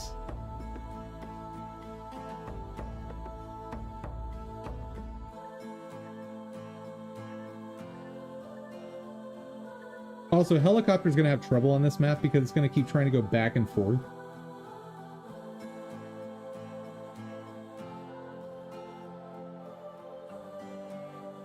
I think my best option, unfortunately, is Magic Monkey.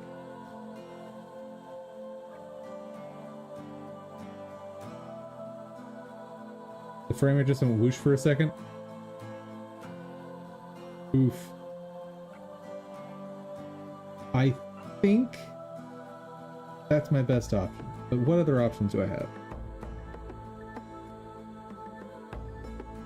I could put a Dart Monkey here.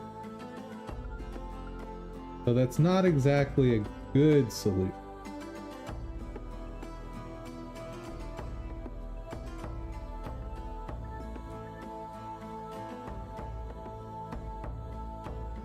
Okay. I don't know how this is going to handle the Moab, though.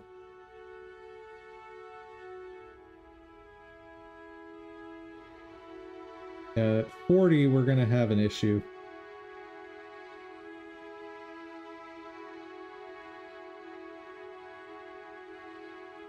We'll see. Hoping I don't have to spend anything.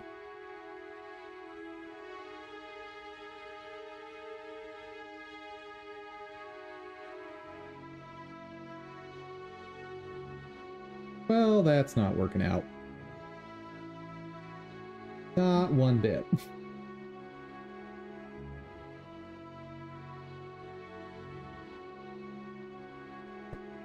Okay.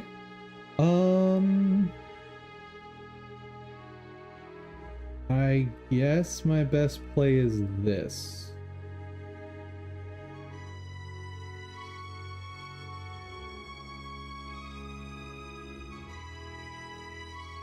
Yes.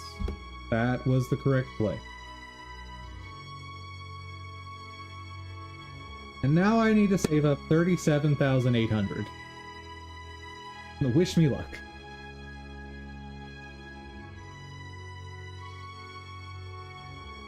Yeah, there's one other hero that I need to unlock at some point. And it's the sword fighter, swashbuckler, piratey guy. Because he is dirt cheap and gets to the point of just like being a slightly powered down version of the Glaive Lord, which can basically do everything on its own.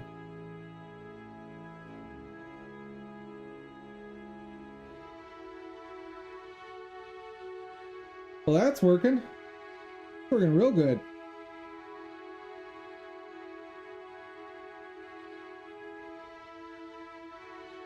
Good job, monkeys. Good job.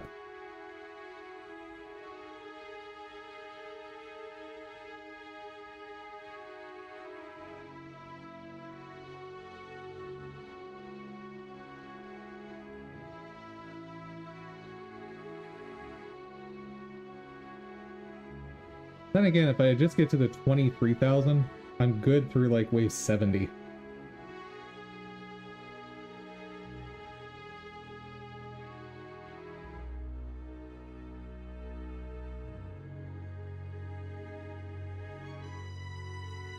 Let's turn the auto start off,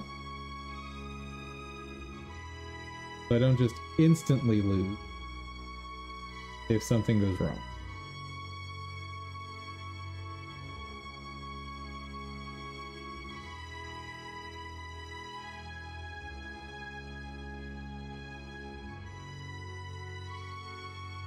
Okay. Next step. Whoa. Next step is going to be even less fun than the last one. I need to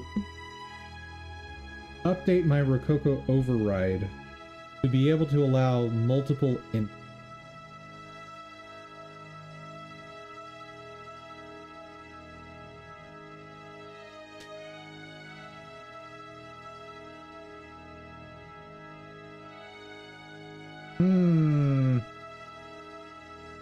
I gotta think about how I want to do that.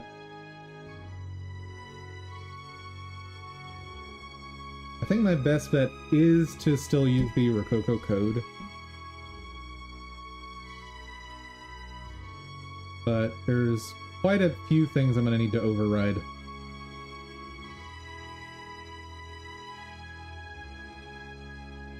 Like, I need to override the list of... So right now, source is just a single input. I need to provide multiple. And then I need to have it rebuild the bone list every single time it wants to execute on one of those.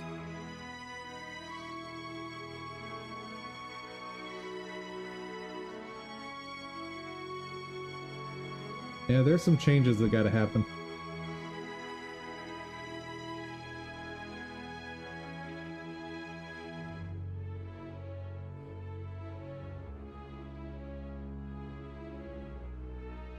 We're so close. Don't lose now, please.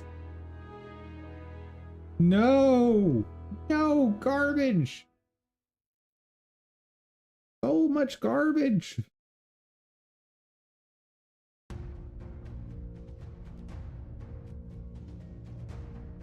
Okay. What am I gonna do to not spend a lot of money, but also not lose right now? Got 5,000 to work with. Not enough.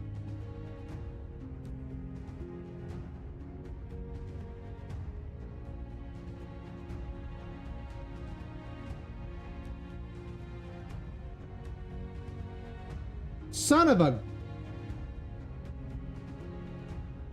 It's fine. It's fine. I am not incredibly frustrated right now.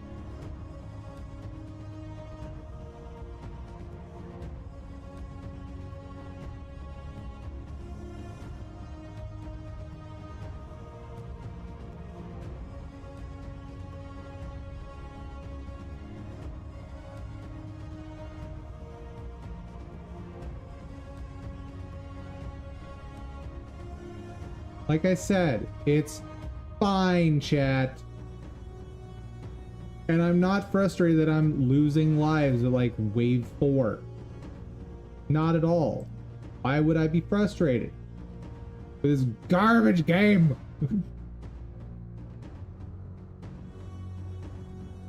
Can I get the druid? No, I cannot get the druid. Okay. Can I get something else that might help?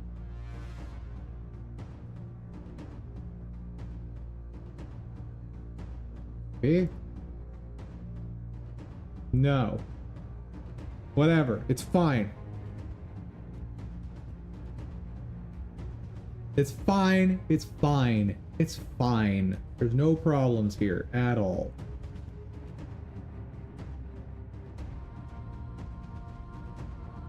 Let's just save up for Psy and hope we get there. I'm gonna have to upgrade stuff more, aren't I?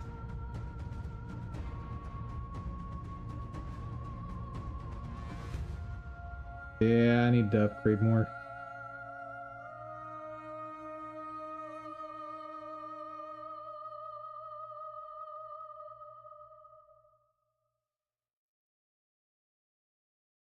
Purple shot is probably the cheapest way to get to where I want to be.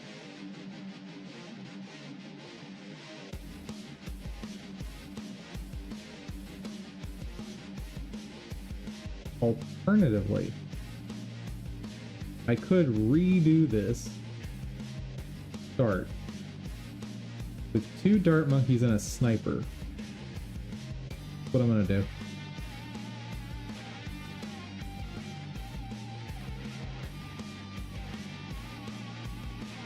Actually, let's start with sniper, I think.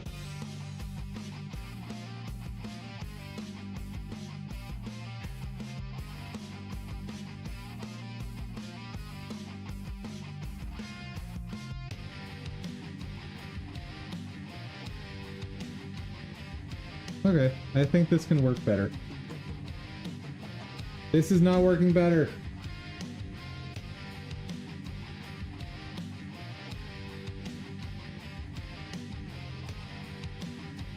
This is not working better.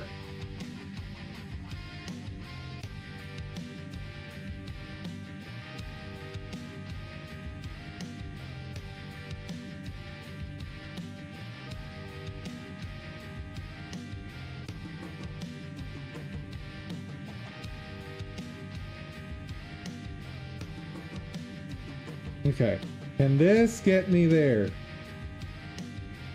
Pretty please.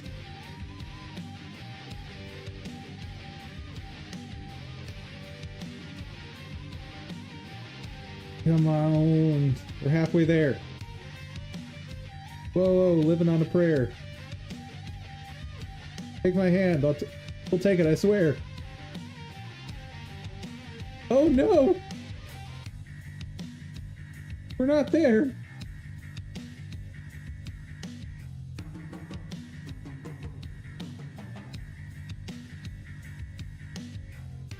Fine. I'll get the one I didn't want to get.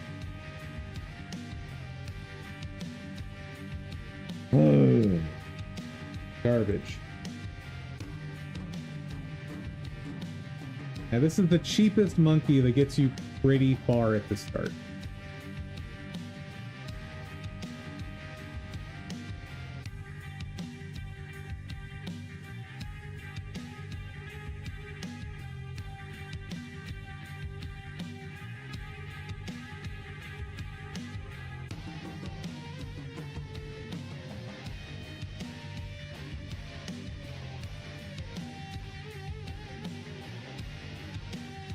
Okay.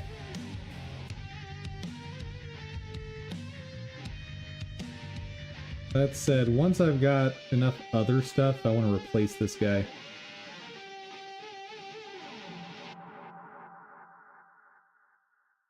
Hello, Sai. So glad you could join us.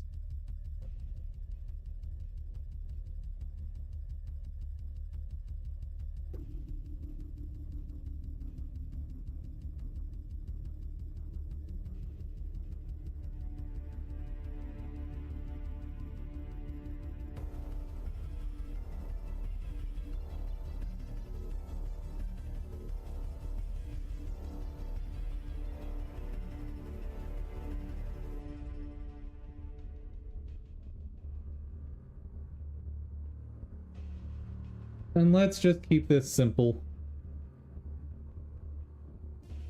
Do that. Giving me that 380.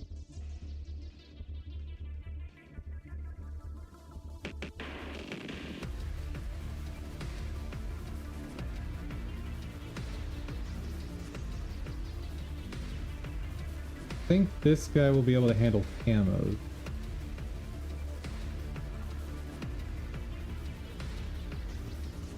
Because we don't get anything too crazy on the camos for a while. Use you. That is unacceptable, sir.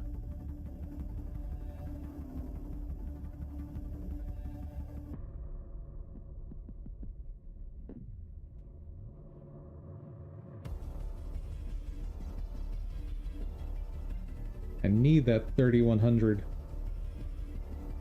I'm still gonna go back to druid monkeys because I think they're worth. Or I should say, the one druid monkey is what I'll go back to. That's not good. That's really not good.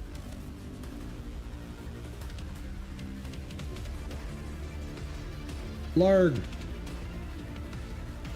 Music just got serious? Indeed. Okay. I have to get Druid now. Okay. There we go.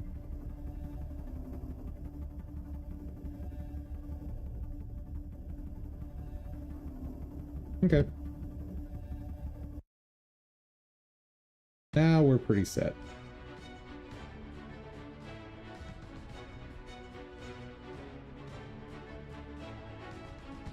Because I've essentially got 3 snipers. I've got Druid, which is an AoE sniper. Or this, I should say this upgrade, the Druid of the Jungle. That's a sniper that puts down tax, essentially. I've got actual sniper, and I've got Sai, who is a magic sniper. He's not great at the AoEs yet.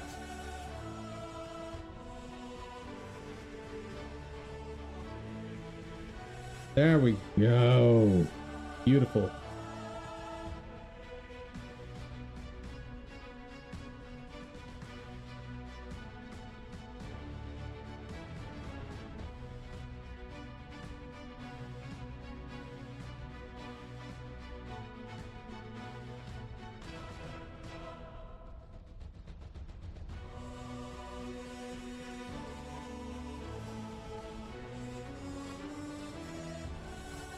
Okay, just need that 4400 and we're good to go probably until I get the Druid up.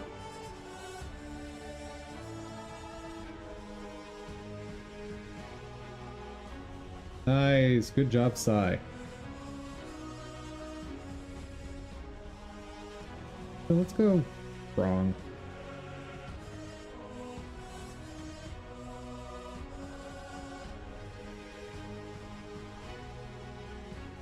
And I want to know what the heck this does. Oh. Huh. I don't like it. Because I think I'd prefer to have access to the water.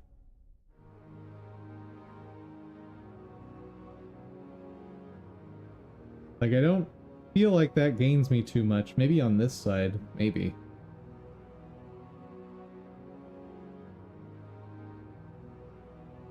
Yeah, I just prefer to have the water in case I want to use submarines or yeah.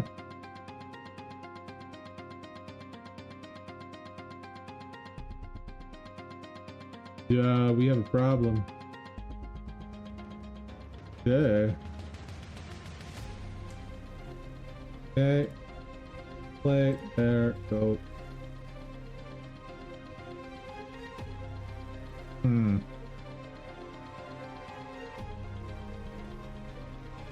Gotta call it a day. It's gonna be a long day at uni tomorrow and an early one too. Late already. Yeah, man. Glad to have you on the stream. And I wish you the best of luck tomorrow. Learn all the things and have all the successes.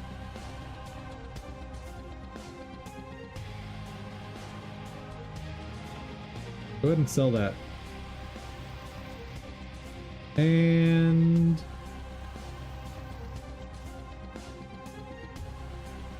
let's do ninjas.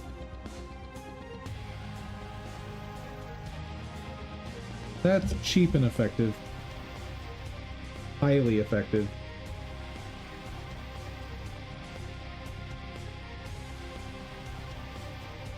Not as effective as I would have liked, but we survived. Okay. Hoping to not spend the Bloom Jitsu. That's a big loss in the long run.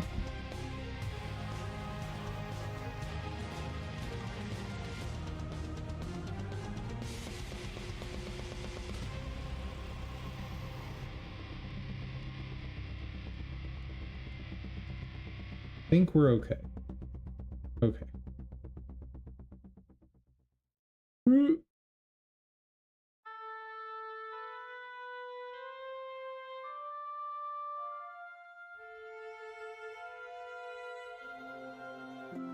Alright.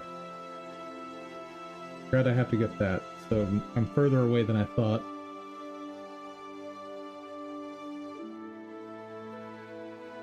So after this, I'll take an initial crack at least adding multi-select to the Rococo UI.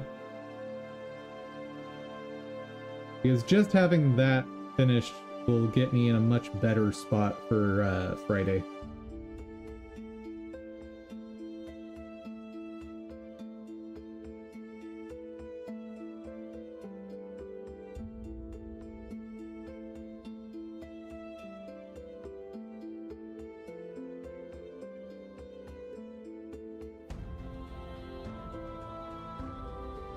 Why?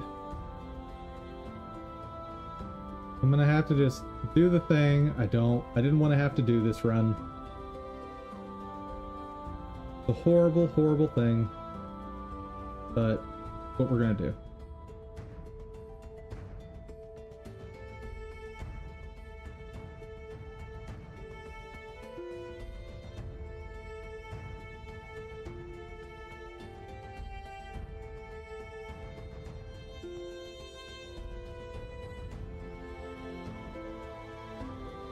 Much better.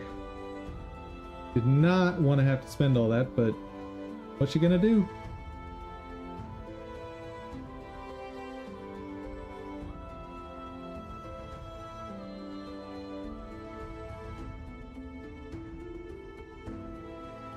Okay. 20,000 left. Let's go.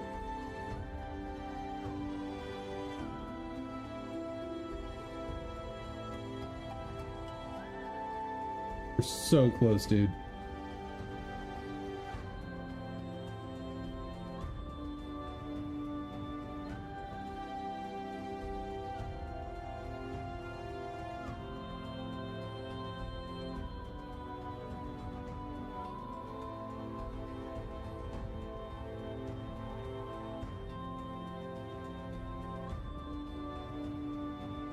These are getting way too close for comfort.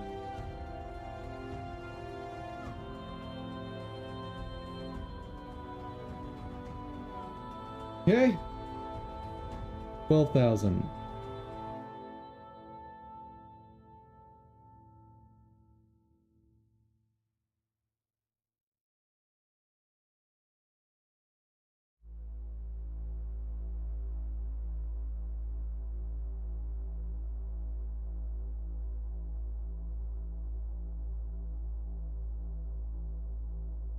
$9,000 left. We're getting there. Getting so close. We almost have the auto win button. Almost.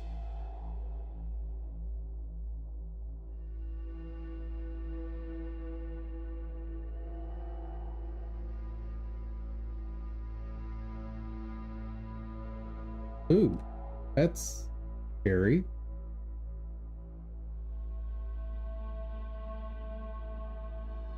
Arrgh. Dang it. Yeah, I'm gonna have to get the upgraded sniper. I knew I probably would have to, but arrgh.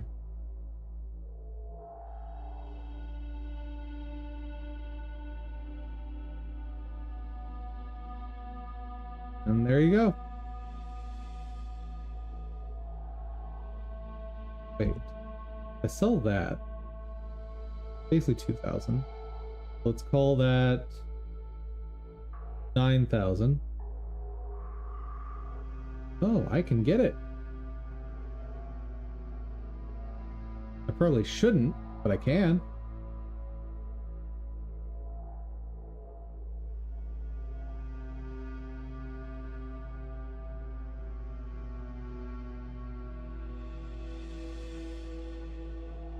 Come on. Oh, whoa, whoa, whoa, whoa, whoa, whoa, whoa, whoa, whoa, whoa, whoa. Okay, we are making the sacrifice.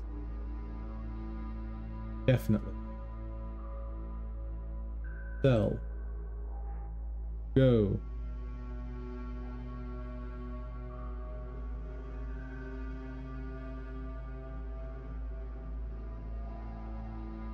Much better.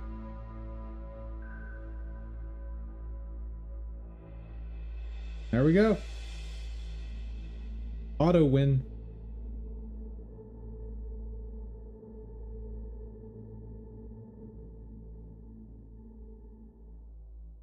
Let's let it run and do some coding.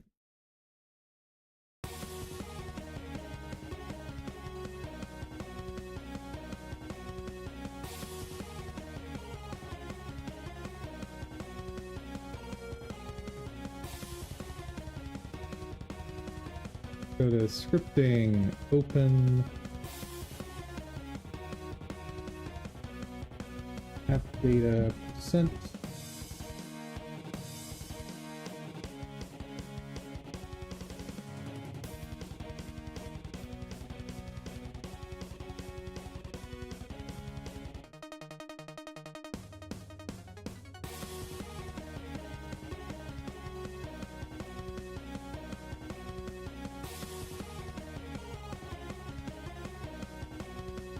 Guessing this generates the UI.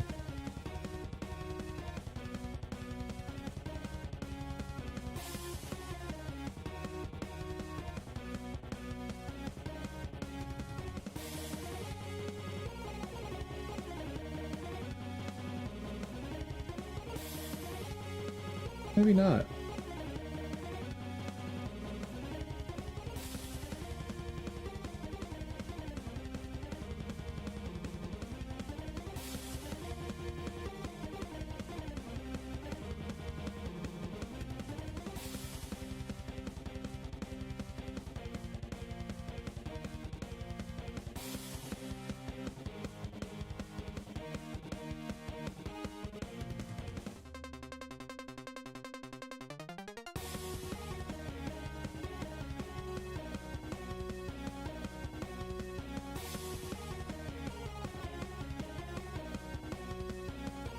Info, create libs info.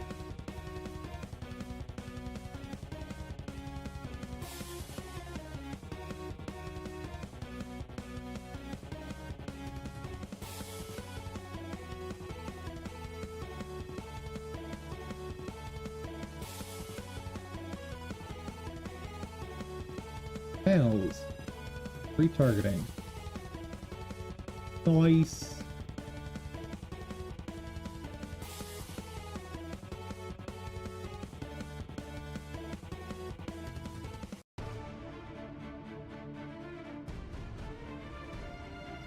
Where is source?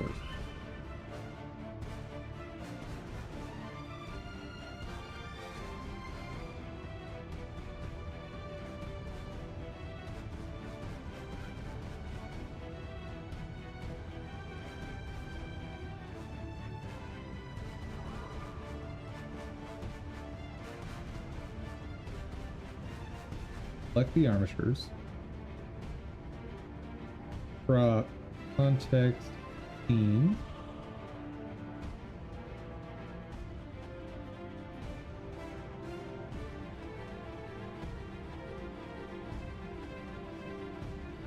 Armature data.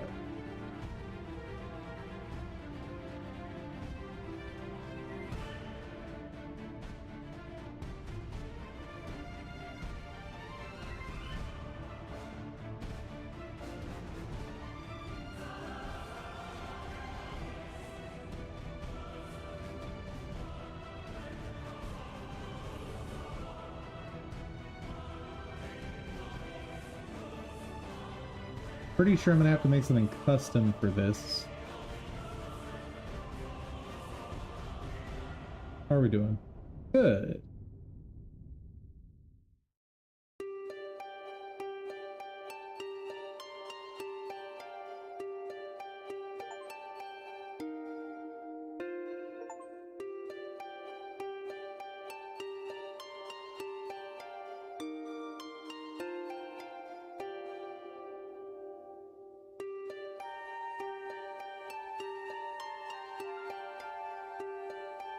Ah, right.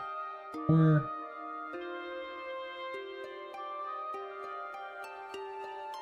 press pushes further back. Smaller doesn't fit. Don't care about any of those.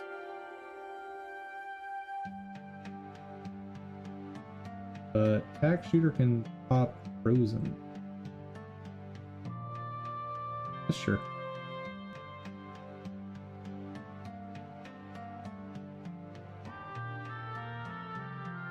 And finally,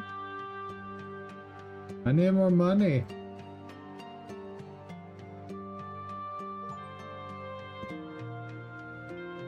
I'll queue up a level that I'll finish off stream, because the rest of stream I want to focus on coding.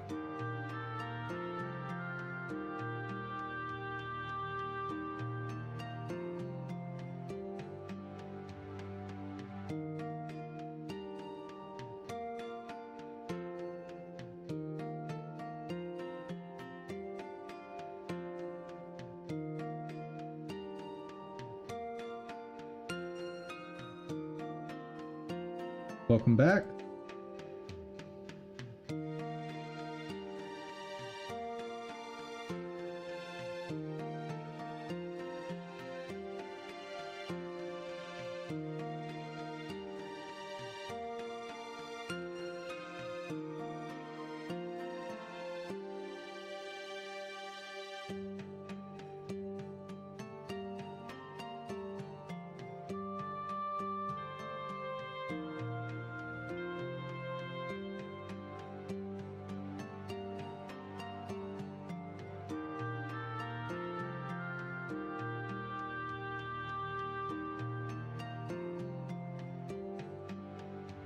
Come on, we're almost at the third one. There we go. Now it should run smoother.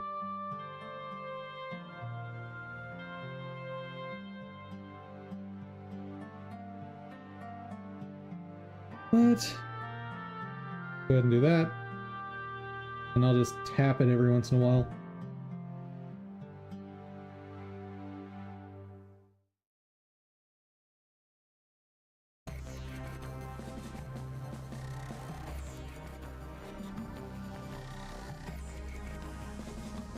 Pro prop.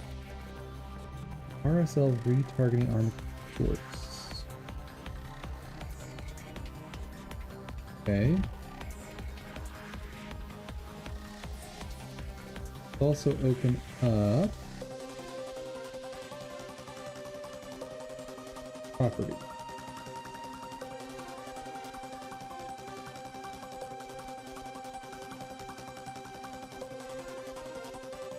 Okay.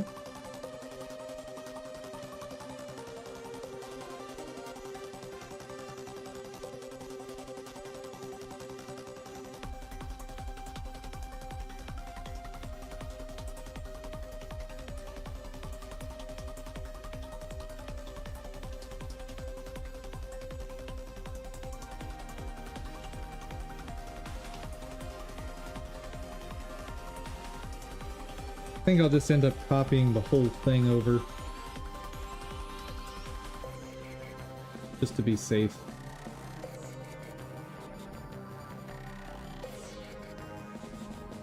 Type object.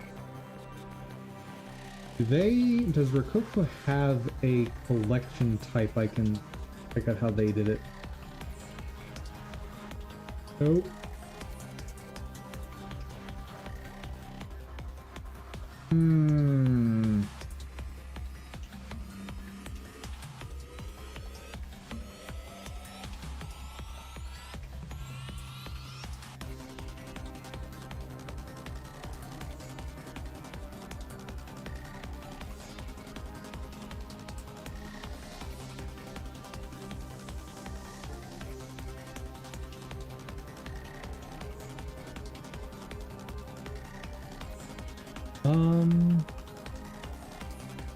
Under multi-select add-on property.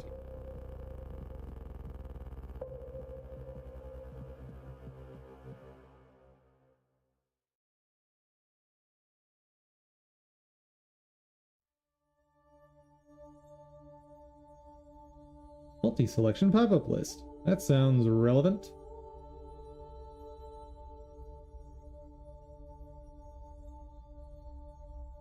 Found using the floating windows add-on. Or what I want.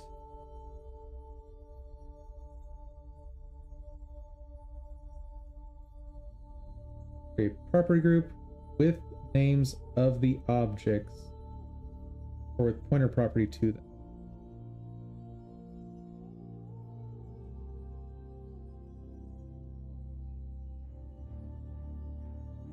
Add Boolean property that would represent the selection state of the object in the panel. Yeah. I'm gonna have to just look at how I did this and copy it over. Garbage.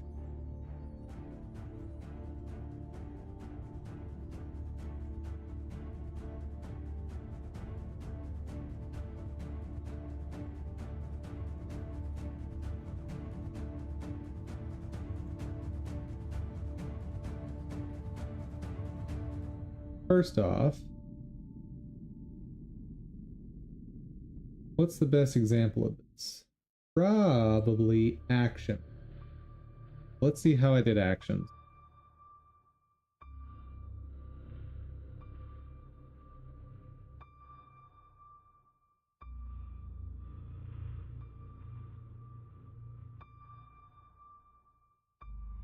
Template lit. Yeah.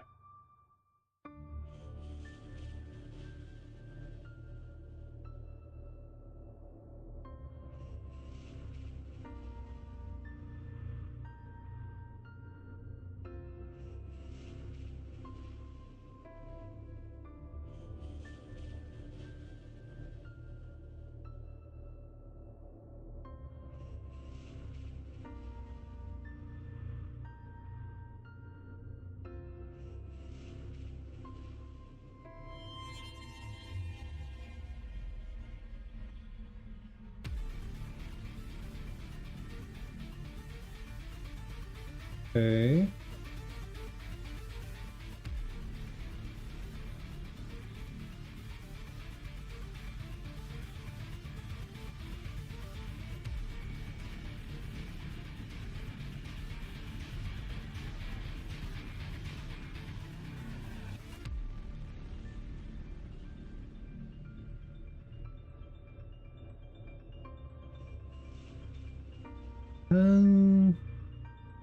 There's got to be a more straightforward way.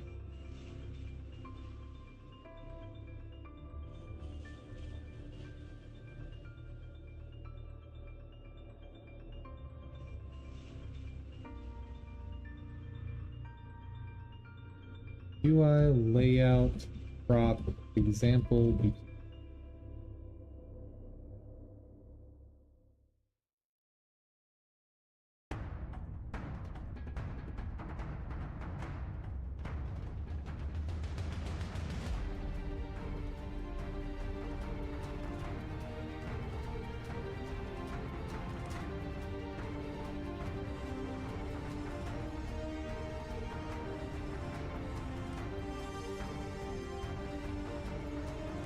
Then I output this property using UI layout.prop.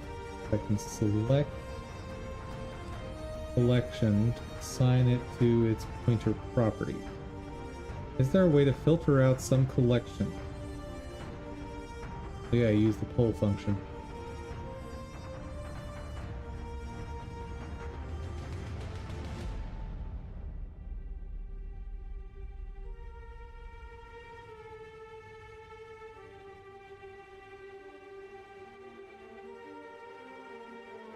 Okay, so that's a pointer to a collection. That is not a collection of...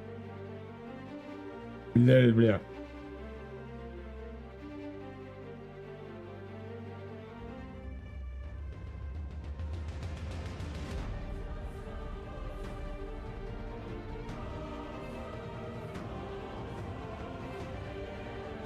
Didn't love that.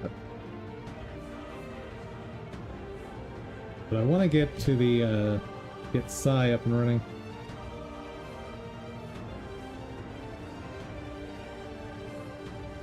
How to add a filter.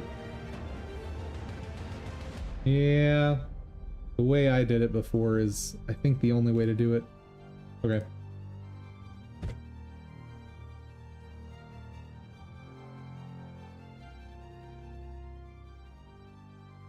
Let me go ahead and get this.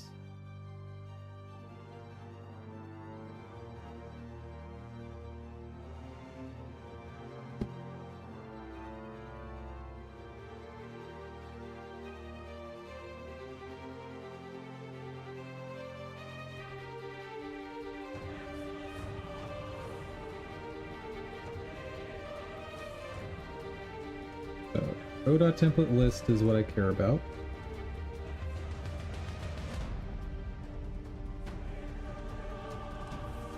Pretty sure.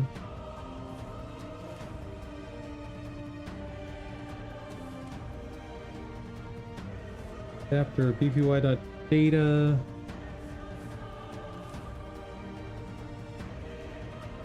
Get scene dum property.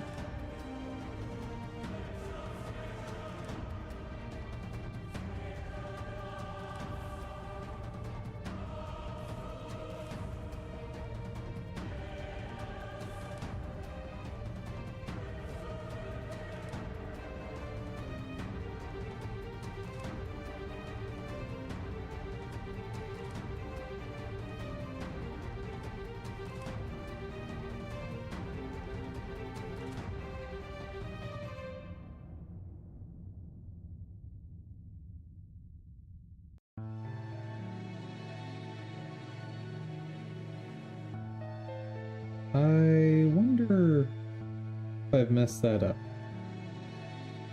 Oh well. Let me add a note about that here.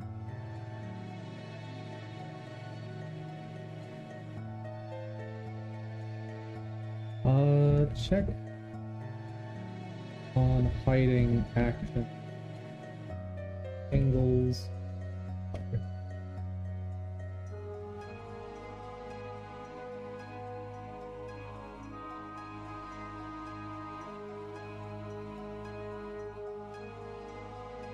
Okay.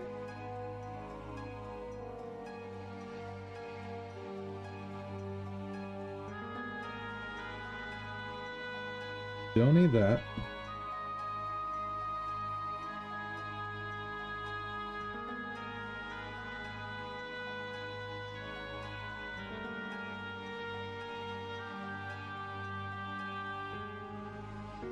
List type. Pretty sure I'll need to copy that over.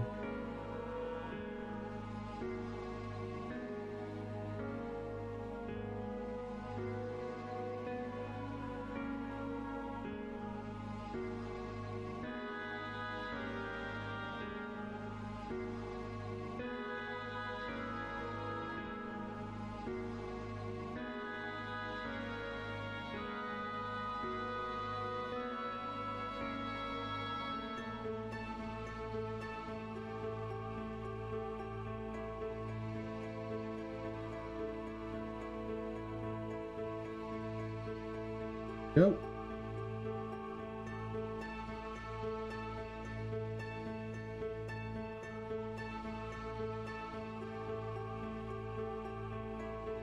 And the logic should be way simpler.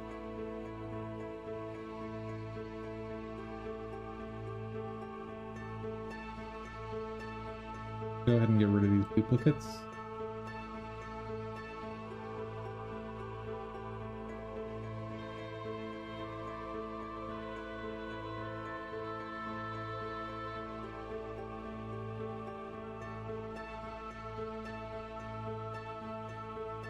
Armature list. Sub blah blah blah blah blah. Row layout. Row align true.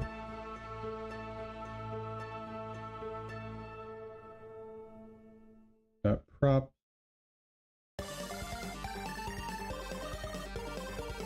Send them selected.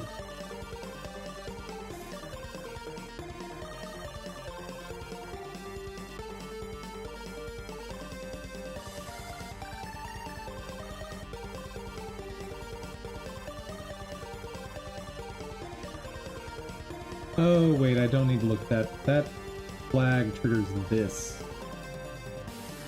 Never mind. Hold on.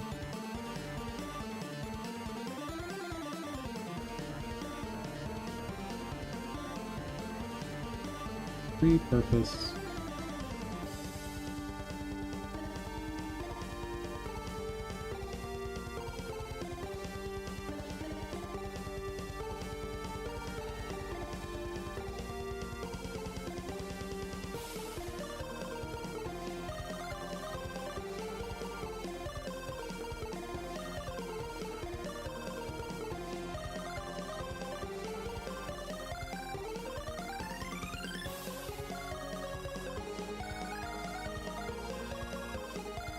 UI.data.type.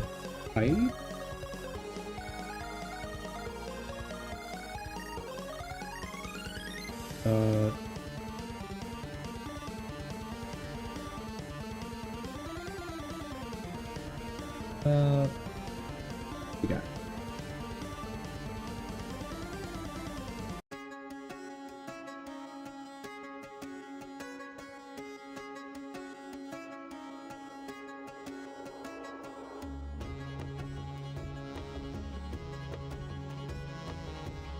How did I add that?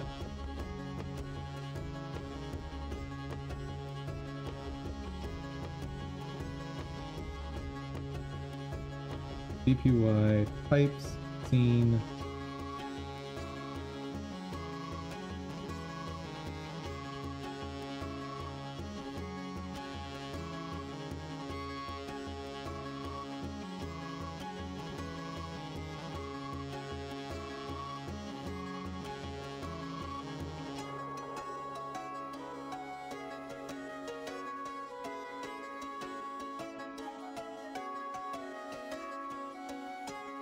Okay.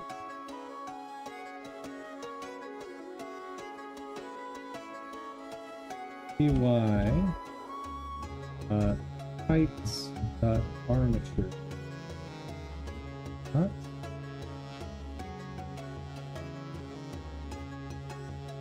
Dum selected.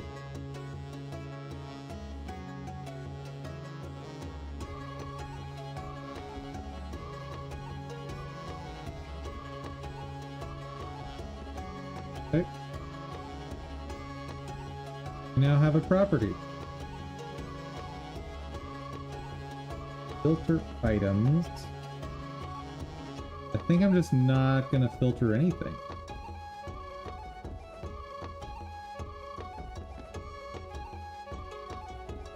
Oh, comments. Nice.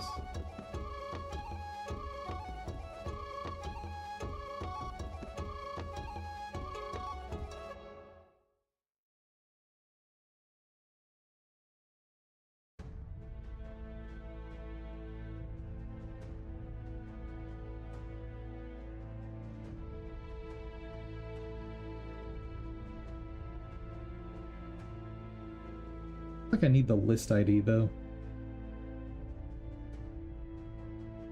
Active data point.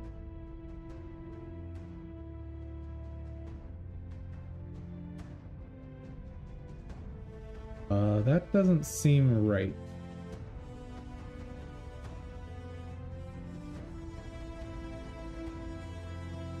Oh, right, it needs an index.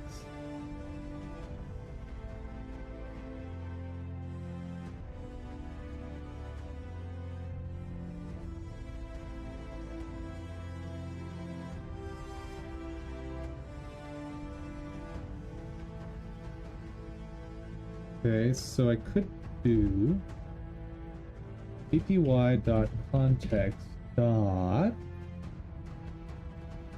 what is it?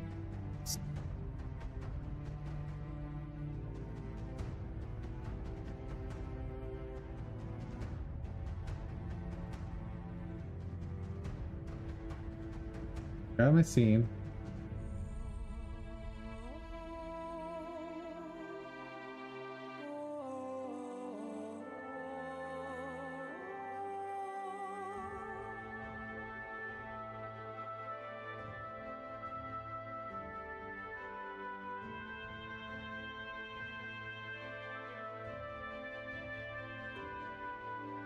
What if I just do scene here? py dot context dot scene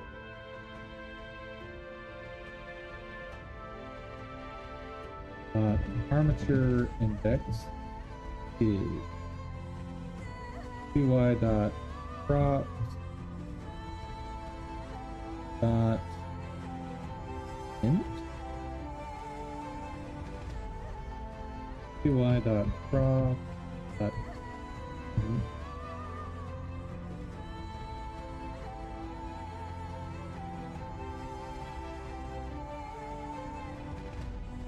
And property name is, yep, what am I naming?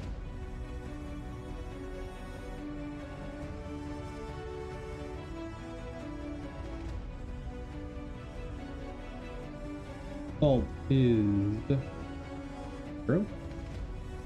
Alright. Armature index.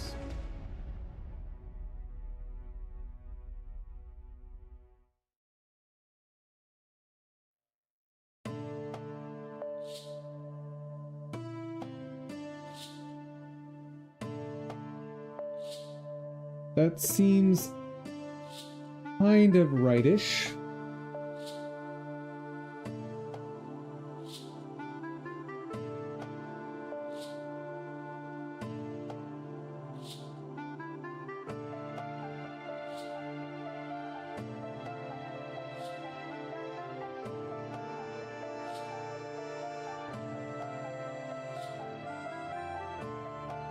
I think I'm starting to get back problems from sitting and studying for long hours.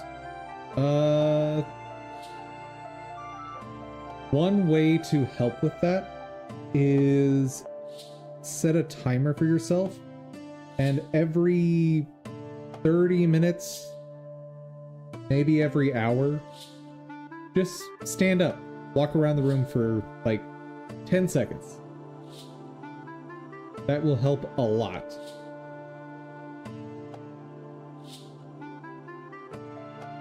The other thing, just general health advice, if you have back problems,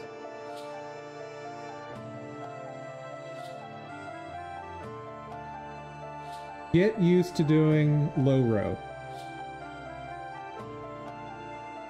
This exercise fixes basically all back problems. Like, even if you have some fairly serious skeletal back problems, this exercise will build up the muscles enough that the muscles will be able to compensate. This is like a miracle exercise for targeting the muscles related to back trouble, and it'll fix a lot of problems.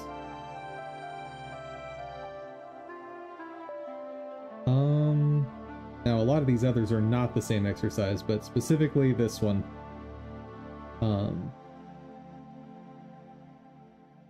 Never seen one do it on the ground. But this is a general exercise, and like, you want to work your weight up to a comfortable level. And basically, if you're having back trouble, keep upping this weight until you feel like you're getting a good workout. And once you're at the point, like, if your back pain starts going away, just maintain. However, if you've gotten up to, like, I don't know, 50 pounds doing this, and you're not seeing improvement, then you may need a doctor, right? Or for back problems, you almost certainly need a doctor, but this can help big time. I've known several people that have had back trouble. They've done this exercise, and no more back trouble for the rest of their life. And I think they maintained doing this like 1 or 2 times a week, and that was it.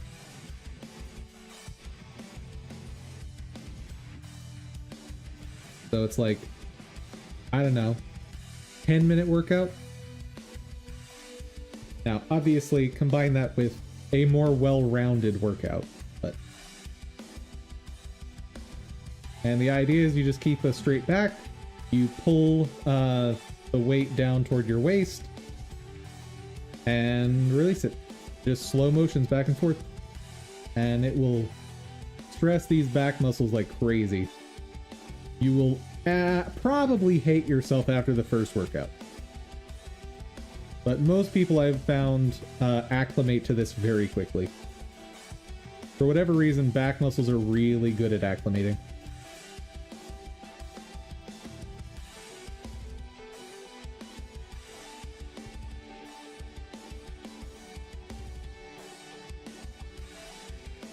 And if you're doing those workouts, you probably will find you don't even need the walk every 30 minutes thing.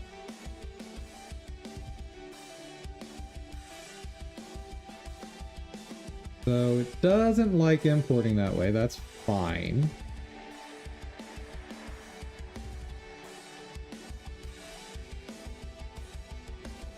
Just save it. Make sure all my stuff is saved. And relaunch. How are you guys doing? Grab 2.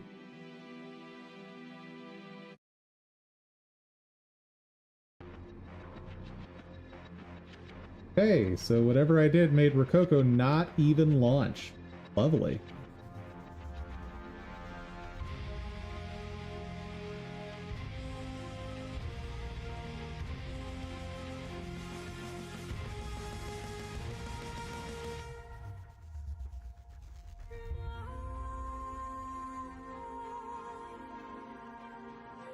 cpy.context.scene. Perm.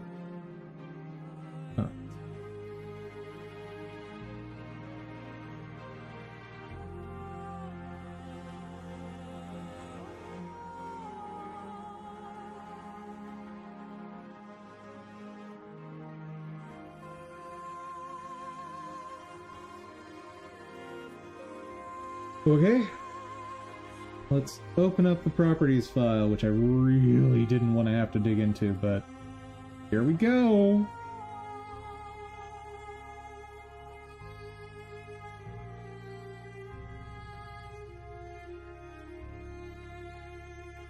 Okay, Dum Dum properties, pointer. Oh. Oop. I know what I did wrong. cpy.heights. .scene.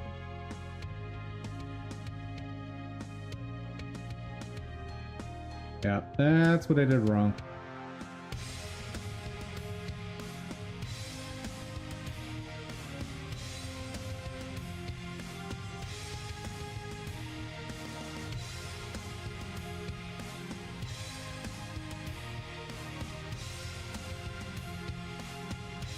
Okay, let's try that again.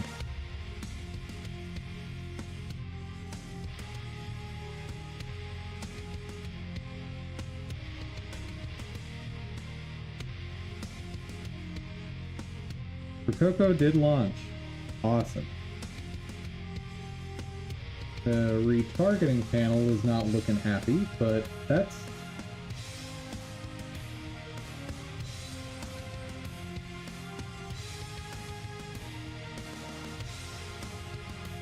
Oh, there we go. Audio on my end stopped and like, wait, what?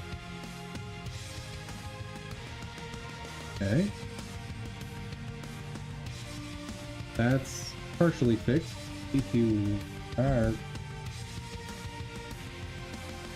cpy.context .scene.r. Okay. Like that.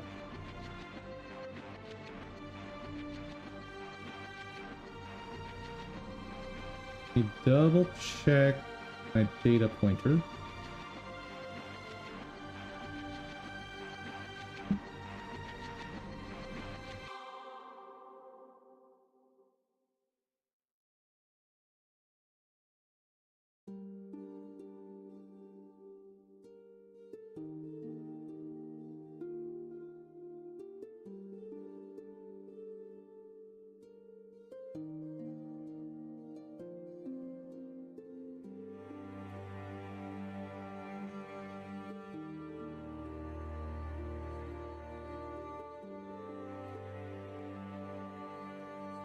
Right.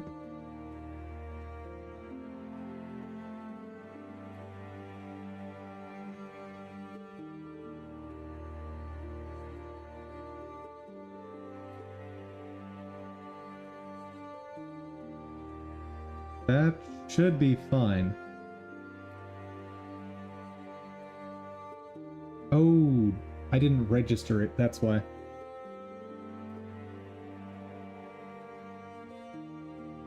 Targeting.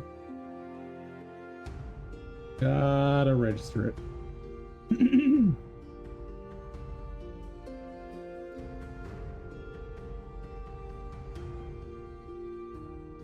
I wonder where they're doing their registration.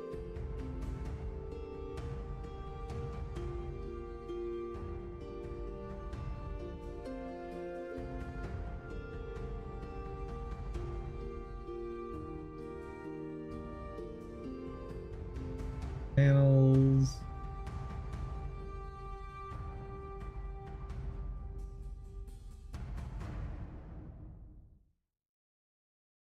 Well, that's gross.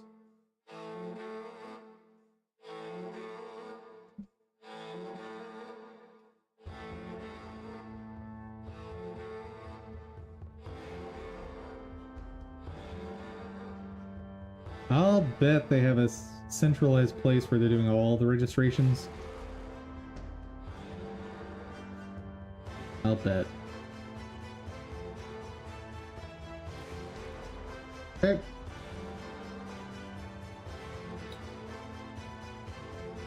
The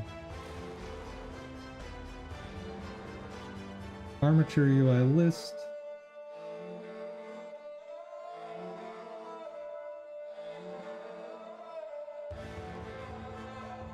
What's the registration? EPY utils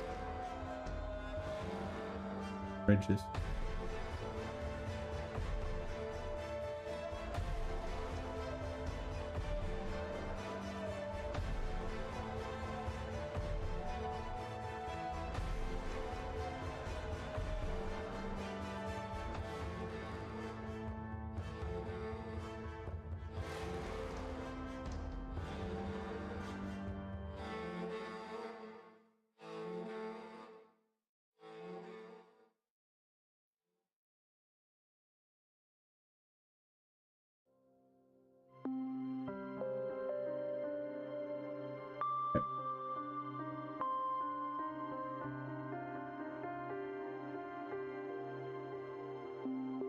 Try again.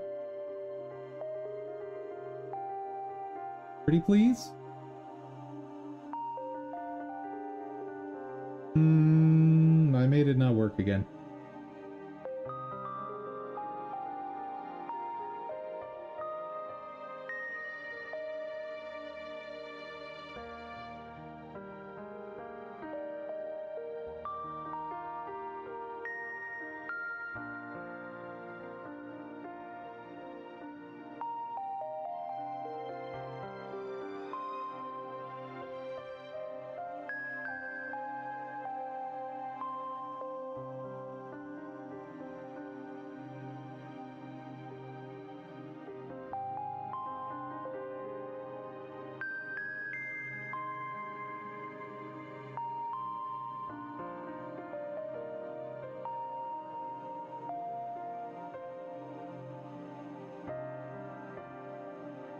Come on, where is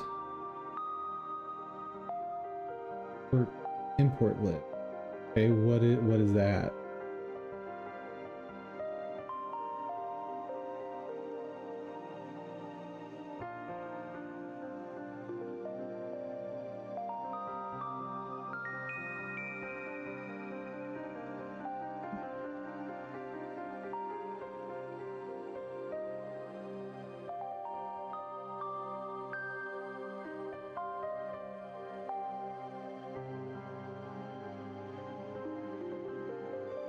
Come on, show me your registrations.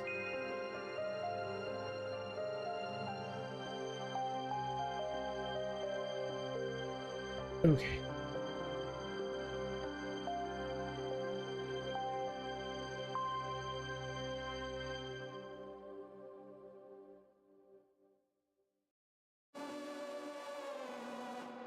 Maybe I can find this. Rococo Git.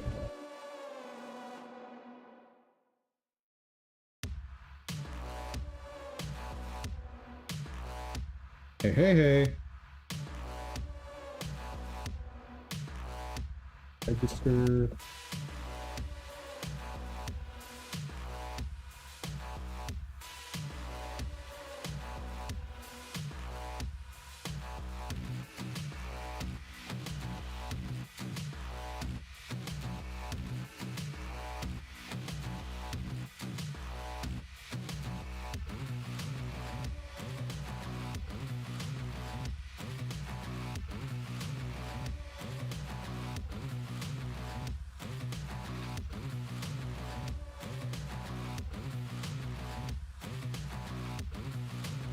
Classes to register. List classes.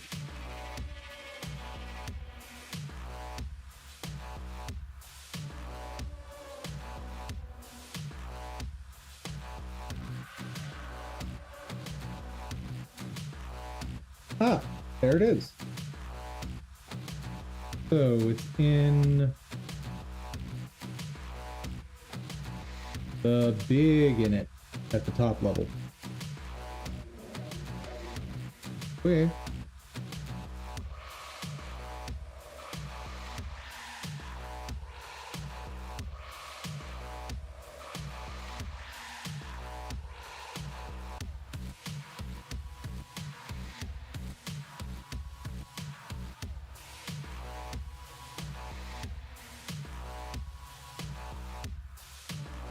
Register. There we go. That's the classes.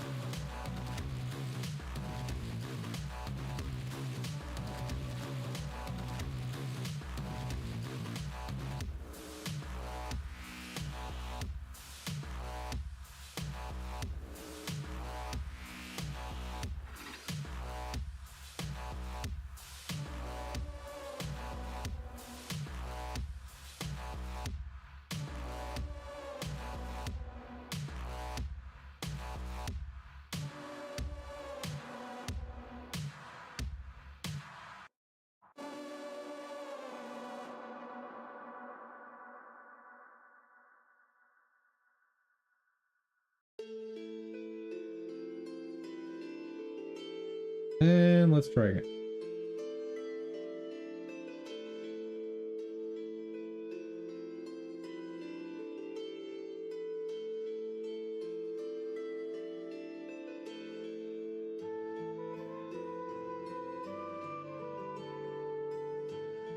It was working.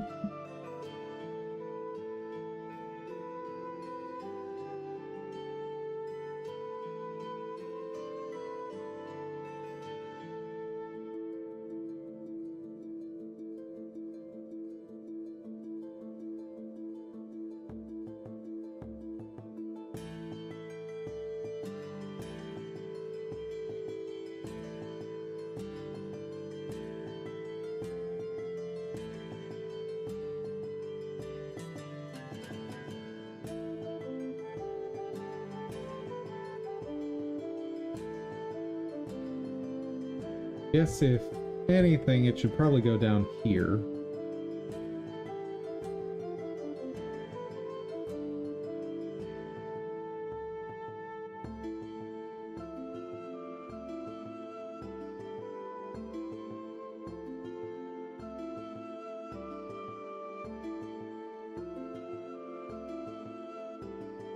Let's actually try going ahead and register.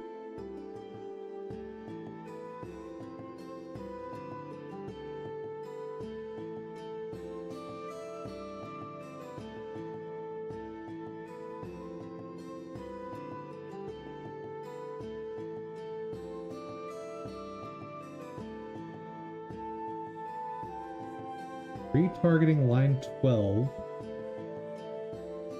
There is no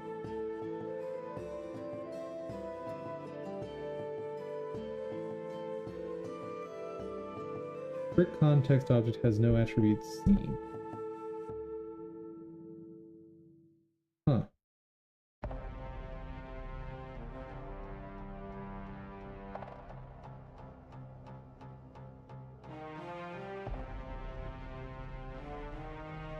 Oh, why did that not change?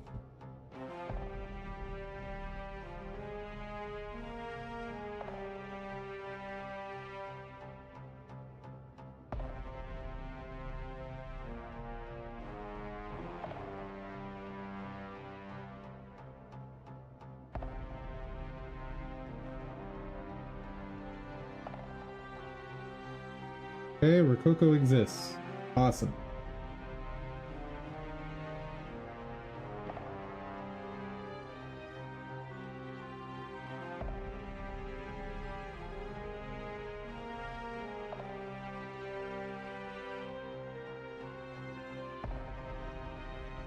Also, I think I made a boo-boo.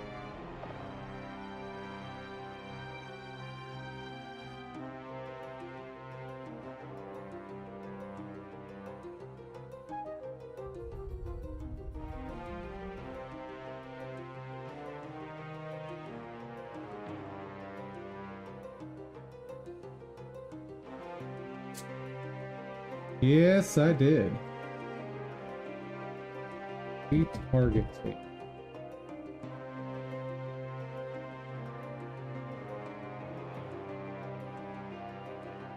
Oh, wait.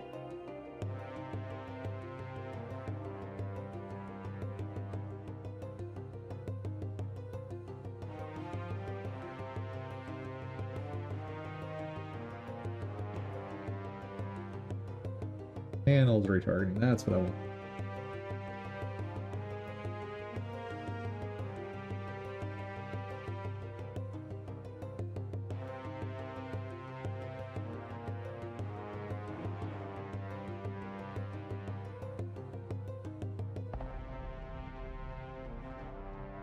Oh, actually, we're fine.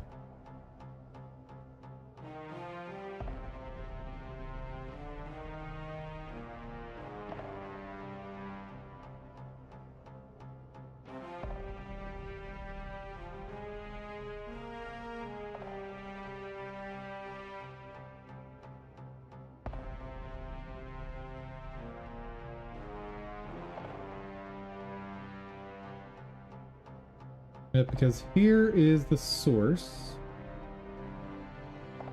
I don't want to have there anymore.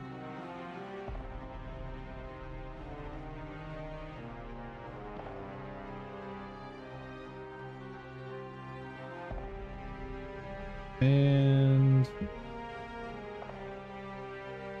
here's my list.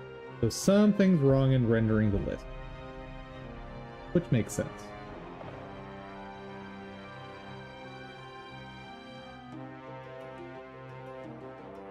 Prep putting this back.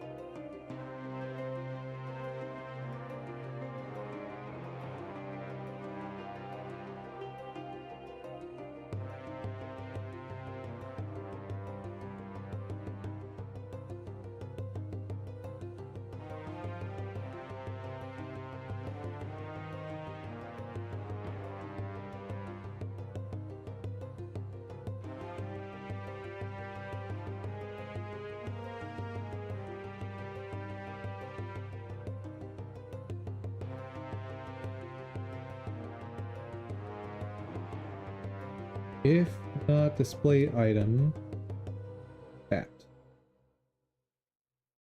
I think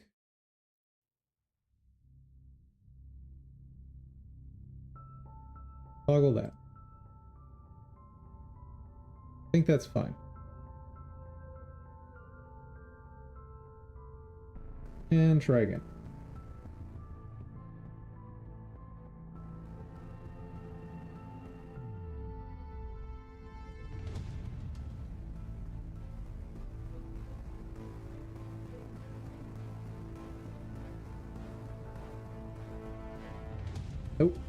Not happy. Why, though?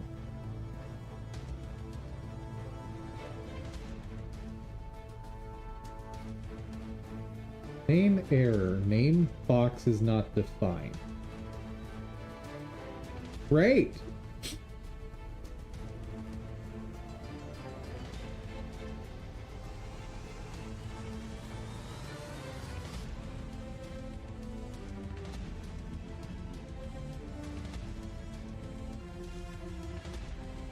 Oh. Well, that explains that.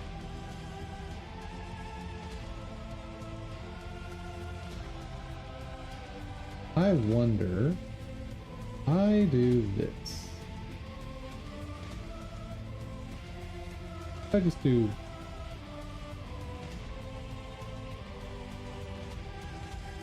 Oop. Now it's back. What happens? Still not working, but that doesn't necessarily mean anything.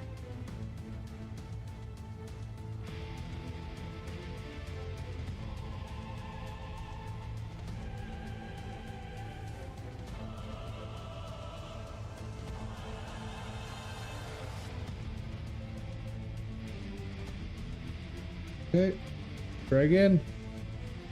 This will be my last attempt today. Unless I have great success. Even then it might be the last attempt, but that is fantastic success.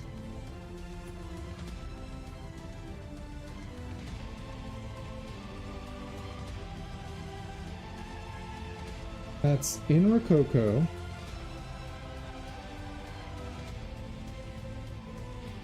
The only thing I'm not sure about... Those are the animation names. I thought I switched this to be armature based.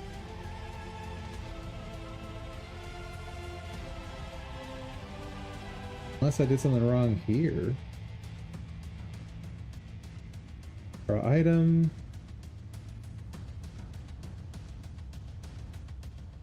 UI.types.uilist.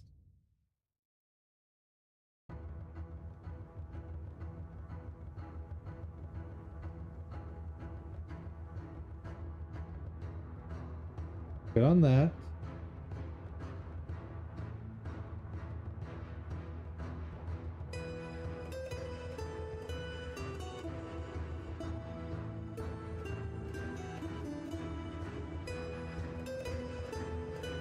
UI.data.armature. There we go. That's gotta be it.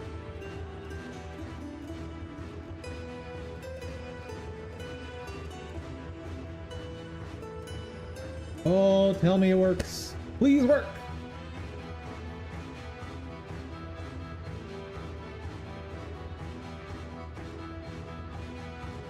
Hey. There is now an armature visible here.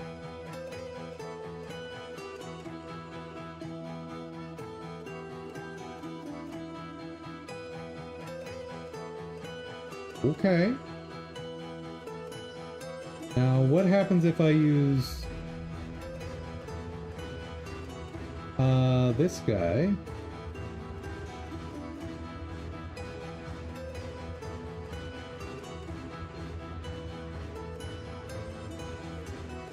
Ports and FBX. Wait a second. Let me look at actions. I want all of those gone.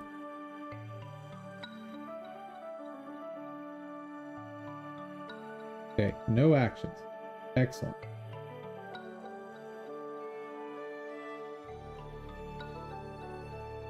Import all of these guys.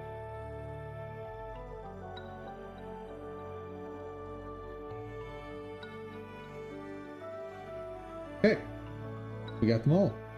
Then over in Rococo, they all show up. Awesome. We're basically halfway there.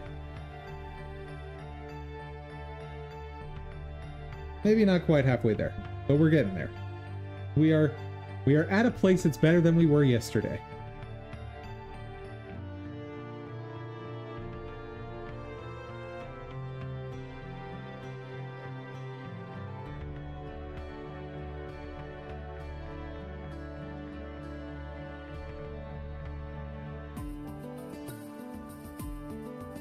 Okay, let's make a backup of the init that I changed.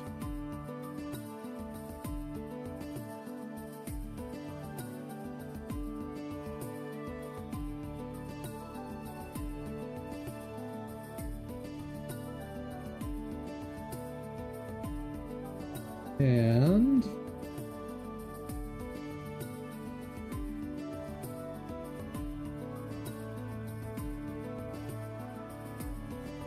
retargeting.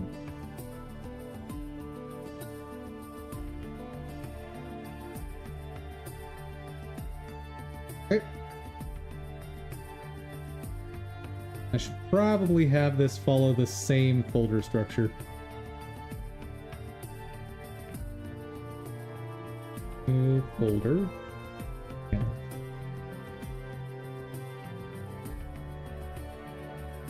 And Action Manager. Where are you? For Action Manager. Folder 4. Go in there. Okay. Boop.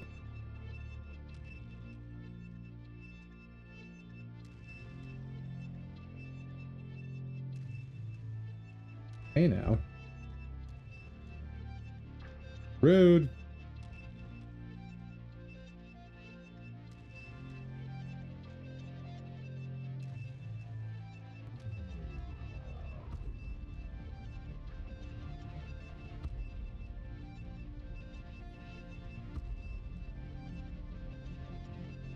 So much better.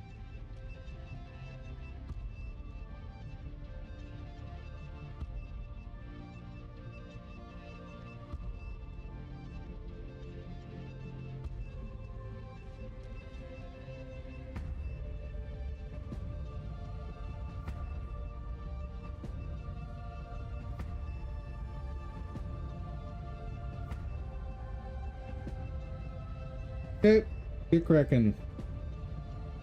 Let's get this changes uploaded and saved and in a great place.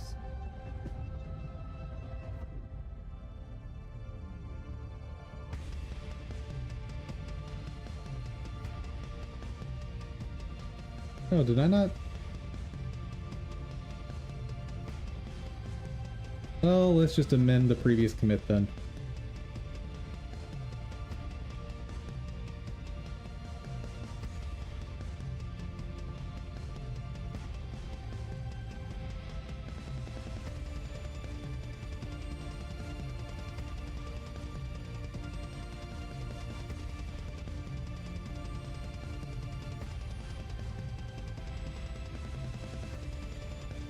Created a custom panel to port FBXs and rename actions according to file name.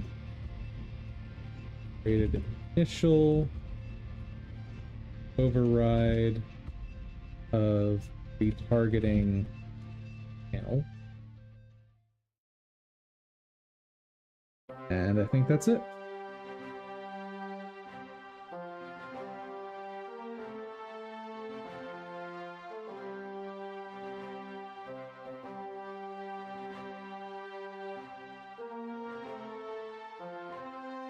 Okay. Amend. Push. Force push. And we're done there. Alrighty. So I do want to proceed with this because I think there's sufficient value in at least having a like semi-automated workflow for this. And one more day, I'm fine doing that. Because I think in one more day, I can have it in a spot where at least I can use it.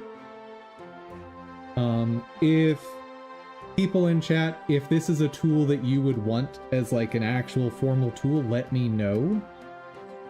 And I'll put together some sort of funding goal, because I'm not convinced there's that enough value for people out there that I want to go ahead and produce it in the off chance someone might buy it, right? But if you guys are willing to fundraise for it, I'll make it a nice professional tool for porting things over from Unreal Engine. Anywho,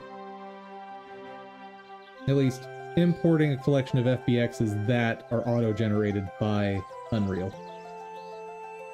So, all that said, that is where I'm calling it for today and for my work week. Made some good progress. Got some interesting results in getting things imported into Blender in a nicer way.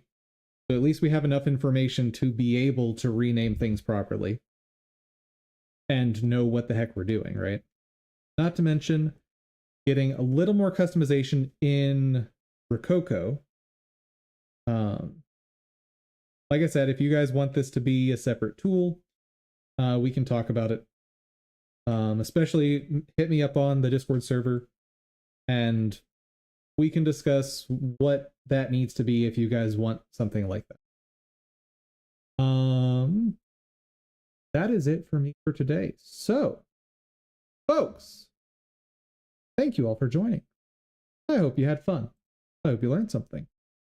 And if you did, please check out my Ko-fi and consider donating to support the channel. And above all, I hope y'all have a fantastic day and fantastic next few days until I see you again on Friday. Take care, everyone.